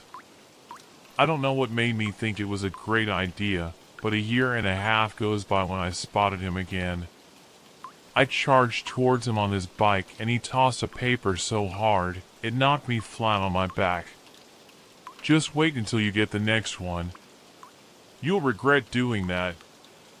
I sat up and looked at the paper. Body found with all blood gone. The town mayor was found with bite marks on his neck. All the blood on his body was drained. I lived in paranoia the entire day wondering what he meant. A day goes by when the paperboy came back. Tim gets what he deserved. Shit, that's me. I run back in the house and lock the door when I heard an audible voice. You think you can avoid this? A man comes from my kitchen. He's wearing black pants and a white dress shirt. He's wearing a fedora and black suspenders. He was straight in his tie. His eyes were pitch black and the smell of rotting eggs filled the room. His arms stretched from across the room and grabbed me by my throat. He picked me up and slammed me against my ceiling and dropped me to my hardwood floor. He picked up my couch and threw it on top of me. I tried to crawl away when I felt his arms start wrapping around my neck as if they were a snake squeezing the life out of its dinner. He flipped me around and opened his mouth. Razor-sharp teeth similar to a shark's plunged into my shoulder. I let out a scream and tried throwing a punch but was too weak. I woke up in the hospital. My neighbor heard all the commotion and left. He explained he's seen a well-dressed man walking down the street and finding me in a puddle of my blood. They didn't have any trouble believing him. Once I made it home, I stumbled to the porch and seen another paper on my step. Local paper closing down once a sacrifice is made. This time there were words below the headline. Fellow citizens of this great community, it is with our deepest regret to inform you that we decided to close shop under one specific condition. The condition being that you all choose one person to sacrifice. The decision is up to you all by majority vote. We have plans to set up shop in another town somewhere we choose not to share at the time. However, failure to pick a sacrifice will result in daily paper deliveries, many more creative than the next. Every childless adult is required to attend. I never seen town hall so full of people and such chaos. Of course no one volunteered. The person was selected after people took their turns speaking. Every business was closed down that day. The person chosen was a man in jail for producing and dealing meth. He didn't know what was happening when he was walked in front of all of us. I still hear his voice say, "What's going on?" The officer said, "I'm sorry." Bang. We never did get any more papers delivered, but the guilt has clearly eaten up this city. I'm not sure if they plan on coming to your town or whoever's town, but I am completely convinced they cannot be stopped. He won't leave me alone. This all started at the grocery store. I was in the freezer section debating on which chicken nuggets to get when in the reflection of the freezer glass I saw a large dark figure behind me. As I turned around I saw a large man inches in front of me. He was so close I could feel his breath cascade down on my skin. This man was very tall and dressed in plain clothes. He had a familiar aura about him, though I could not recognize him for the life of me. I had assumed I was in his way and excused myself, shifting out from in front of him and deciding to just continue my shopping elsewhere. As I walked out of that aisle I looked over my shoulder and saw him in the same spot but turned towards me just glaring. This really gave me bad vibes and I just decided to check out and go home early. I thought that perhaps he was just a strange man that enjoyed gawking at women and had poor social skills. That night I just did not stop thinking about him though. I have had many strange interactions with strangers in the past, but this one had affected me in a way I had never felt. The next morning I still had bad feelings about the whole thing, and as I was brushing my teeth I felt afraid of the mirror and reflections. Perhaps this is due to first seeing the man in the reflection of the glass, I thought. I proceeded to get ready for work and headed to the bus stop. As I sat at the bus stop my mood lightened. The day was beautiful and I had finally started forgetting about that strange man in the grocery store. I got on the nearly empty bus and quickly got distracted on my phone. The next time I looked up my eyes meandered to the rear view mirror where I could see an unbelievable horror sitting directly behind me. Goosebumps formed on my arms as I swear I could see the man from the day before with the same sinister glare. I hadn't seen him get on the bus. I had no clue how long he had been sitting there, and all I felt was this sense of disgust. This was probably all a coincidence, but there I was seeing this abhorrent man yet again. I hated everything about him. Many people would probably see a very unassuming person, but I knew differently. I knew I had seen him before and I just knew he was evil. I still could not remember where I knew him from, and didn't really care to remember.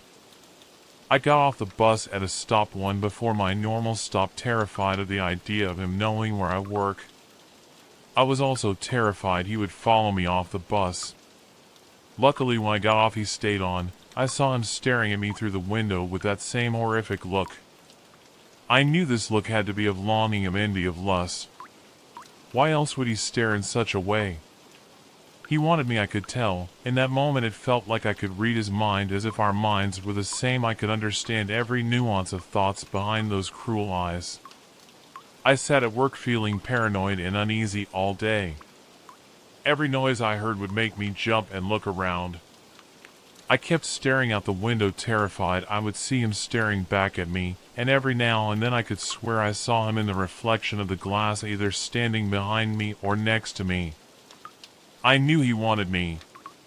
I had to get help and called my friend, but he just laughed at me and said I must be on edge from stress or something. I hated that I sounded crazy because I knew the truth. I knew the danger I was in.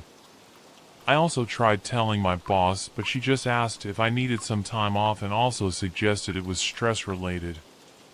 After speaking to her, I walked to the bathroom, and while washing my hands, I looked up into the mirror. I screamed in horror, because I swear I saw him staring back at me for a moment. My boss knocked on the door and asked what was wrong, but she could never understand. I was sent home for the week after that. No one could understand how the man made me feel. He was making me paranoid. The intent behind his eyes alone was enough to make me feel his presence no matter where I was. I made it home without incident and everything was feeling good. My first mistake was letting my guard down. I should have known he would never stop to get to me. I no longer felt his presence and had assumed I was safe from his evil glare. I started watching TV and chilling with my cat. Everything was going fine when suddenly it was as if I could hear his thoughts again. I knew he wanted to hurt me. For fuck's sake, his very existence hurt me. He would not stop until he got to me, till I was his. This evil man was stalking me. That is why he was at the grocery store and on the bus. He must have followed me to work as well, or why else would I see him in reflections? I could feel his presence ever since I first saw him. I think I had to confront him. It was the only way to make him stop his terrible plans. I returned to the grocery store hoping to find him there. As I walked through the aisles, I kept hearing his thoughts louder and louder. Many people I passed looked at me like I was insane. I was pacing the aisles over and over, so I probably did look insane. Eventually, a woman working at the store stopped me, and she did the most foul thing a person could do. She referred to me as sir, and she went on to explain how I was terrifying other customers.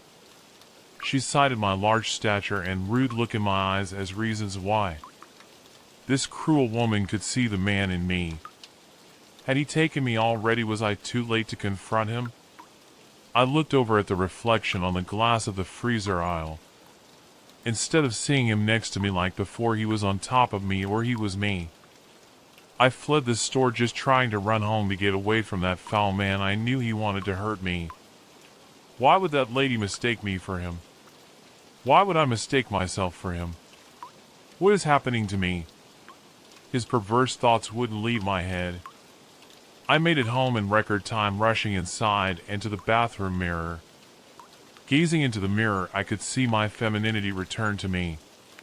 The man wasn't here. It was all a coincidence, all in my head. I gazed into my eyes, seeing myself. I was overjoyed, seeing soft features and a delicate look in my eyes. I should have known this wouldn't last for long. I should have known that detestable man would stop at nothing to have me. Even though I saw myself in the mirror, I could feel him in me.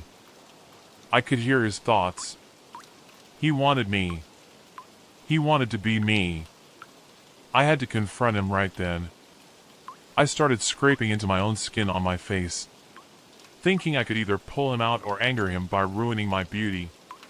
I could never imagine how difficult it would be to harm myself. I wanted so badly to scrape my own skin off, but it was as if I was scraping my nails against metal that refused to give way. I screamed at my own reflection as his thoughts were becoming unbearable. It gave me the power to rip into my face. My skin gave way to blood. I would get him out of me. This self-inflicted wound hurt more than anything I had ever felt besides his voice in my head. His presence wounded me more than any scratch or scrape. His thoughts were destroying me. I saw my face transform through this to something that at first I did not recognize. I just wanted to feel like myself, and I just wanted him to leave me alone forever. As I gazed back into my eyes, I saw them turn back into the cruel eyes of the man. I was becoming him again. I stared with so much intensity into the blood-covered face of a man that was becoming more recognizable by the moment. The more I stared, the more I understood. This man was me. He was always me. He took over fully now. His thoughts were mine. I felt so much distress still in that moment. I could not fathom how this man was me. I could swear I saw his unfamiliar face for the first time in that reflection. This was me. I had to come to terms with these eyes full of despair and malice. I had to come to terms with this stature and with this body that I feel is not mine. I crave femininity. I crave looking like her. The woman I believe I am, and the woman I swear I was a day ago. I took a job in a remote town, and now I'm being followed. First of all, I'd like to say that I've never really been a believer in the supernatural. Sure, I enjoy spooky stories, especially around this time of year, and I've definitely gone down a few rabbit holes exploring weird phenomena, but I wouldn't really call myself a true believer. I've asked for advice on this topic before, not here but on other forums, but nothing has ever worked. So, I figured that there's no harm in following some people's advice and sharing my story here, even though I'm not really sure what to expect from this. Back in January, my university shared a job opportunity from a school in Northern Ireland, looking for a recent graduate to join them as a Spanish teacher in the fall. At the time, I was in my final year of English studies at a university in Spain and wasn't really sure about what I wanted to do after graduation. So, I applied, not really expecting much to come out of it. To my surprise, less than 2 months later, I got a call for an interview, and soon after, I was officially offered the position. That led to a restless summer as I prepared for the life I was about to start. I had some reservations, but my parents had even more. The town where I would be teaching was so small and remote that it didn't even show up on Google Street View, and the nearest hospital was almost an hour's drive away. It was one of those aging towns with very few children, and as such, the school didn't just serve the local kids, it hosted children from nearby towns as well, with a total of about 10 to 15 students per grade, up to the 6th grade. The local convenience store was stocked only once a week, so I was warned not to expect too much variety, and on top of all of that, it was extremely cold. Despite all of this, I still felt drawn to go. The town was isolated, sure, but the photos I found online were breathtaking, and the small number of students would allow me to focus more on each of them. The limited options when it came to sustenance sounded harsh, but having a car was sure to help the situation at least a little bit. The salary was generous, too, as remote teaching jobs in such areas were hard to fill, and the offer of free housing didn't hurt either. Knowing how isolated the town was, I decided to bring my car and take my time driving through Spain, France, and Ireland. What should have been a 2-day journey turned into a week-long road trip. I took the scenic route, stopping at hotels and doing a little sightseeing along the way. I arrived at my new house late at night, after countless wrong turns and much cursing at Google Maps, hours after I was supposed to arrive. I thought I might have to spend the night in my car, but I was relieved to see a light still on inside the house. I knocked on the door and waited. After a couple of minutes with no response, I knocked again, and again after another couple of minutes. That's when I heard a voice behind me. "Hello."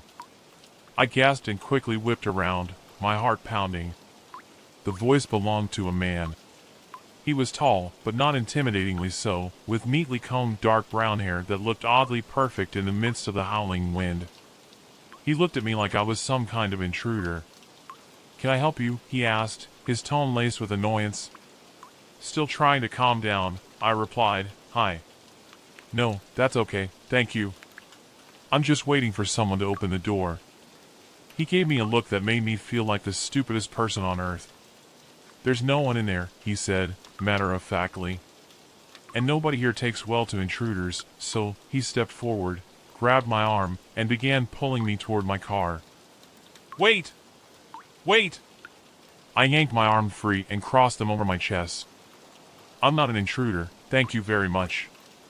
I'm Sandra, the new Spanish teacher, and I'll be living here for the foreseeable future." A smirk crept onto his face, amusement flickering in his eyes before he burst out laughing. He tried to contain it when he noticed how annoyed I was becoming. I'm sorry, give me a second, okay? "You? The new teacher? You look 12. I shot him a glare. "Not that I need to explain myself to you, but I'm 22, and this is none of your business." He laughed, shaking his head. "Still a baby in my eyes," he said, with an irritating grin. "Slightly older than 12, sure, but a baby." I rolled my eyes, growing more annoyed by the second, especially since he didn't look much older than me. "And how old are you, you wise elder?" 23? I said, sarcasm dripping from my words. His smirk returned, but this time, something darker flickered across his face. It sent a shiver down my spine. "Slightly older than that," he said, his tone unsettling. His words did something to me, made my throat tighten as I suddenly realized how alone I was with this stranger on a deserted street. I shook it off, refusing to let him get to me. "Well, I'd say nice to meet you, and then I hope to see you around, but I'd rather eat glass than do that," I said, trying to regain my composure. "So, if you'll excuse me," I began walking past him toward the house. "There's no one in there," he repeated, his tone suddenly more serious, sending another chill down my spine. I remember thinking I should have worn a thicker jacket. Everyone leaves a light on when they're out, so they don't come home to something they didn't invite in. Everyone knows that. I rolled my eyes again, trying to ignore the uneasy feeling growing in my gut. If everyone knows that, doesn't it seem a little counterintuitive? Thieves will just target houses with lights on. Besides, it's not like someone's going to stumble upon this place by accident and rob a house. I could barely find my way here, and I wanted to come. I wasn't talking about people, his voice trailed off ominously. Anyway, Carmen waited for you for hours, but she had to go home eventually. You'll have to make do until morning. I'd invite you to my house, you know, the neighborly thing to do, but since you'd rather, what was it? Eat glass? His smirk widened. I wouldn't want to put you in that predicament. So, enjoy your night in the car.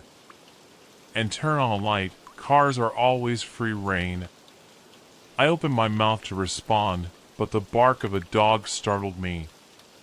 When I turned back to him, he was gone, vanished like he'd never been there at all.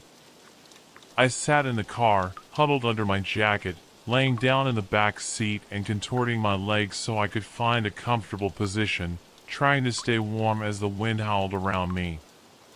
The man's words kept reappearing from time to time in my mind as I was trying to calm my racing thoughts enough to get at least a little bit of sleep. I kept trying to tell myself that his words were just small-town nonsense, and that absurd superstitions weren't worth risking running out of battery on my car, but I couldn't shake the creeping sense of dread that threatened to drown me. Damn you, whoever you are. And here I thought sleeping with a nightlight was behind me. I remember thinking. The barking dog had finally stopped, but now an unnerving silence settled over the street, broken only by the occasional gust of wind rattling the windows. I flipped on the interior light, hoping it would make me feel less alone, but instead, it just cast strange shadows inside the car, making everything feel more claustrophobic. Out of nowhere, I heard the distinct sound of hooves. At first, I thought it was my imagination, a desperate attempt on the part of my brain to try to lull me to sleep through the exhaustion, but the rhythmic clatter grew louder, unmistakable against the cobblestones. Squinting through the fogged-up windshield, I saw it, a massive black horse standing at the edge of the road. Its eyes glowed in an unnatural amber, and its black hair shimmered in the darkness, as if absorbing the shadows around it. There was something wrong about it, something too still, too perfect, like a statue. I tried to convince myself that that's what it was, but my heart started to race as the horse took slow, deliberate steps toward the car. I wanted to move, to drive away, but I was paralyzed, locked in its gaze. The horse circled the car, its breath coming out in thick, white clouds, fogging the windows even more. Its eyes never left mine, and with each step, the air in the car seemed to grow colder. I could feel it watching me, something far more intelligent and malicious than any animal I'd ever seen before. Suddenly, it stopped right next to my window, towering over the car, and lowered its head. Just as I thought it might smash through the glass, a loud crack echoed through the night, and the horse flinched violently, eyes wide with fear. Its ears pinned back as it reared up, letting out a bone-chilling neigh that pierced through the wind. It bolted into the darkness, hooves pounding the ground, disappearing as quickly as it had appeared. My breath caught in my throat as I scanned the empty street, searching for the source of the noise. That's when I saw it, just beyond the trees, a dark shape moving through the shadows, too large to be human, too quick to be anything natural. I spent the rest of the night hugging my knees to my chest, flinching at every sound, every rustle of wind. My mind raced with possibilities, but no explanation seemed to make sense. All I could do was sit there, waiting for dawn to break. When morning finally came, so did Carmen, the woman in whose house I was supposed to be staying. She was short, with graying hair, and she was wearing a long green robe that dragged along the ground as she hurried toward my car. She knocked gently on the window, her face filled with concern. Oh dear, she fretted as I opened the door. Are you all right? I'm so sorry for making you wait out here. When you didn't show up last night, I figured you'd arrive sometime today. Poor thing. All alone out here all night, in your car. I hope it wasn't too terrible. I forced a tired smile. It's all right, Mrs. Walsh. It was my fault. I got lost on the roads. She clucked her tongue. Who in their right mind decides to brave those roads at night? You're a very lucky girl, you know. Even the locals don't travel those paths after dark. Too many have gotten lost and never returned. She made a strange gesture with her hand. No one bothered you, I hope? Her words sent a shiver down my spine. Did she know? Had she heard about the horse, or seen it herself? I couldn't tell if that's what she meant, or if she was just voicing local superstition. Either way, I wasn't about to seem like the crazy new teacher who believed in ghost stories. No, I met someone who told me you'd be back in the morning, so I just waited here. That's all, I said, following her toward the house. She stopped abruptly at that, and I almost bumped into her. When she turned back to look at me, her face was serious. I think I know who you're talking about, she said, her voice low. She took a deep breath before continuing. Child, if there's one thing you listen to me about, let it be this: stay away from Cormac Byrne. Promise me you will. I nodded, even though something told me it was a promise I wouldn't be able to keep. Deep down, I had a feeling I'd be seeing him again. That was 2 weeks ago. I wouldn't be here if I had any other options, but I have nowhere else to go. I'm not a horse person, and I've tried to reach out on horse forums to see if anyone has any advice, but so far, nothing has helped. Because I've seen that horse again. Every night since I moved here, it appears. At first, it was just a distant glow, those same amber eyes shining in the darkness, far off in the distance. but with each passing night, it gets closer. I'm terrified of what will happen when it finally reaches my house. Please, I need urgent advice. I don't think it'll be too long now. Method acting. Female age 20 to 22. Claire, supporting role. Brown/chestnut hair. Fresh out of school. Adventurous personality and a little rough around the edges. Based on that short job listing, I thought Jessica had a good chance of getting the part. When she did, I was delighted. I remember the light in her eyes when she burst into the room to tell me. This meant something to her, more than just a role in a movie. She told me it proved something, not just to her but to her parents. That the years she had spent in college were worth it. This would be something she could be proud of. She's been taking the bus to and from Vancouver since then. The film is being produced by the upcoming film studio, Borderline Pictures. Initially, I was suspicious of the studio. They don't have a website, or almost any information when you look them up online. Neither did the film's Polish director, Yuri Nowak, have any previous work. At least now she can say she's been paid for something in her field, I had thought.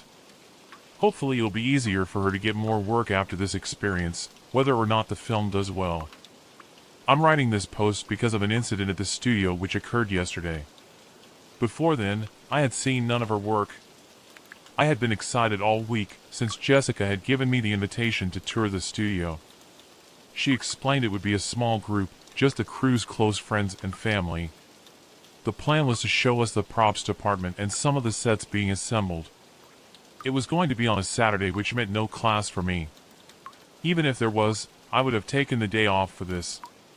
I wasn't going to miss it. This one here, Jessica pointed it out. I pulled my gray car to a stop just outside the grungy warehouse. Its walls had been a tan color, I think, though the paint was stained and peeling. My eyes wandered towards the trash bins outside the entrance. The mound of bulging black garbage bags were wedging the rectangular lid open. Jessica must have noticed as I pursed my lips. I know, she said, it's kind of a sketchy area. We should head inside. Aren't we a bit early? I asked, craning my neck to get a look at the front entrance. Don't see anyone else going in yet. Yuri should be here, she said. I could tell he was a bit nervous about today. Yeah? I asked, why's that? Just don't want him to think nobody's coming. And, you know that guy I told you about? The guy who lives at the studio? Yeah, she nodded. He sometimes can be a bit unpredictable. I'm sure it'll be fine, I told her. You haven't told me much about him, just that he gets really into character. Some people might be interested to see that even, don't you think? I guess we'll see. Jessica pushed open her door and headed up towards the studio. I followed, giving her what I hoped to be a comforting smile as she pulled the door open. I felt somewhat out of place standing in the front entranceway. Jessica went over to greet the other actors as I lingered at the doorway. There were a few people standing around me. An older couple walked over to introduce themselves. They told me about their grandson who was playing the main role of the protagonist in the film. You must be excited to see the studio as well then, I said. Have you visited it before? Nah, the old man shook his head. He's told us barely anything. Studio secrecy and all that. Right, his wife nodded. Very professional around here, I'd say. I've heard that about these things before. They want to keep everything a mystery. I nodded, turning my focus to the sound of polished shoes approaching from the hallway ahead. His features were stern, but not unfriendly, with an angular jaw. He was extremely thin, and dressed in a baggy gray suit. His mustache was well grown out, but flat as a comb against his lip. Jessica returned to me as a hush fell upon the assembled crowd. Welcome everyone, said the man, waving. I'm the director of the film, Yuri Nowak. Glad all of you could make it out. If you follow me, we'll be off to the main stage. He went over some basic rules, that we were not to touch anything and to watch our step when we entered the first set. I will say the interior of the studio was very well kept compared to the exterior. As Yuri led us down the hallway, the tiled floor was extremely smooth. Portions marked with wet floor signs were even noticeably fresh with cleaning solutions. like they prepared it just for our visit. Through a set of double doors my eyes widened. The set was reminiscent of an old English street. It was built of cobblestone with black lamp posts along the sidewalk. Off to the left-hand side was the exterior of a building, which Yuri referred to as the clock tower. It was enormous, tall enough that it touched the roof. We were told that it was only the bottom half of the tower. The upper half would be added in post. My eyes roamed the space as Yuri talked on. The loose stone shifted beneath my feet as I turned around, taking it all in. I noticed some of the other guests wandering, a few kneeling down to get a closer look at some of the smaller details. Amongst it all, something stuck out to me, seemingly unnoticed by the others. Near the storm grate along the edge of the clock tower was a large stone platform. As I got closer, I could see a wooden trapdoor on its face. As I got closer, I heard something that, I'll admit, sent a shiver through my body. It was a hushed voice which used an aura of excitement. I found it, the voice ranted with glee, the voice, the movement. Thank you for showing me. At last, it's all coming together. I was now standing right above the trapdoor. There was a big gold star roughly nailed into the wood. Excuse me, said the director. Even at a distance I could see the single drop of sweat dripping down his forehead. He approached me at a brisk pace. The trail of guests followed behind. I was just about to show you all the next room. There's a lot more to see. Just as I stepped back down from the platform, there was a creak as the trapdoor swung open. I caught a glimpse of what seemed to be an ordinary room below. A bed with a white frame. Scattered pages of comic books, and something large and swollen I couldn't quite make out. It was obstructed as the man climbed out, slamming the trapdoor shut behind him. The only skin exposed was the circle of his white face. Head to toe he was dressed in gray with small round blue markers stuck all across it. Oh, hello, the man glared at me. You didn't see anything, did you? He gestured down at the trapdoor. And, no. I stammered, shaking my head. The man flashed his teeth as he smiled. Good. Well, I'm glad to see you all then. I've been locked in my room for I don't know how long. You recognize me, don't you? His eyes seemed to fix on each of us individually as he waited for an answer. The room remained completely silent. I'm Andy Baker. No? Anyway, for this role they asked me to play a crazy man, a murderer who consumes his victims. All my acting is done in a motion capture suit. It's a CGI character. I argued with them about it for a while. Practical effects would be better, I said, you know, with makeup. Not some modern generated character within a computer. I've put everything into this role. To get into character, I've gone so far as to. Very insightful, Yuri cut in. Thank you, Andy. Andy scowled. I told you not to interrupt, remember? He bit his gray thumb, then pointed it at the director. Or else I'll do it again. Yuri went pale. Not here. I flinched as Andy's eyes flashed towards me. Isn't that why you brought all these guests? Why not give them a show? Andy, please, the director gulped. No. Fine then. Fade to black, Andy snarled, clenching his jaw. He then darted away on all fours. Like an animal, he reached the side of the clock tower. We could still see his eyes as he crouched among the rubble. The sound of chewing followed. He does sell the part well, doesn't he?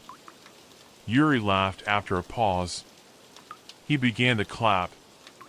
Following his example, the rest of us joined in. I tried to meet Jessica's gaze as I clapped along with the others, but she looked away quickly. You all right? I asked. She held onto my arm tightly as we followed Yuri to the next set of double doors. She looked back towards the clock tower, making sure he was out of earshot before pulling me closer. In a hushed voice, she told me Andy Baker wasn't actually his name. It was his character's name. The Cannibal. Oh, I see. I nodded. What's his real name then? I don't even know. She shook her head. I don't think any of the cast does. He's a serious method actor. At least, that's what Yuri told us the first day. He told us not to ask too many questions, just to go along with it.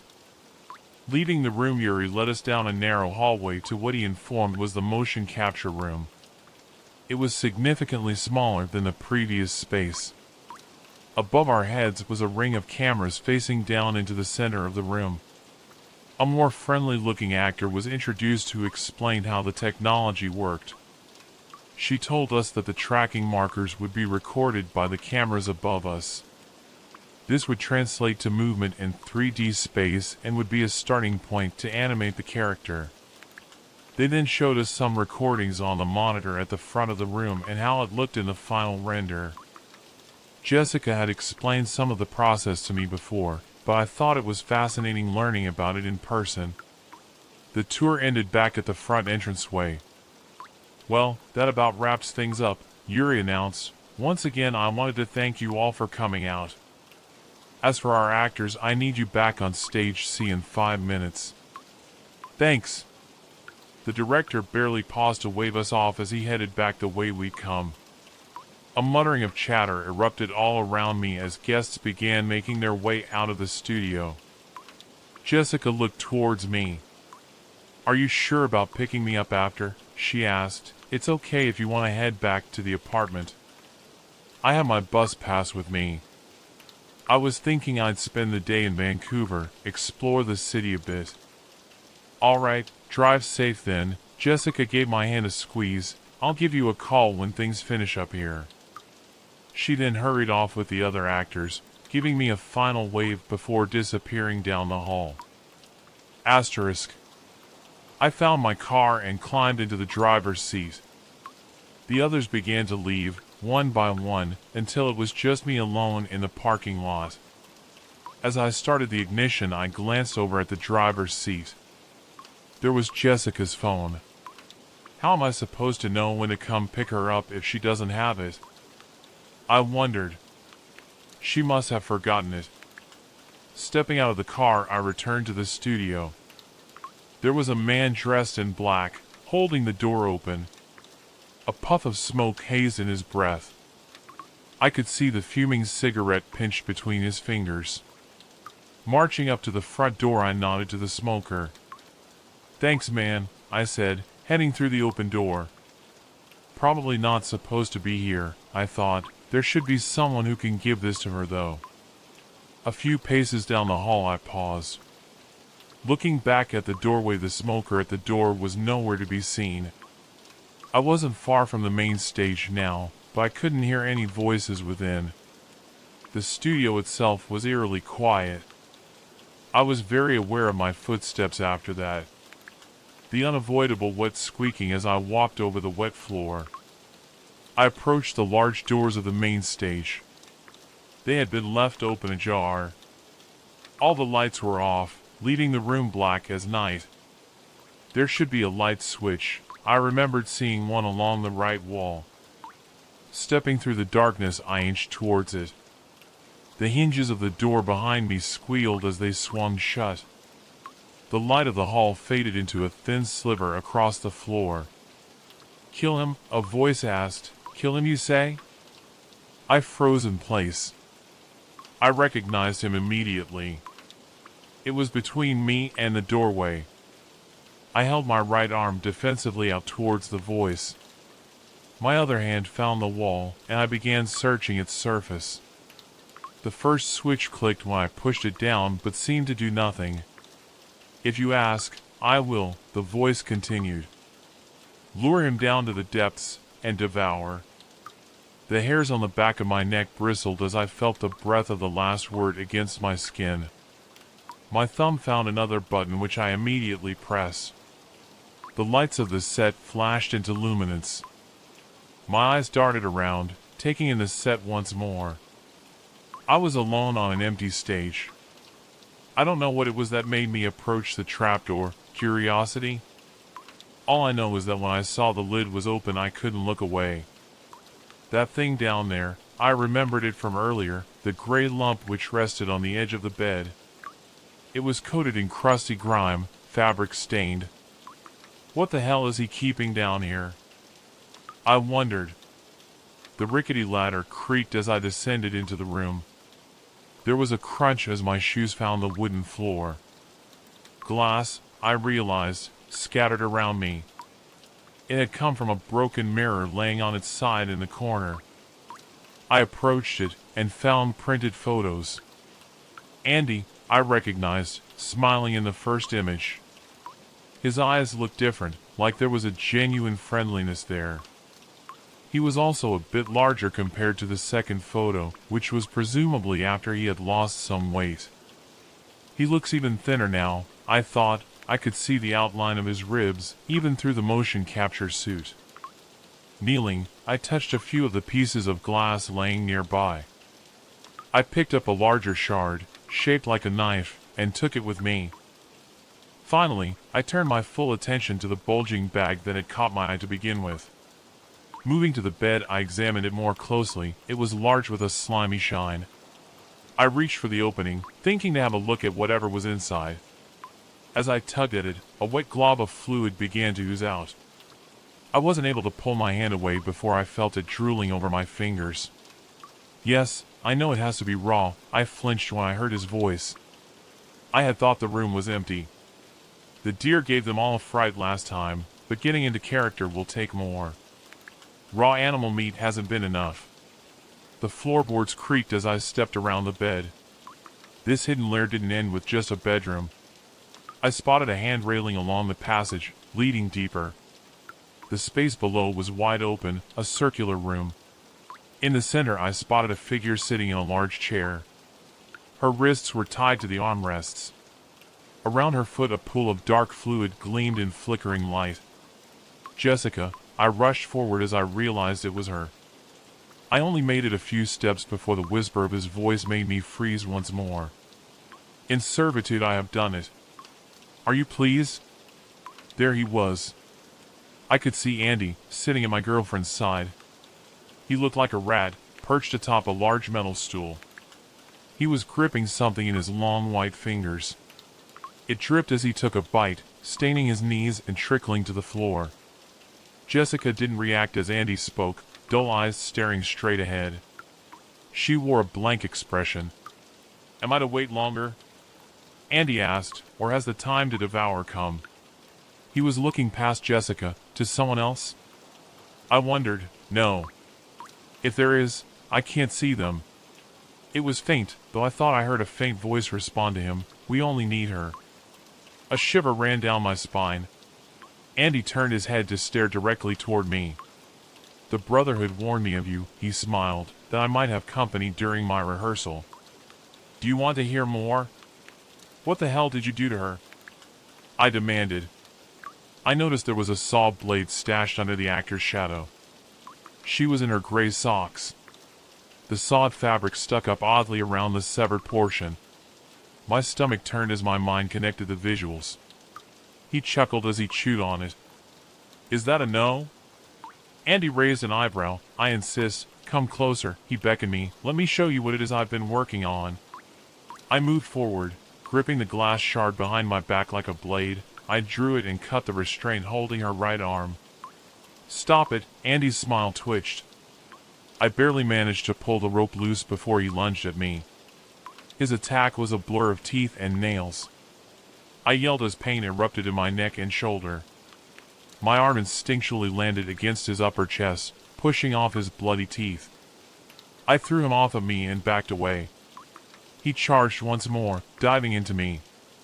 The air wheezed from my lungs as my back struck the hard floor. My vision blurred. The world was broken into raw shapes as I struggled to regain control.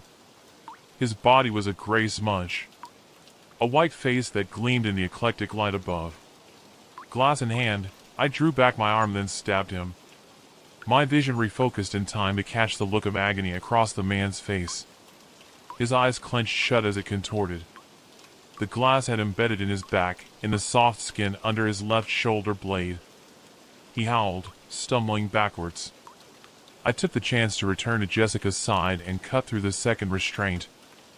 I grabbed her shoulders and pulled her upright. Go! I told her frantically. She shook her head, blinking slowly at me as if waking from some hex. Her legs wobbled as I nudged her towards the stairs. I followed behind her, putting myself between her and Andy. I could see the trapdoor had remained untouched as we entered the bedroom area. "Go," I told Jessica. Grabbing under her arms, I helped lift her up so she could crawl through the exit. The crunching of rubble followed as she disappeared from view. I flinched as there came an ear-piercing scream somewhere above, not from Jessica. I grabbed hold of the ladder. Andy appeared at the stairwell as I began to climb. There was fury in his eyes. He charged me. "Get away," I shouted. His fingernails were like thorns as they bit into my lower leg. I kicked at him and my foot found his jaw. He fell back, giving me enough time to clamber up the rest of the ladder. I emerged onto the set and found myself under the gaze of several stage lights. I blinked, covering my brow, as faces from the edges of the set watched in confusion. "Jessica," I rushed to her side. All eyes were on her and her bloody foot. A small pool had already formed, leaking between her fingers that were clamped around it. Her face was contorted in a silent scream.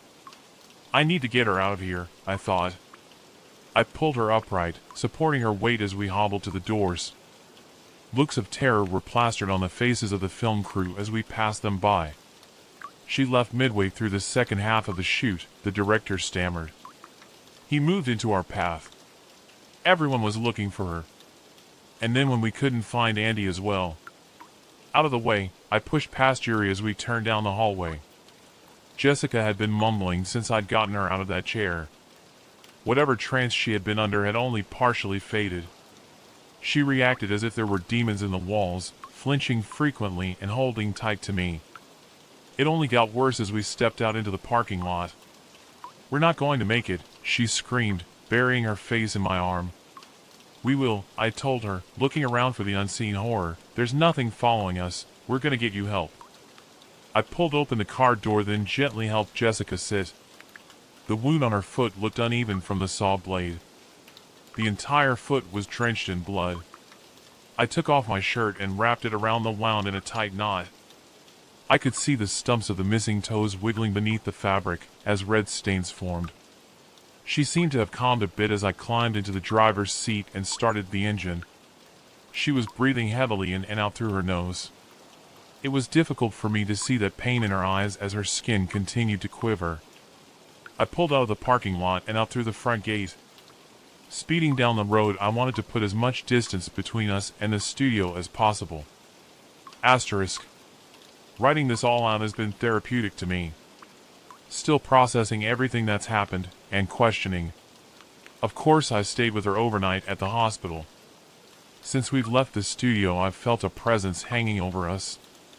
It's been strong enough that I haven't dared sleep. I'm exhausted. The main question in my mind is, what is this presence? Andy? Or whatever he was speaking to down in the cellar. Jessica's hysteria continued on when we first arrived. "They're following," she cried as her eyes darted around wildly. "Not my friends, couldn't stop them." The nurses hushed her as they led us to a private room to care for her injured foot. The doctors asked me if she had a history of hallucinations. I don't think that's true, that it's all in her head. At one point last night she woke up suddenly. "They won't stop," she said softly, "the voices." "What are they saying?" I was startled by the look in her eyes. Something about them seemed different. It wasn't terror anymore. More like hunger. "This voice, it's so faint," she whispered as she stared at me. Once more, I peered deep into her eyes, searching. They had an unfamiliar dullness to them. Gray streaks around the edges. "I can't make out the words yet," she told me, "but I can't help but listen." The summer house. It was the kind of summer people dream of, long and hot, with endless days spent in our beautiful family cottage in the English countryside. The air was filled with laughter, the clink of wine glasses, and the warmth of the sun on our skin. My young daughter played happily, running in the gardens while the rest of our extended family lounged on the patio. It felt perfect, idyllic. But something in the house began to change. My daughter spent more and more time in the old playroom, spinning stories about a witch. At first, it seemed harmless, just part of her imagination. But soon, her behavior shifted, small things at first, like odd silences or the way she looked at me with unfamiliar eyes. Shadows in the house seemed to move, objects were out of place, and the air felt different. My teenage nephew became obsessed, convinced she was no longer herself, but possessed by an evil spirit. I tried to dismiss it, but I couldn't ignore the growing unease every time I looked at her. My daughter, once so innocent and full of joy, had changed. Her voice carried a strange edge, and I began to feel something dark in her presence. The more time I spent in the house, the more I believed it. My nephew insisted the spirit was that of an old witch, and the rest of the family, terrified, kept their distance. My fear of her grew, but so did my desperation to save her. In our frantic attempts to rid her of this evil, we performed rituals, useless, desperate things we convinced ourselves would work. We whispered to each other late into the night, sure we saw signs of the witch's presence, spiraling deeper into our own madness. We became obsessed with driving the spirit out, our fear feeding off each other, until we could hardly tell what was real. When her father arrived, he found us in a frenzy. We tried to convince him that something evil had taken hold of our daughter, that we had seen things no one could explain. But he was rational, searching the house for an answer. What he found was worse than any witch, a carbon monoxide leak. The gas had been slowly poisoning us, twisting our minds, making us believe the impossible. He ordered us to leave immediately, but I was reluctant, still trapped in my belief that the danger was real. As the fresh air cleared our lungs, reality began to set in. There had been no witch, no possession, just the gas poisoning us, distorting our senses and driving us into madness. But the damage was already done. My daughter, now silent and wide-eyed, was forever changed. She had seen her own family turn against her, torment her in our delusion. As we drove away from the cottage, the car was filled with a suffocating silence. My daughter sat in the back seat, traumatized by what we had done, and no amount of truth could undo it. Thanks for taking the time to read. This was a very strangely vivid nightmare that I had last night, so I decided to write it up in my dream journal this morning and then decided to share it.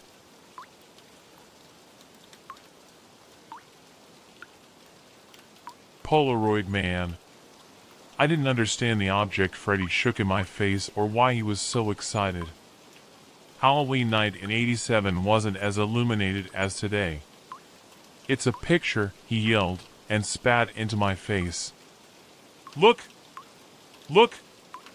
I put my pillowcase down and held his wrist gently to see the fuss, a Polaroid picture with Freddy in his sad pirate costume. When I looked more closely, however, I saw the singed boy beneath. Polaroid Freddy looked burnt to a crisp. His skin gone.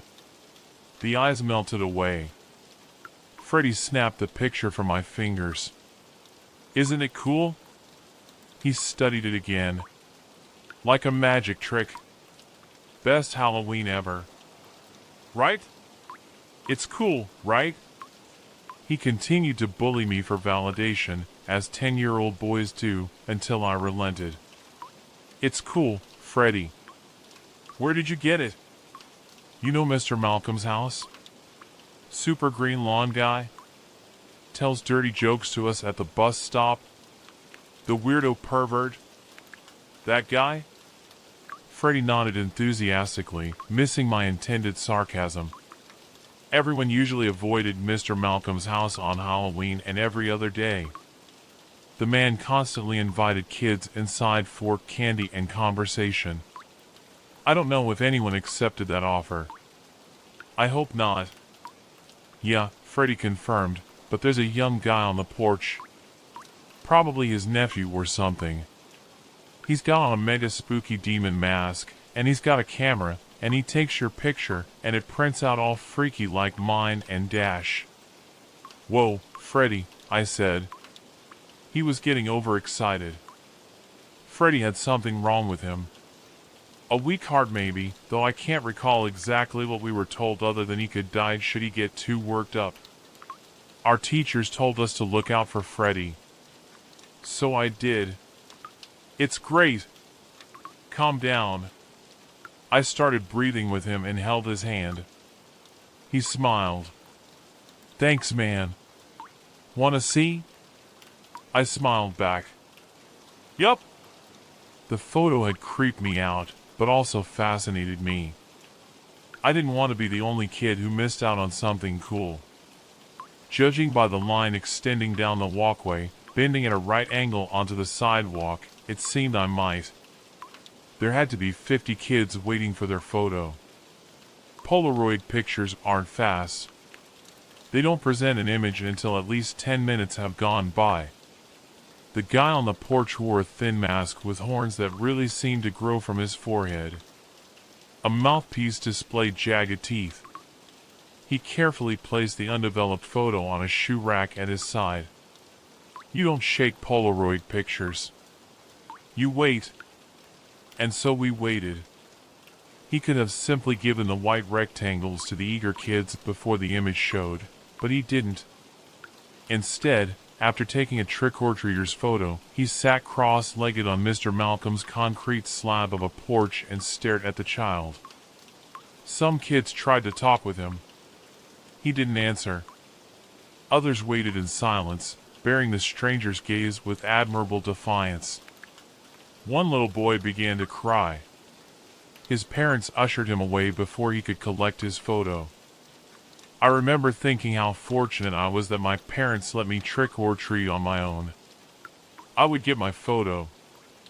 I would endure the awkwardness of the adult gaze. Time ticked on.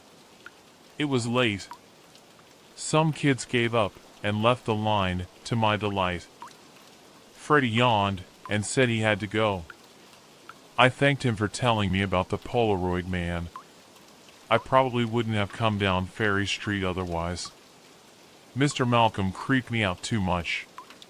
Luckily, a few other school friends were revealed by the departures, May DeFranco and Vicky Rand.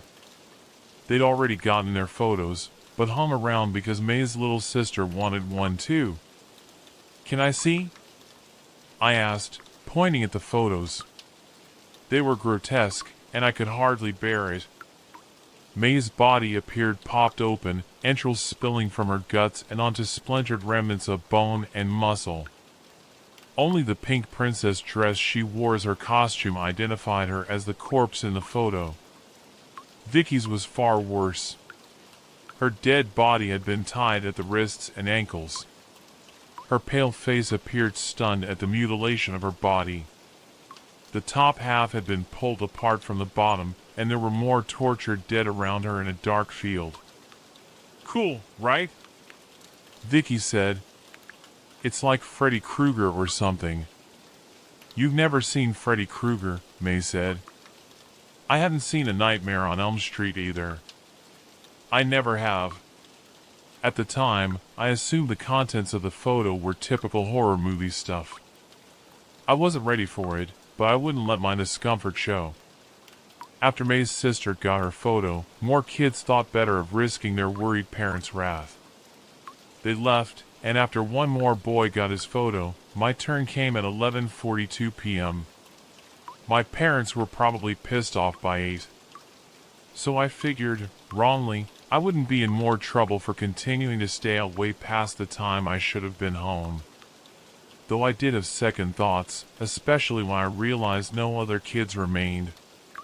I would be the last, and I was alone with the devil-masked man. Don't smile, he growled. I adjusted my face quickly to obey. He snapped the picture and sat on the stoop. We waited.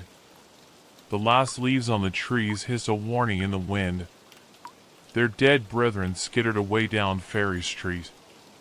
I could hardly breathe as he stared. There were no visible eyes in the sockets of his mask, only oily voids, an unfortunate trick of the dim porch bulb. It had to be. The feeling in my stomach called for a quick escape. I think I need to go, I told him. His hand gripped my wrist hard. I squirmed. It's okay. I can pick it up tomorrow. He did not let go. His face, that mask, got close to mine. He was perfectly quiet. No inhalation or exhale as he forced me to stay put. "Please," I begged, "I want to go home." In the half-inch space between our noses, he slid the developing Polaroid. This close, I could barely see anything. Then the devil's mask appeared in the photo. Then I, or what would become of me, materialized. The Polaroid featured us together, his hands around my neck, my face empty of life. I yelped and pulled away. He let go, and I fell onto the walkway. He stood up and tossed the photo with precision. It landed beside me on the grass. Further details of the horror were revealed. A swath of blood matted my hair and soaked the front of my costume like a gory bib. The man in the devil mask had done more than strangle me according to the image. I backed away, a reverse crowd walk of cumbersome doom. He hadn't moved because he could catch me any time he liked. His first step knocked his camera off the stoop. It clattered, and a piece shot away from the impact. He didn't seem to care. Please," I pleaded with him. I don't remember the specifics of how I got up and ran down the middle of Ferry Street. I only recall the chase was brief because I made a mistake and got cornered in the variety store parking lot. The store, Brothers Variety, had been closed for hours. There'd be no help there. The streets were empty. Most people were asleep. How I knew this or thought about it in such a terrible moment came down to dumb luck. I backed into a pile of leaves bunched up with fake spider webs that had blown off someone's house. Stuck, I raised my arms defensively and caught the time on my digital watch, the wrong side of midnight by 12 minutes. His fingers caressed the sides of my neck. I closed my eyes and started trembling uncontrollably. Pain would be next. Great pain. The photo promise. And death. No. I tried to shout, but it came out like a squeak. Halloween is over. It's over. It's done. You can't. I don't know what I was saying or why. But the fingers retreated, and he took noiseless steps backwards over the cracked tarmac. When he reached the sidewalk, he spoke. "See you next year, then." As if it had been a prank all along, he walked away, casually. It took far too long for me to go the opposite way. Eventually, I managed a slow jog, working through the blocks to home, where my mom waited in the front window, worried and angry. Punishment was left up to my father. When he returned from searching for me, I told him about the photo and the guy in the mask. He received the information passively before grabbing his baseball bat and calling his brothers. Together, they went to Mr. Malcolm's and discovered the busted door in the backyard. The old man had died in his chair, completely naked. My dad told me this last detail some years later. Police were called, but nothing came of whatever investigation might have followed. My parents had, and have, no faith in the Bridal Veil Lake PD. Hence the reason he called his brothers and picked up his bat that night. Evidence of the devil-masked man existed, of course. Many kids had their photos taken. No police, or adults, asked about it, as far as I know. Mine had been left on Mr. Malcolm's lawn. But Freddie, May, and Vicky said they still had theirs at home. Freddie's, however, likely burned up in the fire the following Christmas. His dad made the mistake of using a space heater in the garage. All of them, including Freddie, were dead the day before Christmas Eve. I refused to go trick-or-treating the next year, and everyone after that. My parents understood, and didn't pressure me. Within a few years, I aged out of the tradition, but still wouldn't risk going out for a walk on Halloween night. See you next year then. And, if not, the next, or the next, or the next. He waits. I know because every photo has turned out to be true. Vicky simply disappeared before her 19th birthday, and while her body was never recovered, a man suspected of torturing and killing half a dozen young women in Bridal Veil Lake and Derry, across the border, was arrested as the likely culprit. May committed suicide off the old casino hotel last July. My son is 5 now. He wants me to take him trick-or-treating in a few weeks. Of course, he does. He doesn't know. Neither does my wife. That man is waiting for me. Sir. I won't bore you with the drivel I'm sure you'd expect of a doomed woman. I've made peace with it, and I urge you to not attempt changing my mind. I first encountered it at the mall, in the food court, with my friend, Jesse.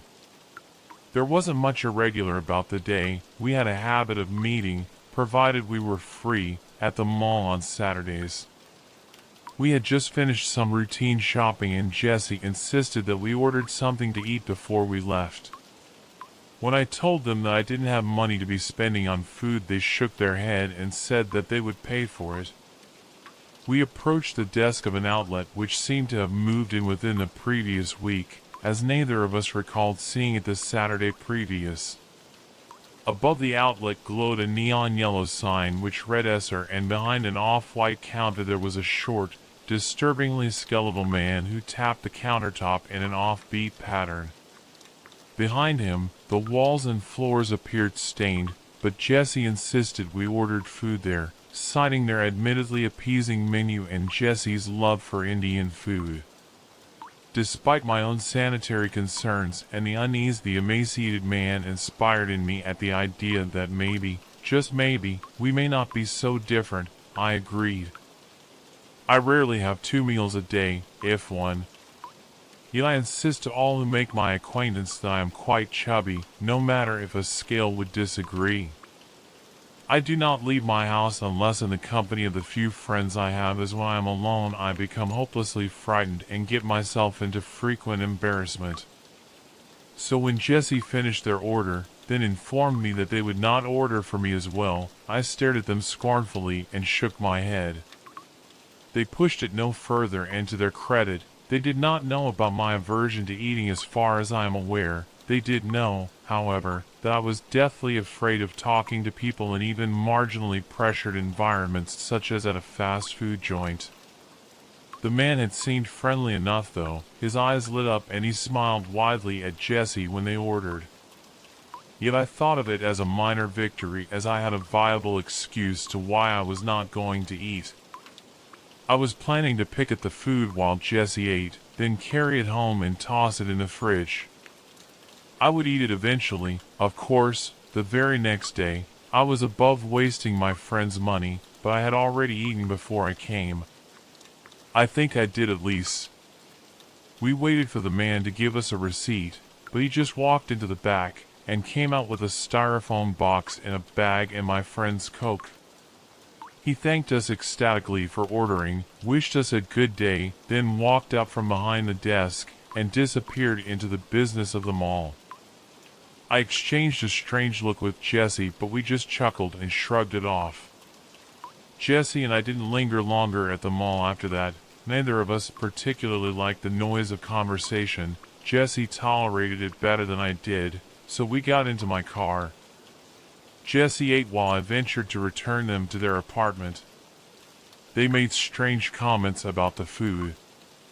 They said that the food was extremely warm, as if the man had just cooked it when he handed it over, and that it tasted unbelievably good for a place that we had never heard of.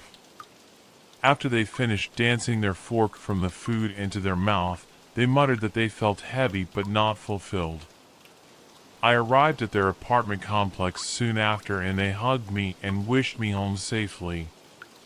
Before they walked off though, they said that they needed me to visit on Wednesday night. They had something to give me.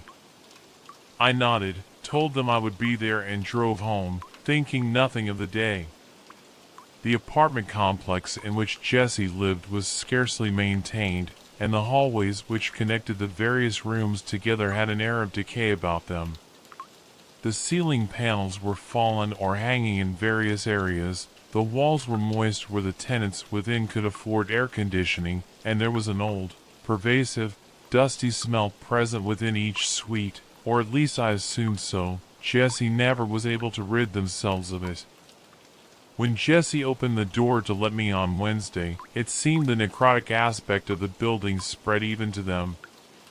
Their eyes lacked the brightness I knew of them, instead seeming to be quite sunken and sleepy. Jesse stood with the door half open, not quite inviting me to enter. "Is everything okay?" A frown tugged at the corner of my lips. I thought Jesse had to be ill. I then perhaps rudely forced my way into their apartment. I wanted to ensure that Jesse was taking care of themselves. However, after I pushed the door open, I noticed that my friend's arms seemed to be held behind their back, but then noticed that they simply lacked the appendage. I stared at them for a few seconds and tears welled in their eyes. They seemed like they were about to cry, so I guided them towards their couch and allowed them to do so. They broke down, sobbing about hunger. They held their hands on their forehead and made no effort to wipe their eyes or nose as they precipitated. I told them I understood their woes, by misfortune of my own condition, and that even if they felt themselves to have gained what they considered to be an unacceptable amount of weight, it would simply not do to starve. "Jess, look in the mirror. You look wired, your lips are cracked." I lowered my gaze to their torso, and it seemed that either they had lost more weight than I would have imagined was possible in such a time frame, or they had gone out of their way to wear a shirt that was several sizes too big. Yet, my mind returned to Jesse's lost extremity.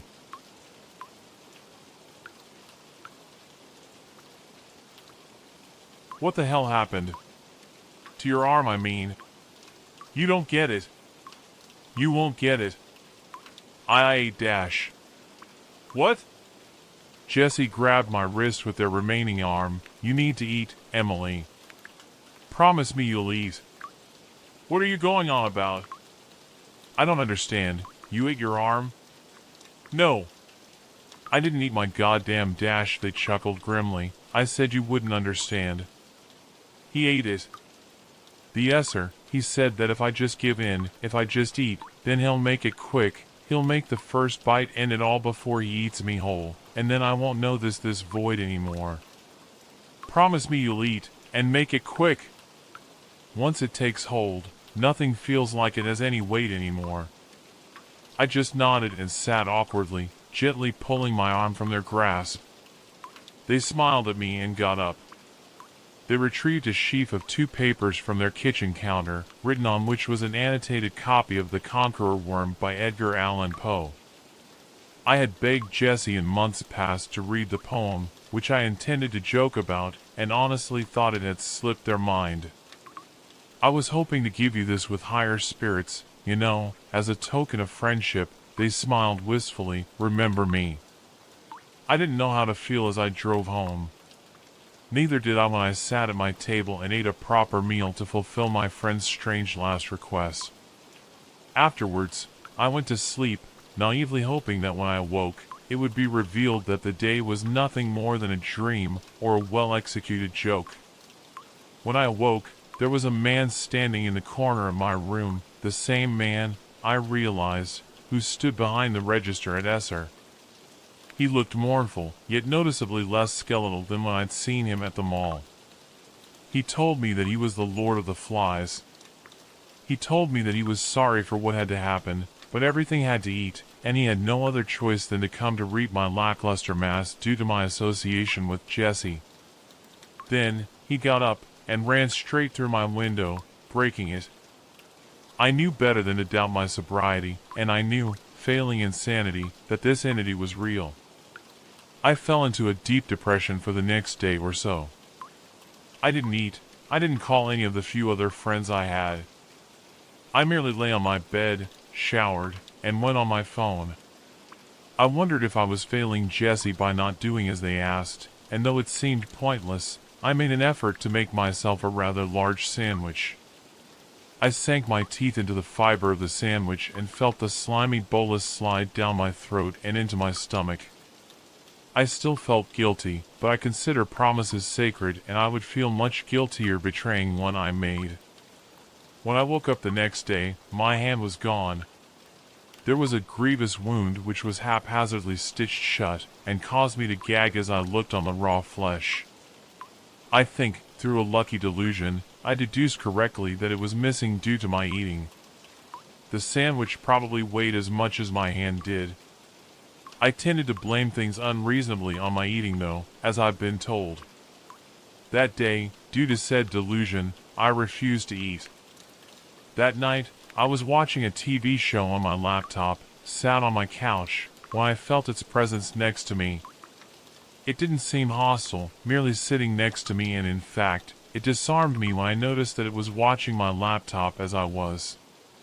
However, its stomach growled constantly, every few seconds, and it fidgeted as if in withdrawal. "Are you hungry?" it asked. Its voices were soft and numerous, like a wave of cotton blanketing me. I blinked at it and looked into what passed as its eyes. I saw in its eyes not quite the worry which I had become familiar with getting from friends and family, but rather a hint of fear, maybe even desperation. I recalled what Jesse had said to me the last time I had seen them, and stated my assumption. "If I eat, you'll be able to take my flesh. Are you hungry?" I wasn't quite sure if it was true, but I could find reason to believe it. My friend had said that it had eaten their arm, and it wanted them to continue eating in exchange for making their death fast. Why else would this thing care about our eating habits? Still, I wasn't sure if the Esser would still be able to harm me if I angered it, so after saying that to it, I got up and locked myself in the bathroom. It made no move to enter or try to break the door, and when I got out, it was still sitting there on the couch. A week passed, and I refused to partake in food. I felt a rope wrap around my gut and pull tightly, yet it was nothing new. I saw my lips crack as my salivary glands became swollen, my face became sunken, and my skin stretches taut and clings to my ribs like cling wrap. My limbs are but bones blanketed solely with skin, and are rigid. I feel exhausted, and the sun burns my eyes, which have taken on a similar quality to my late friends, yet lacking the sense of hopelessness I'd seen in them. My body discards the contemptible fat which haunted me ever throughout my life, and I can no longer find it within me to push my reservations aside and shovel weight into my maw. I will not bloat my body, stain my purity, in the pursuit of some socially defined idea of health. I know that now, just for the rest of the time I bide, I can do so without guilt. Yet what truly convinced me to take the creature with me is that if I did so, I would die happy. My stomach goes in. If anything, as ashamed as I am to admit, this creature has blessed me with a pristine death. It begged me to eat one night, asked me if I didn't feel the gnawing at my insides, a feeling which I am all too used to. This is no way to go, it told me, there is no dignity in this, give in, I will make it quick. Eat enough to provide me access to your entire mass, and the first thing I will do is rip your jugular out, you will not awake. All I heard were the doomed pleas of an eternal entity consigned to a shared coffin. I figured out after a day that even as I drank calories, the weight was stripped of me. I drank a can of beer the day after, and woke up to find several of my fingers on my remaining hand ripped off crudely, and the bones barely attached to my hand stilled by scarce strings of sinew. This was less ideal. Dehydration is a discomfort which still pains me, but it seems that the quantity the Lord of Stench is able to strip from me was equivalent not to weight but to calories. Water would gain me nor lose me no mass. It's been a week since. I feel the hunger pangs periodically, but I've since turned to less healthy methods to stave off the feeling. Not that my health is of any consequence of me now. As I look at my own image in the mirror and find that I am so skinny I rot from view, just as I've wanted, I see its wretched form rot when it begs me to give in to the wailer's grievance of guilty consumption. I have probably half a week left until my body can no longer find the energy to keep its shriveled mass afloat, but so does the creature, and from this I feel a sick, avenged satisfaction. There are things in the woods we were never meant to find. I have seen them. There's something I need to get off of my chest. A decade-old memory. One that's always scratching at the back of my mind, like the twisted branches of a dead tree. It's a tale so harrowing that I've never told anyone about it. This story is set in a distant, desolate place called the Weeping Woods. You'll first need to understand why I was in that unspeakable place, so far from proper civilization, with 3 of my friends. We were social science students, all 4 of us. Obsessed with culture, history, myth, religion, the works. We were looking to take on an honors research project, and naturally, we wanted it to be something big, something original. It was Jack, my closest friend, who suggested it. He was from Pennsylvania originally, specifically a town some 50 miles from the forest. He told us about the Weeping Woods. He told us about the Woodwick Walker. Of the 4 of us, Tina was the folklore junkie, so naturally she snapped at the suggestion. Come on, guys, she insisted, we get to do a road trip, camping, and our project all in one. And I bet good money that none of the other groups are going to research anything as creepy or as intriguing as what Jack just told us about. I couldn't argue with that, and I had no better suggestion. Marcus, our other friend, wasn't as eager. Spooky stuff really wasn't his thing. But he saw the rest of us agreeing and sighed, all right. Fine. So we packed Jack's truck with everything we'd need to drive out of state for up to 2 weeks. Luckily for us, his Silverado was built like a goddamn dump truck. It could fit the 4 of us, all our clothes, food, additional supplies, and, most importantly, our recording equipment. Jack and I took turns driving, so the trek all the way up to Pennsylvania went by quick enough. We only stopped if we needed gas or the bathroom.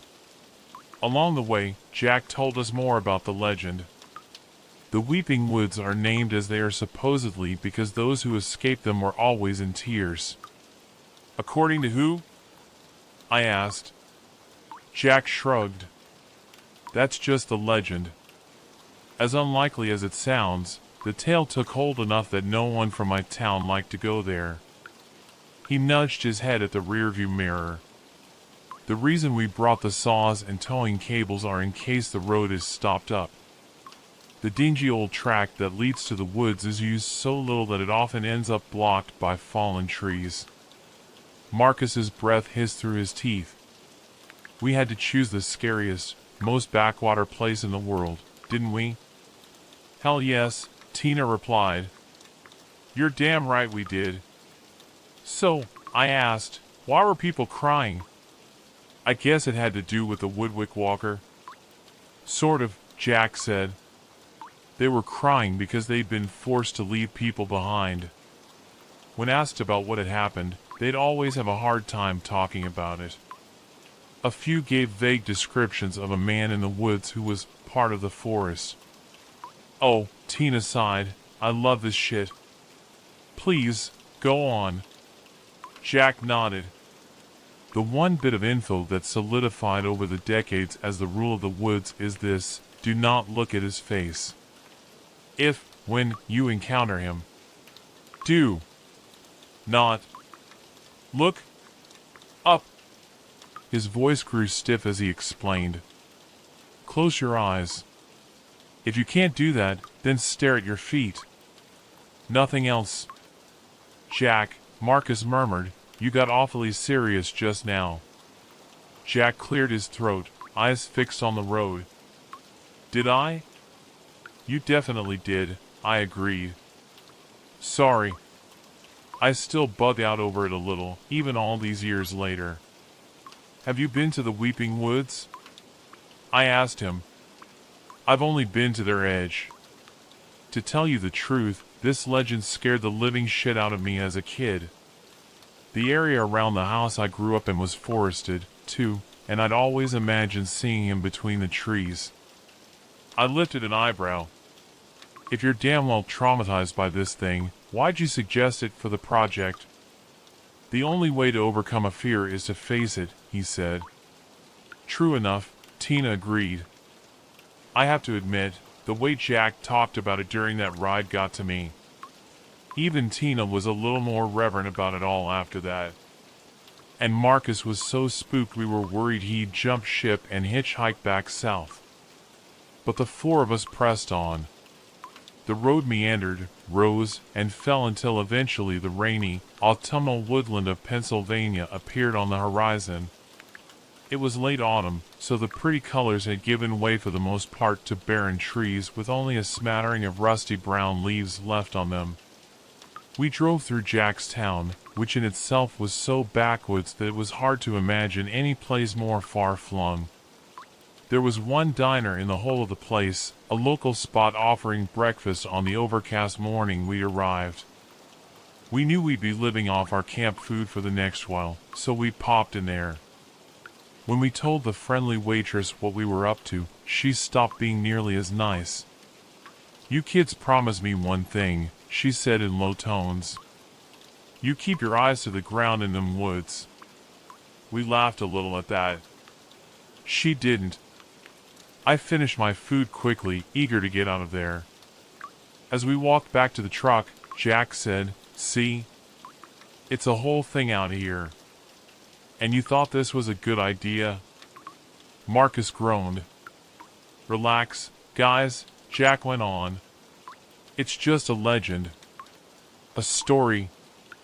Tina said, "We should stop by here again when we're done camping.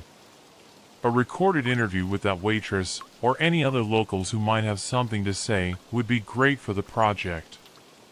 "Hell," I said, "we ought to record an interview with Jack. He's got plenty to say, too." Yeah, Jack sighed as he thumped his door shut. "Get in. We're losing daylight." "Just how far do we have to go?" I asked. 20, maybe 30 miles, Jack explained. "No one actually knows how far the Weeping Woods are. The road there is kinda..." "Kinda what?" Marcus prodded. "It's kinda weird. You'll see." He wasn't kidding. Even the turn onto the road was decrepit. The pavement of the highway gave way to mulchy dirt, so littered with branches and fallen leaves that only Jack's trained eye could have spotted it. The road itself was derelict, a vestige of some bygone era. The way it veered and twisted was illogical. Oftentimes we felt like we were turned all the way around and going back towards the highway. And the whole way, the only real indication that we were still on the road was the tall, gnarled trees lining the track. After a few minutes of winding through, I pointed at the compass on the Silverado's dashboard display. "We've turned this way and that, yet the compass has read northwest the whole time." Jack gave a tentative nod. "The road leads northwest, into the Weeping Woods." "No matter what?" Tina said, "That doesn't make any sense." "I told you it'd be weird, didn't I?" Jack had an edge of irritability to him now, in his voice, in the knit of his brow. "You good, bro?" I gently said. "Sorry," he sighed. "My bad, guys. This road gives me the creeps, is all. I'll chill." It was just then that we rounded a dense thicket of trees and saw a massive fallen log blocking the road. "Perfect," Marcus groaned. Jack cursed under his breath, his eyes darting left and right, peering through the trees. I raised my hands. "Hey now. We've got the tools to deal with this. No biggie. I'll take care of it." Tina shuffled about before raising her DSLR camera. "Marcus and I will take a few pictures while you deal with it. And maybe a video or two." She rolled down our window. "Sounds good." I unbuckled my seatbelt, opened my door, and jumped out. The ground I fell onto would have been soft and inviting if not for the thick tree root that jabbed into the sole of my foot. As Jack clicked the ignition and shut the Silverado's engine down, the first thing I noticed in the chilly autumn evening was the silence. A deep, encompassing quiet lay over the road, broken only by the hissing of the wind as it bothered the dark leaves that had yet to fall. Damn, I whispered to myself, not entirely certain why I felt the need to keep my voice down. A dense fog had descended on the woodland. I suppose that was dampening the forest sounds. As I walked to the back of the truck, Jack stepped out and joined me. I told him, I don't mind handling this on my own, you know. He shook his head. Nah. I'll help you. It's all good. I nodded, though with how shifty he was being, I almost wished he'd have just stayed in the damn truck. In any case, we grabbed a couple saws and walked over to the log. It was the corpse of a huge tree, and several of its thickest limbs were tangled with other still living trees at the edge of the road. I gestured toward those limbs, then looked at Jack. What do you think? Yeah. We saw off the big arms. The jammed ones. Then we tow the log once it's loose. Nodding, I got started. Both Jack and I went hard. The sky was dimming, though it wasn't even late into the afternoon. The grinding and zipping of our saws seemed to violate the serenity of the forest, its near-perfect silence spoiled by the sounds of men. It was awfully uncomfortable, both because of the disturbance, and because getting through those limbs was a ton of work. We should have brought a friggin' chainsaw, I chuckled. Heh, Jack murmured in reply. It's weird, I called over the scraping of our saws, the way it feels like it's almost evening. It's overcast today, but feels like it's too dim. Yeah. That happens. Nothing unusual. Motion at the periphery of my vision turned me around before Jack had finished his sentence. I saw a pale limb, a ropey leg, vanish behind a tree. What? Jack asked. I looked at him. I saw something. Look. I turned around, pointing, and saw that the pale leg I'd seen was just the twisted trunk of a stubby tree. It hadn't vanished behind the tree, it was still there, curling away and out of sight. Hell, it didn't even look all that much like a leg. I turned back to Jack. I'm an idiot, I said with a grin. It's nothing. It's hard to see through the fog. My mind is messing with me. Jack's eyes stayed fixed on the forest beyond me. You're sure? He asked. Yeah, bro. It's nothing. I got back to sawing. Another 15 minutes droned by before we felt the tree was dislodged enough to be towed. We hooked up the towing line and revved the engine, pulled the dead tree by one end until it was out of the way. One SEC, Jack said as he hopped back out to reel in the towing cable. It's dark, Tina pointed out. Too dark. I craned my neck down to peer past the truck ceiling and over the treetops. The gray sky looked like what I'd expect at 7 or 8 p.m., though a glance at the dash display revealed the time to be just 1 p.m. Yeah, I muttered. Jack wasn't kidding. This place is weird. It's not too late to turn back, Marcus begged. We can pick something else and start fresh. No, Tina snapped. We've already put way too much into this. Besides, the weirder the better, right? I recorded a bit while you guys were out, explaining the situation. She lowered her voice. I talked a little about Jack's behavior, too. I turned to glare at her. Really? Of course, she said. This little psychological quandary of his may well make for this project's best anecdotes. She wasn't wrong about that. Still, it felt wrong to turn our friend into a case study without him knowing. I don't like it, said Marcus. You don't like any of this, Tina drawled. It's fine. Jack climbed back into the truck, having coiled and stowed the towing cable. Finally, let's get going. He tossed the Silverado into gear and we set off. The dead and mauled log that had obstructed our path floated past my side of the truck as we went.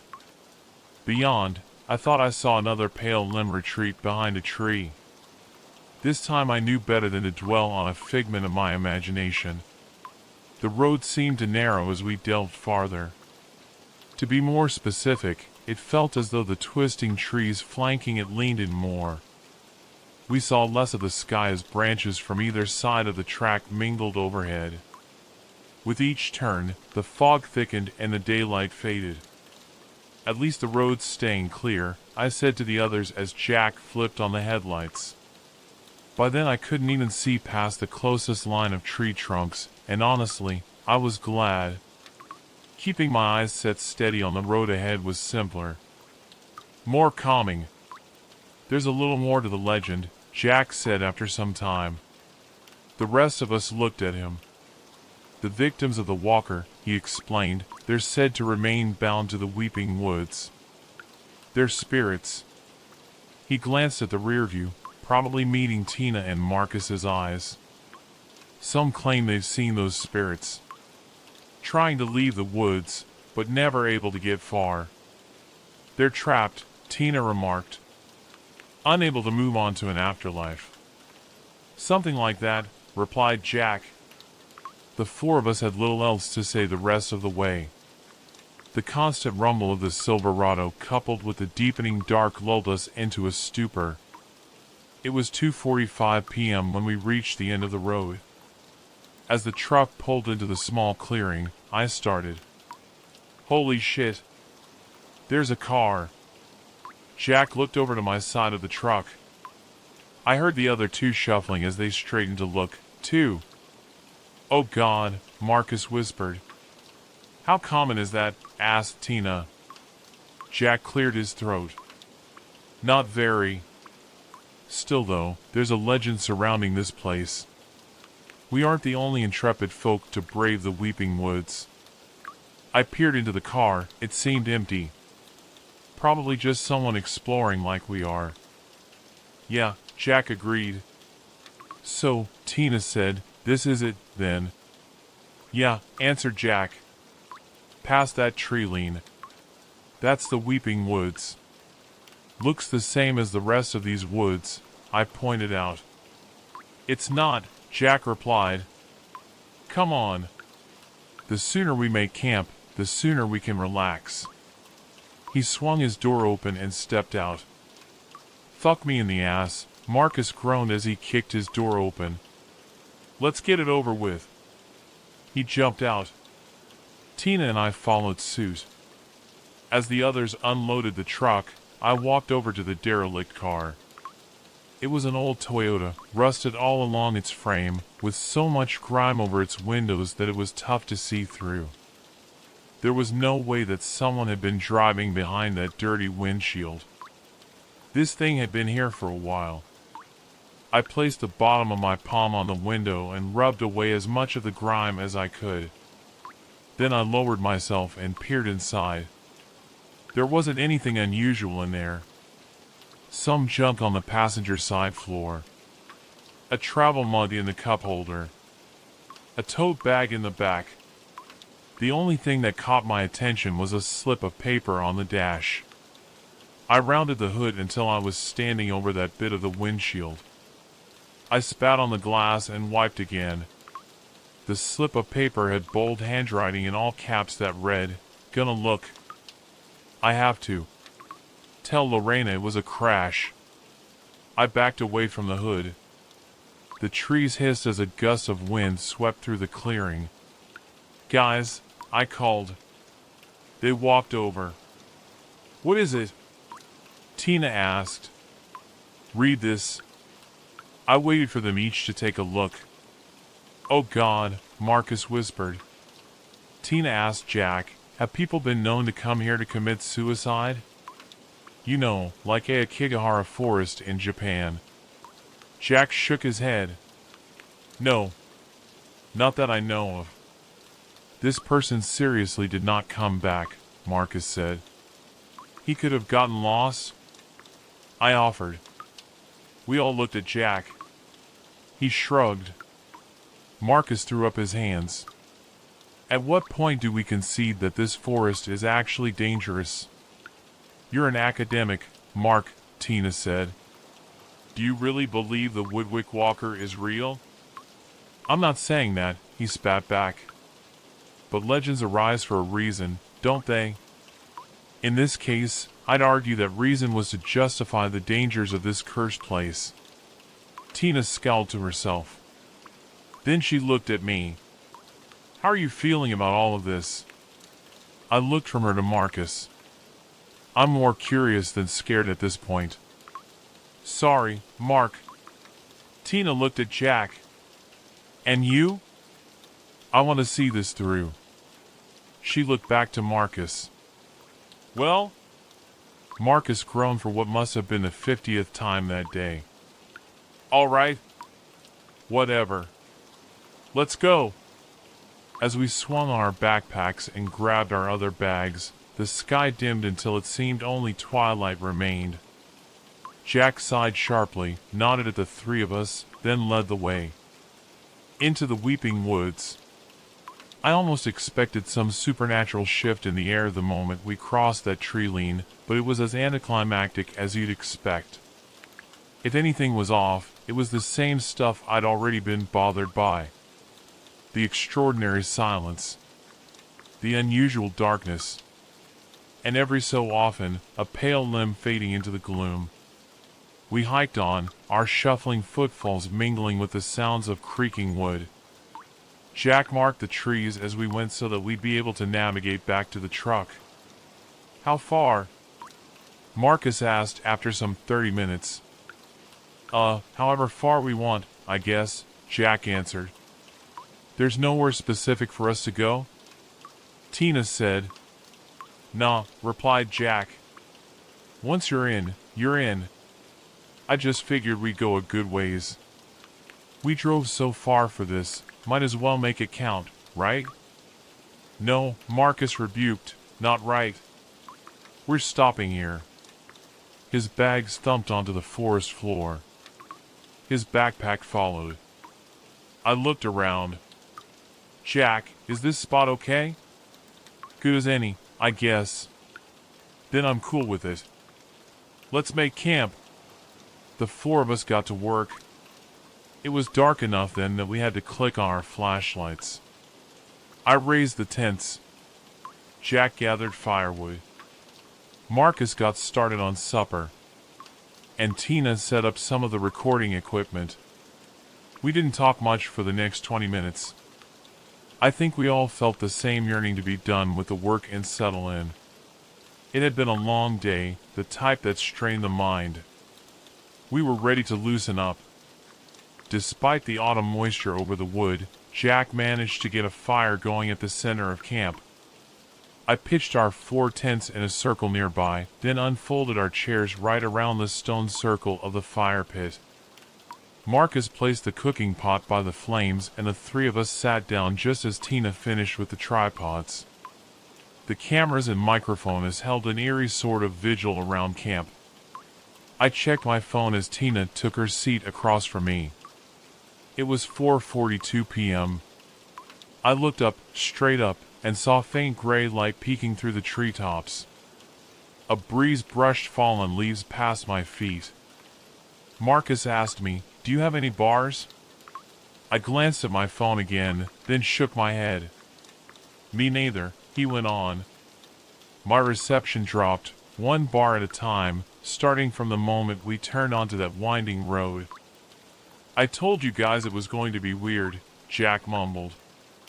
We spoke softly for a while longer as the stew broiled. Through that time every one of us kept looking over our shoulders. The way the darkness seeped into those woods was abnormal. By the time we grabbed our bowls and started to eat, it was pitch black beyond the nearest circle of trees. As we ate, the winds that had been hissing through the woods slowed. They'd still come every 10 or 20 seconds, but it was like the trees weren't moving in reply anymore. Instead of rustling leaves and creaking wood, I'd just hear an eerie sighing as the air wafted through. And that darkness. The dark encroached. Like it was alive. The shadows past the circle of trees pushed into our modest campsite, like they were trying to get to us. But each time that dark crawled forward, a crackling of our campfire would send it back. Of course, these were my imaginings, or so I thought at the time. That was delicious, she chirped. Thank you, Mark. Don't mention it. Well, she continued, it's probably too dark to venture out or film much of anything, and yet it's too early to hit the hay. So, I suggest we just lean into the whole camping in the woods cliché and exchange ghost stories. I laughed. So did Jack. Marcus didn't. Hell yeah, I said as I clapped Marcus on the shoulder. Come on, Marcus, surely you've got a spooky tale or two. So we sat around our little reservoir of warmth and light and told our cheesy ghost stories. To all of our surprise, the scariest story by far came from Marcus.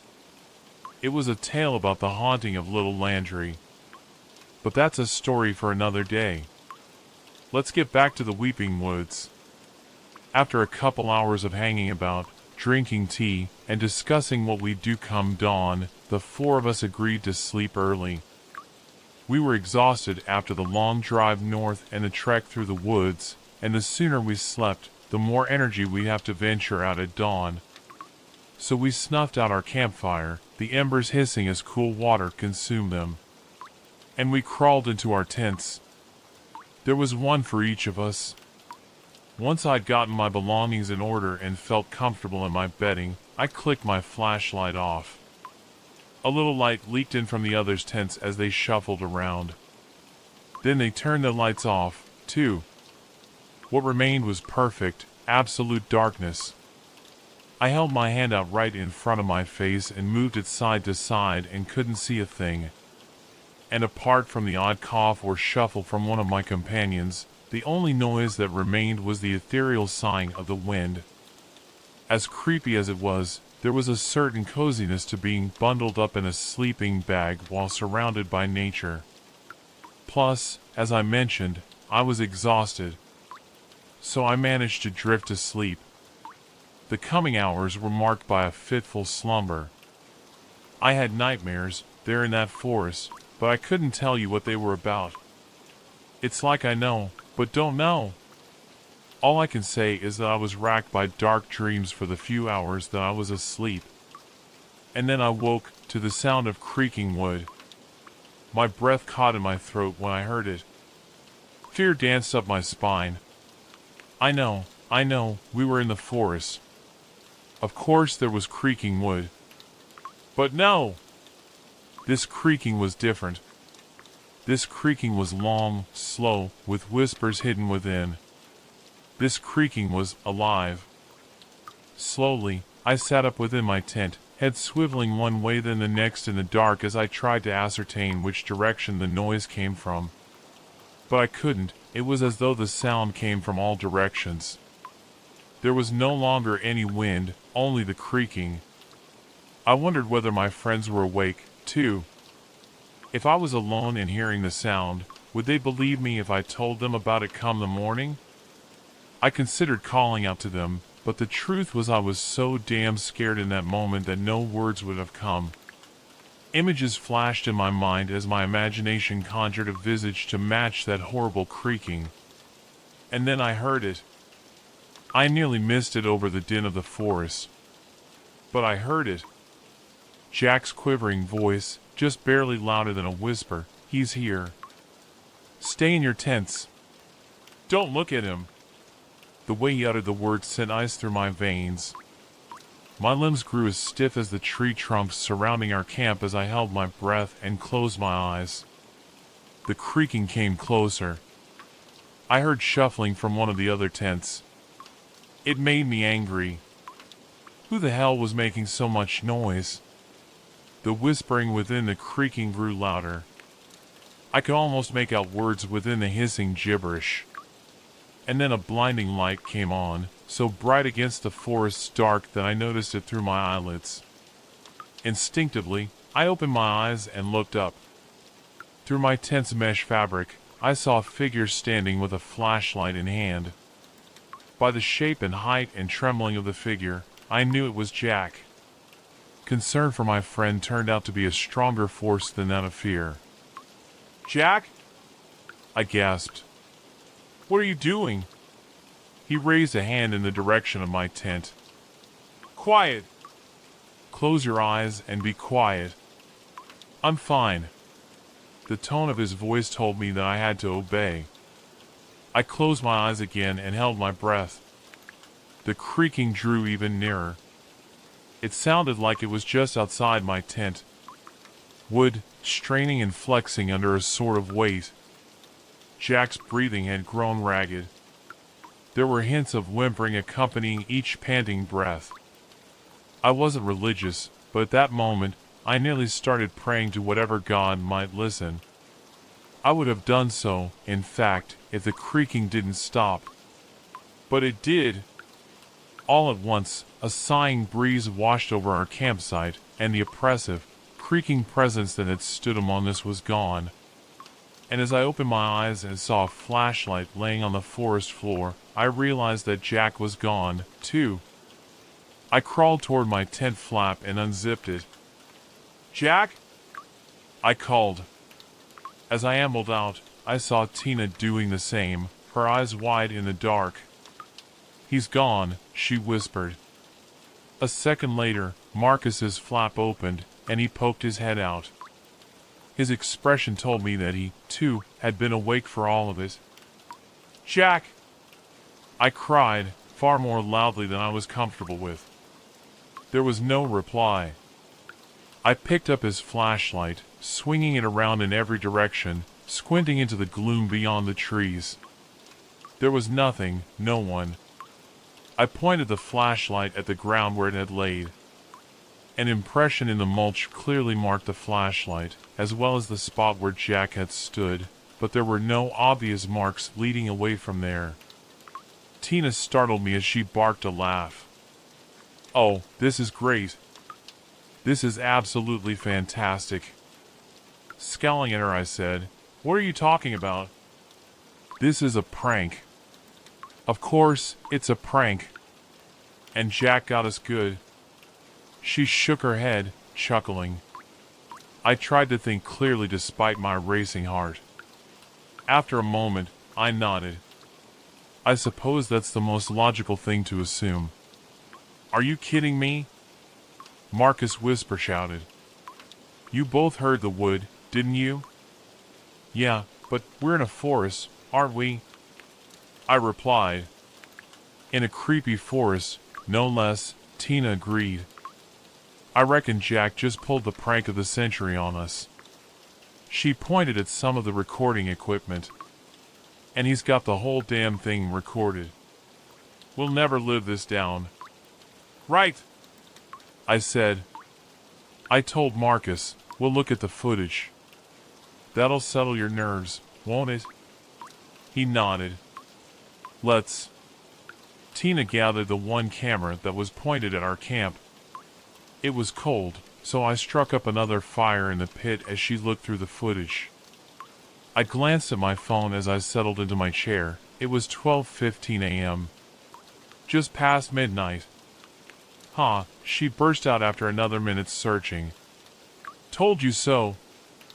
She leapt from her seat, rounding the fire before crouching between Marcus and I. As she hit play on the camera, we saw a grainy image of our tents, lit only by Jack's flashlight as he stood amidst them, looking around. I briefly thought I could make out a couple pale figures in a dark background, but quickly dismissed the notion given how unclear the image was. "Is there audio?" I asked. "Should be, yeah," answered Tina. "Then why is there no noise?" She shrugged. We must have been imagining things. A few tense moments of the video passed before Jack froze, his flashlight pointed in the direction of nothing that we could see. Maybe it was something off camera. The 50mm lens captured the breadth of our camp, but not much beyond it. Or maybe he was just pranking us, after all. In any case, he set the flashlight down, even as he craned his neck to keep his eyes fixed on whatever he was looking at.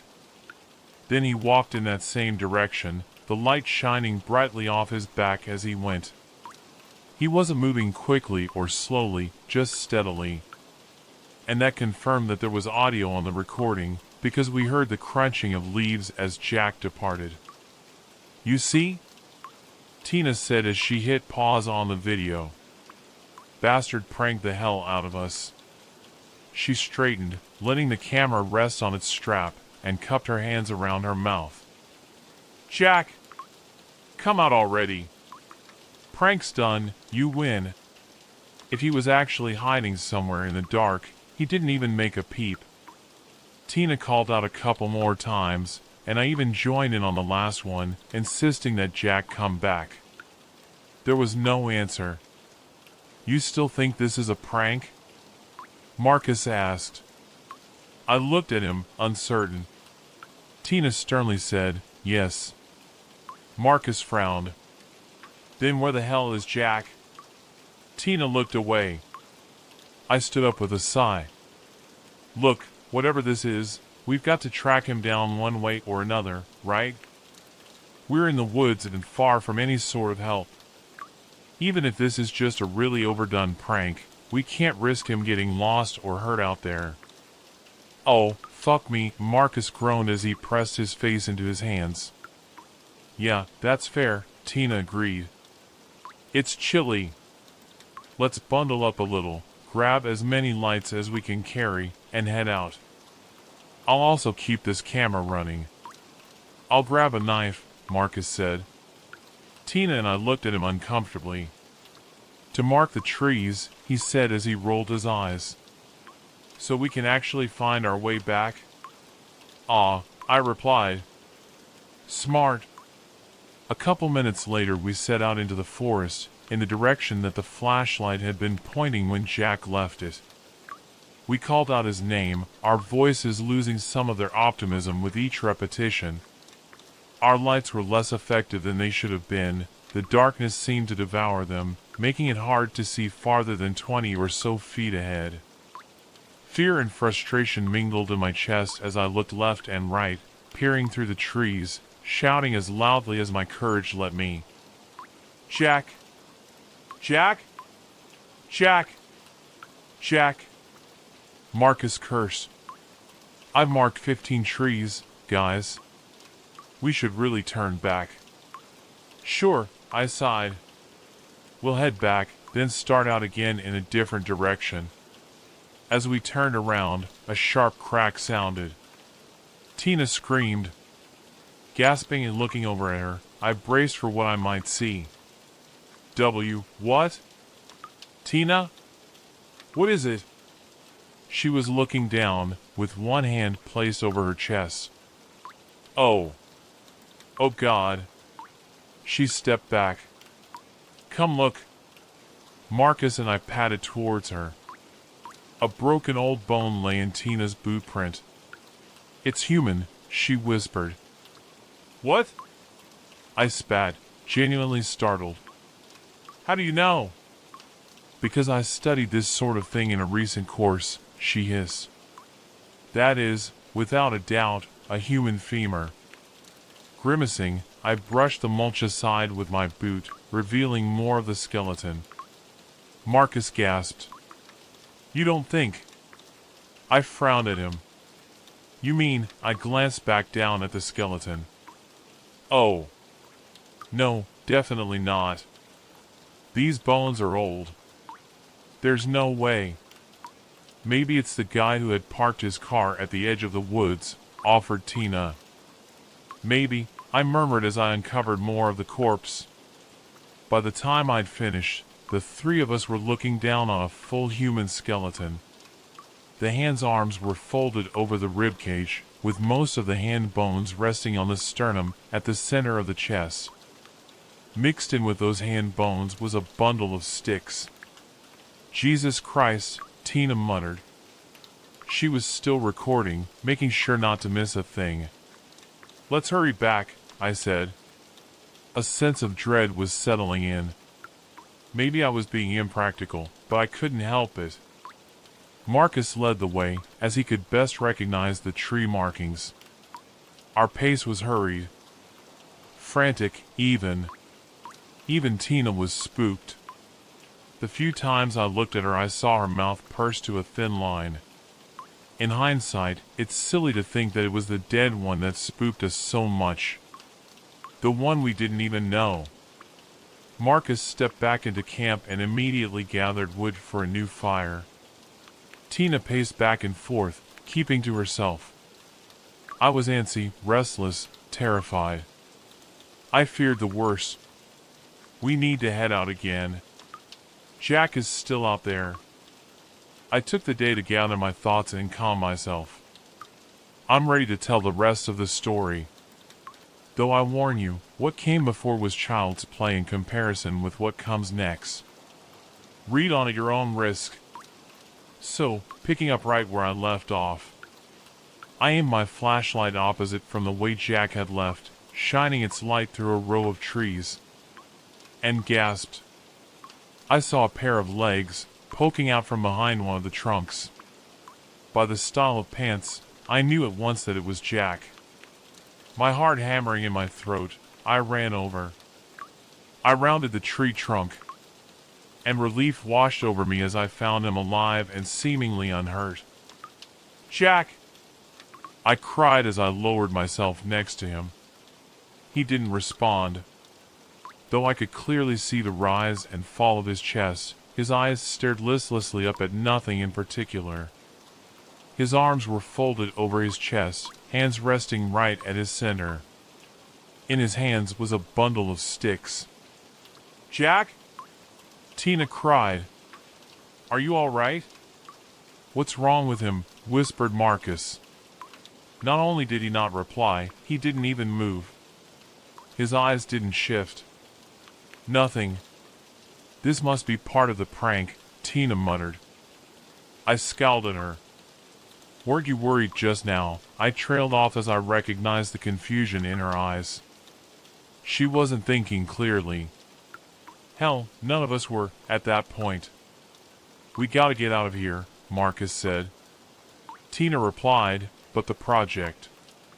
"Look," I said, "we'll come back for the equipment, and maybe we'll continue with the work, but right now we need to find Jack some help." I shook my head, grimace. "He's not okay." "How do we get him back to the truck?" Marcus asked. Jack was a big guy, well over 6 feet tall. There was no way we'd be able to lift him all the way. "Let's get him up and see if he'll walk between the two of us." Marcus nodded and we got to it. The bundle of sticks spilled onto the forest floor as we yanked him upright. Jack was limp as we raised him up, and even once we had him between us, his legs just dragged if we started to walk. "Jack, enough already," Tina said. Her tone was desperate, not annoyed. "Joke's over." "Damn it," I cursed. "All right, Marcus, we'll take one arm each and drag him. There's not much else we can do." "Tina, you got us. Take Jack's flashlight, the brightest one, and look for his markings. We need to get to the truck." She did as I asked, though she didn't say anything. She even set down the camera she had been so diligently filming with through the night, leaving it there by the tree. We set off. Marcus and I groaned as we pulled Jack, his legs leaving grooves in the mulch. We were facing away from Tina, so we had to manage in the dark. And that darkness felt like it was grabbing at us, seeping into us. It's hard to put into words, but it was an awful feeling. The ghostly sighing of the wind seemed louder now than it had been for most of the night. I wondered what time it was. Probably 1 or 2 a.m. A few hours from dawn. The next moment was the first of the expedition that truly damaged my mind. Marcus saw it first. He yelled in terror. I looked across to him. and saw a skinny, pale figure, with limbs too long to be natural, and flesh too ropey to be human. It was standing just close enough and with just enough faint light glancing off its skin that I was sure I was seeing true. The creature's drooped, twisted mouth parted to let out an agonized sigh as it lifted a lanky arm toward Marcus and I. I joined Marcus in screaming. We both tugged hard on Jack's arms and practically sprinted toward the glow of Tina's light. "What happened?" she gasped, spinning to shine the light right into our eyes. "There's something!" Marcus shrieked. "Run!" Was it the Woodwick Walker we had just seen? I wasn't sure, but the fact that we had both looked right at it and seemed fine told me that it probably wasn't. As we scurried through the woods, I kept glancing into the dark, fully expecting to see that horrid thing ambling after us. What happened instead was an abrupt ceasing of the wind and natural din of the woods. The way the sighing breeze and shifting branches ceased to make any noise at all caused the three of us to freeze in place. Again, I felt ice in my bloodstream. Marcus and I exchanged terrified glances. Then we heard it. Creaking wood. My heart raced. As the creaking grew louder, only one thought rang clear in my mind. I opened my mouth and whispered sternly to my friends. Marcus and Tina looked at me. Tina said, "Where would we even look?" "I don't know." "Anywhere. Pick a direction." I aimed my flashlight opposite from the way Jack had left, shining its light through a row of trees, and gasped. I saw a pair of legs poking out from behind one of the trunks. By the style of pants, I knew. Geez, I'm sorry. As I mentioned at the start of this story, talking about this is difficult. Particularly once I get to this part. I realize this is abrupt, but I need to take a bit of time to gather my thoughts. To regroup. Give me a day, and I promise I'll get back to you with the rest of this story. In the meantime, I encourage you to avoid the woods if you can. You certainly won't find me within 50 miles of any forests. See you soon.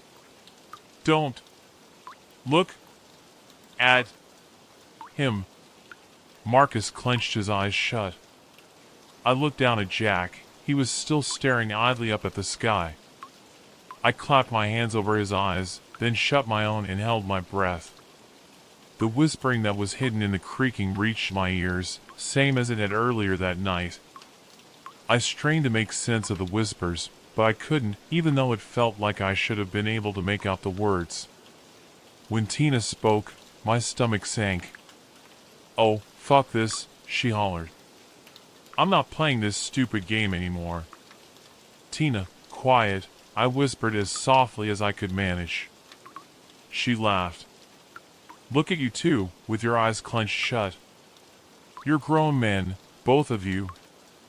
Give me a break." "There's nothing." She paused.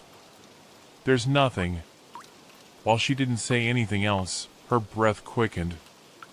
I heard a thud and through the lids of my eyes saw a shifting light. She had dropped the flashlight.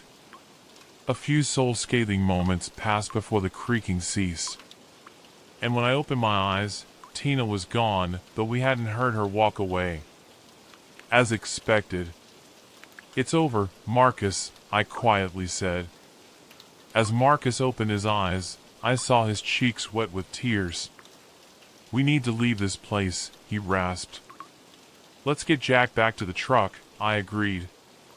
Then I'll come back and find Tina." Marcus nodded.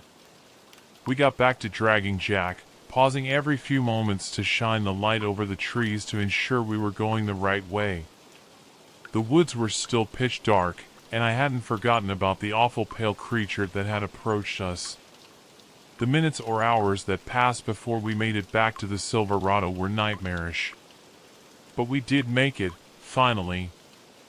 "Oh," Marcus moaned, "thank God." "Oh, God, thank you." We opened the back door and grunted as we shoved Jack up in there. Once he was securely in the truck, I turned back toward the weeping woods. "I'm sorry," Marcus said. "I'm not going back." "I know," I interrupted. "Stay and watch over Jack. If he takes a turn for the worse, leave without us. Get him to a hospital. Otherwise, give me a few hours, at least. I'll find Tina and get back." As I stepped back into the weeping woods, I marveled at my own courage. I suppose that, when you're faced with either taking on something terrifying or letting someone you care about die, the choice becomes easy. For me, at least, it was. But God, did I hate it. I felt like I was losing bits of myself as I stomped back into that loathsome place. At the edges of my vision, I kept seeing pale limbs and couldn't tell if they were just branches or actual monsters, but at that point it didn't matter. I was pressing on regardless. There was no use in scaring myself further. I assumed I'd find Tina laying listlessly somewhere like Jack had been. I also remembered that we found Jack right by the place where he'd first vanished. So I just followed the grooves Jack's legs had left in the mulch, retracing our path through the woods and hoping I'd spot Tina soon. Again, minutes or hours went by. It was impossible to tell in the woods and in the dark. I marched all the way back to our camp without finding Tina. Then I turned back and tried looking again along the same path. It was on the return trip that I saw her legs protruding from behind a tree. I ran over, calling out to her. She was laying there, blank eyes staring upwards, hands folded over her chest, with a bundle of sticks clutched firmly in them. I knew it was useless, but I still tried to rouse her. "Tina? Tina, please say something. Tina, are you okay? Can you hear me?" She didn't reply, didn't move. Angrily, I snatched her hand and tossed the sticks aside. "We're getting out of here," I whispered harshly as I lowered my arms under her back and legs and lifted her. Dawn had finally come, so I just left the flashlight behind as I struggled back in the direction of the truck. The pale creatures were all around me at that point, sighing in a sort of accursed chorus, ropey limbs reaching for me. A few of the pale hands actually brushed against me, the long, bony fingers running over my jacket. I ignored them and pressed on. Better this than the walker itself, I figured. And just as the thought crossed my mind, the sighing ceased.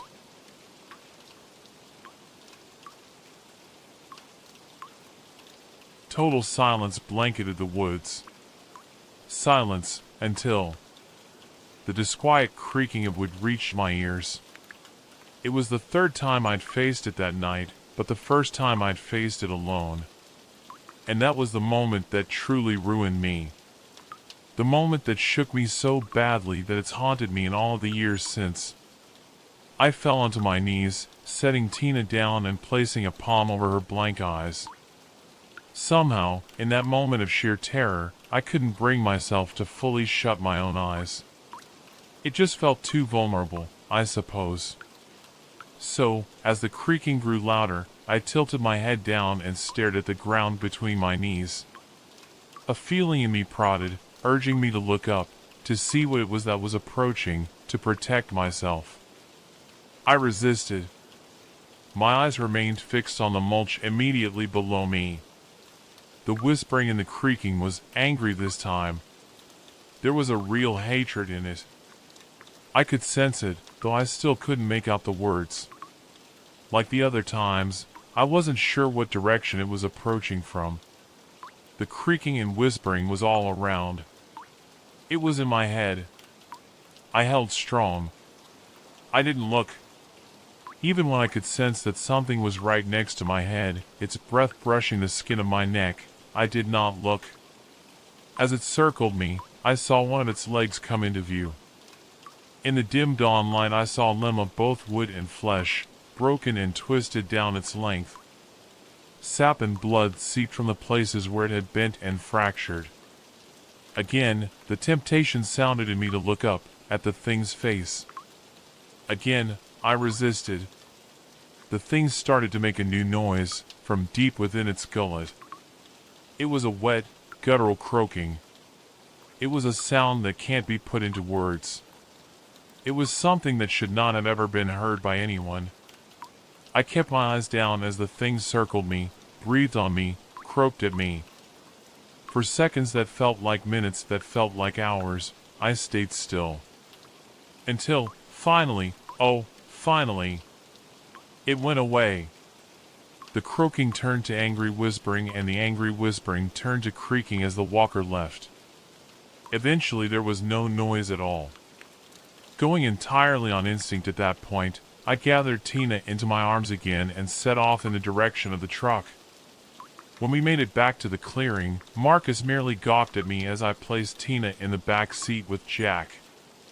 I got into the driver's seat, twisted the ignition, and got us the hell out of there. Marcus and I didn't speak a word for the entire drive to the nearest hospital. The doctors and nurses did all sorts of tests, both in that Wayside, Pennsylvania hospital and at the far better ones back home. None of them could come up with anything useful. They mostly agreed that, at best, Jack and Tina were in some sort of catatonia, and that they might snap out of it one day.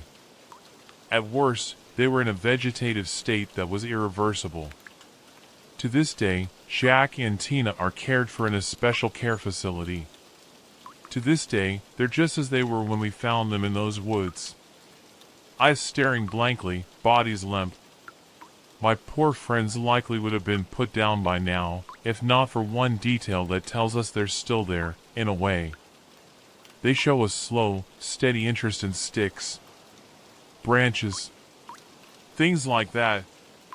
They don't respond to anything else, but if there's a stick laying nearby, they'll start wading towards it.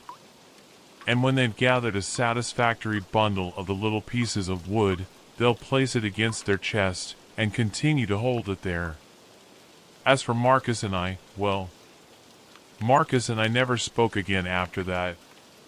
I did try to reach out to him a few times, but he ghosted me. I can't say I blame him. What we went through was life-altering. He probably just wants to stay as far away from all of that as possible. I'm not sure what he's gotten up to in the years since. Myself? I finished my degree without bothering with the honors thesis. I actually lost my passion for social sciences altogether after what I went through. I've settled for an average job with average pay in a town that's as far away from any forest as can be.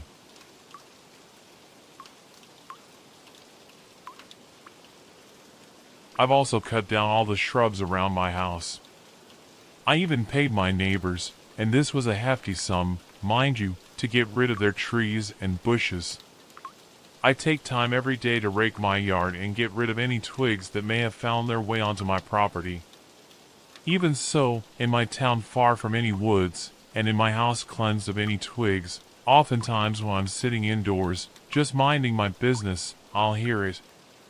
The unmistakable, horrible creaking of wood.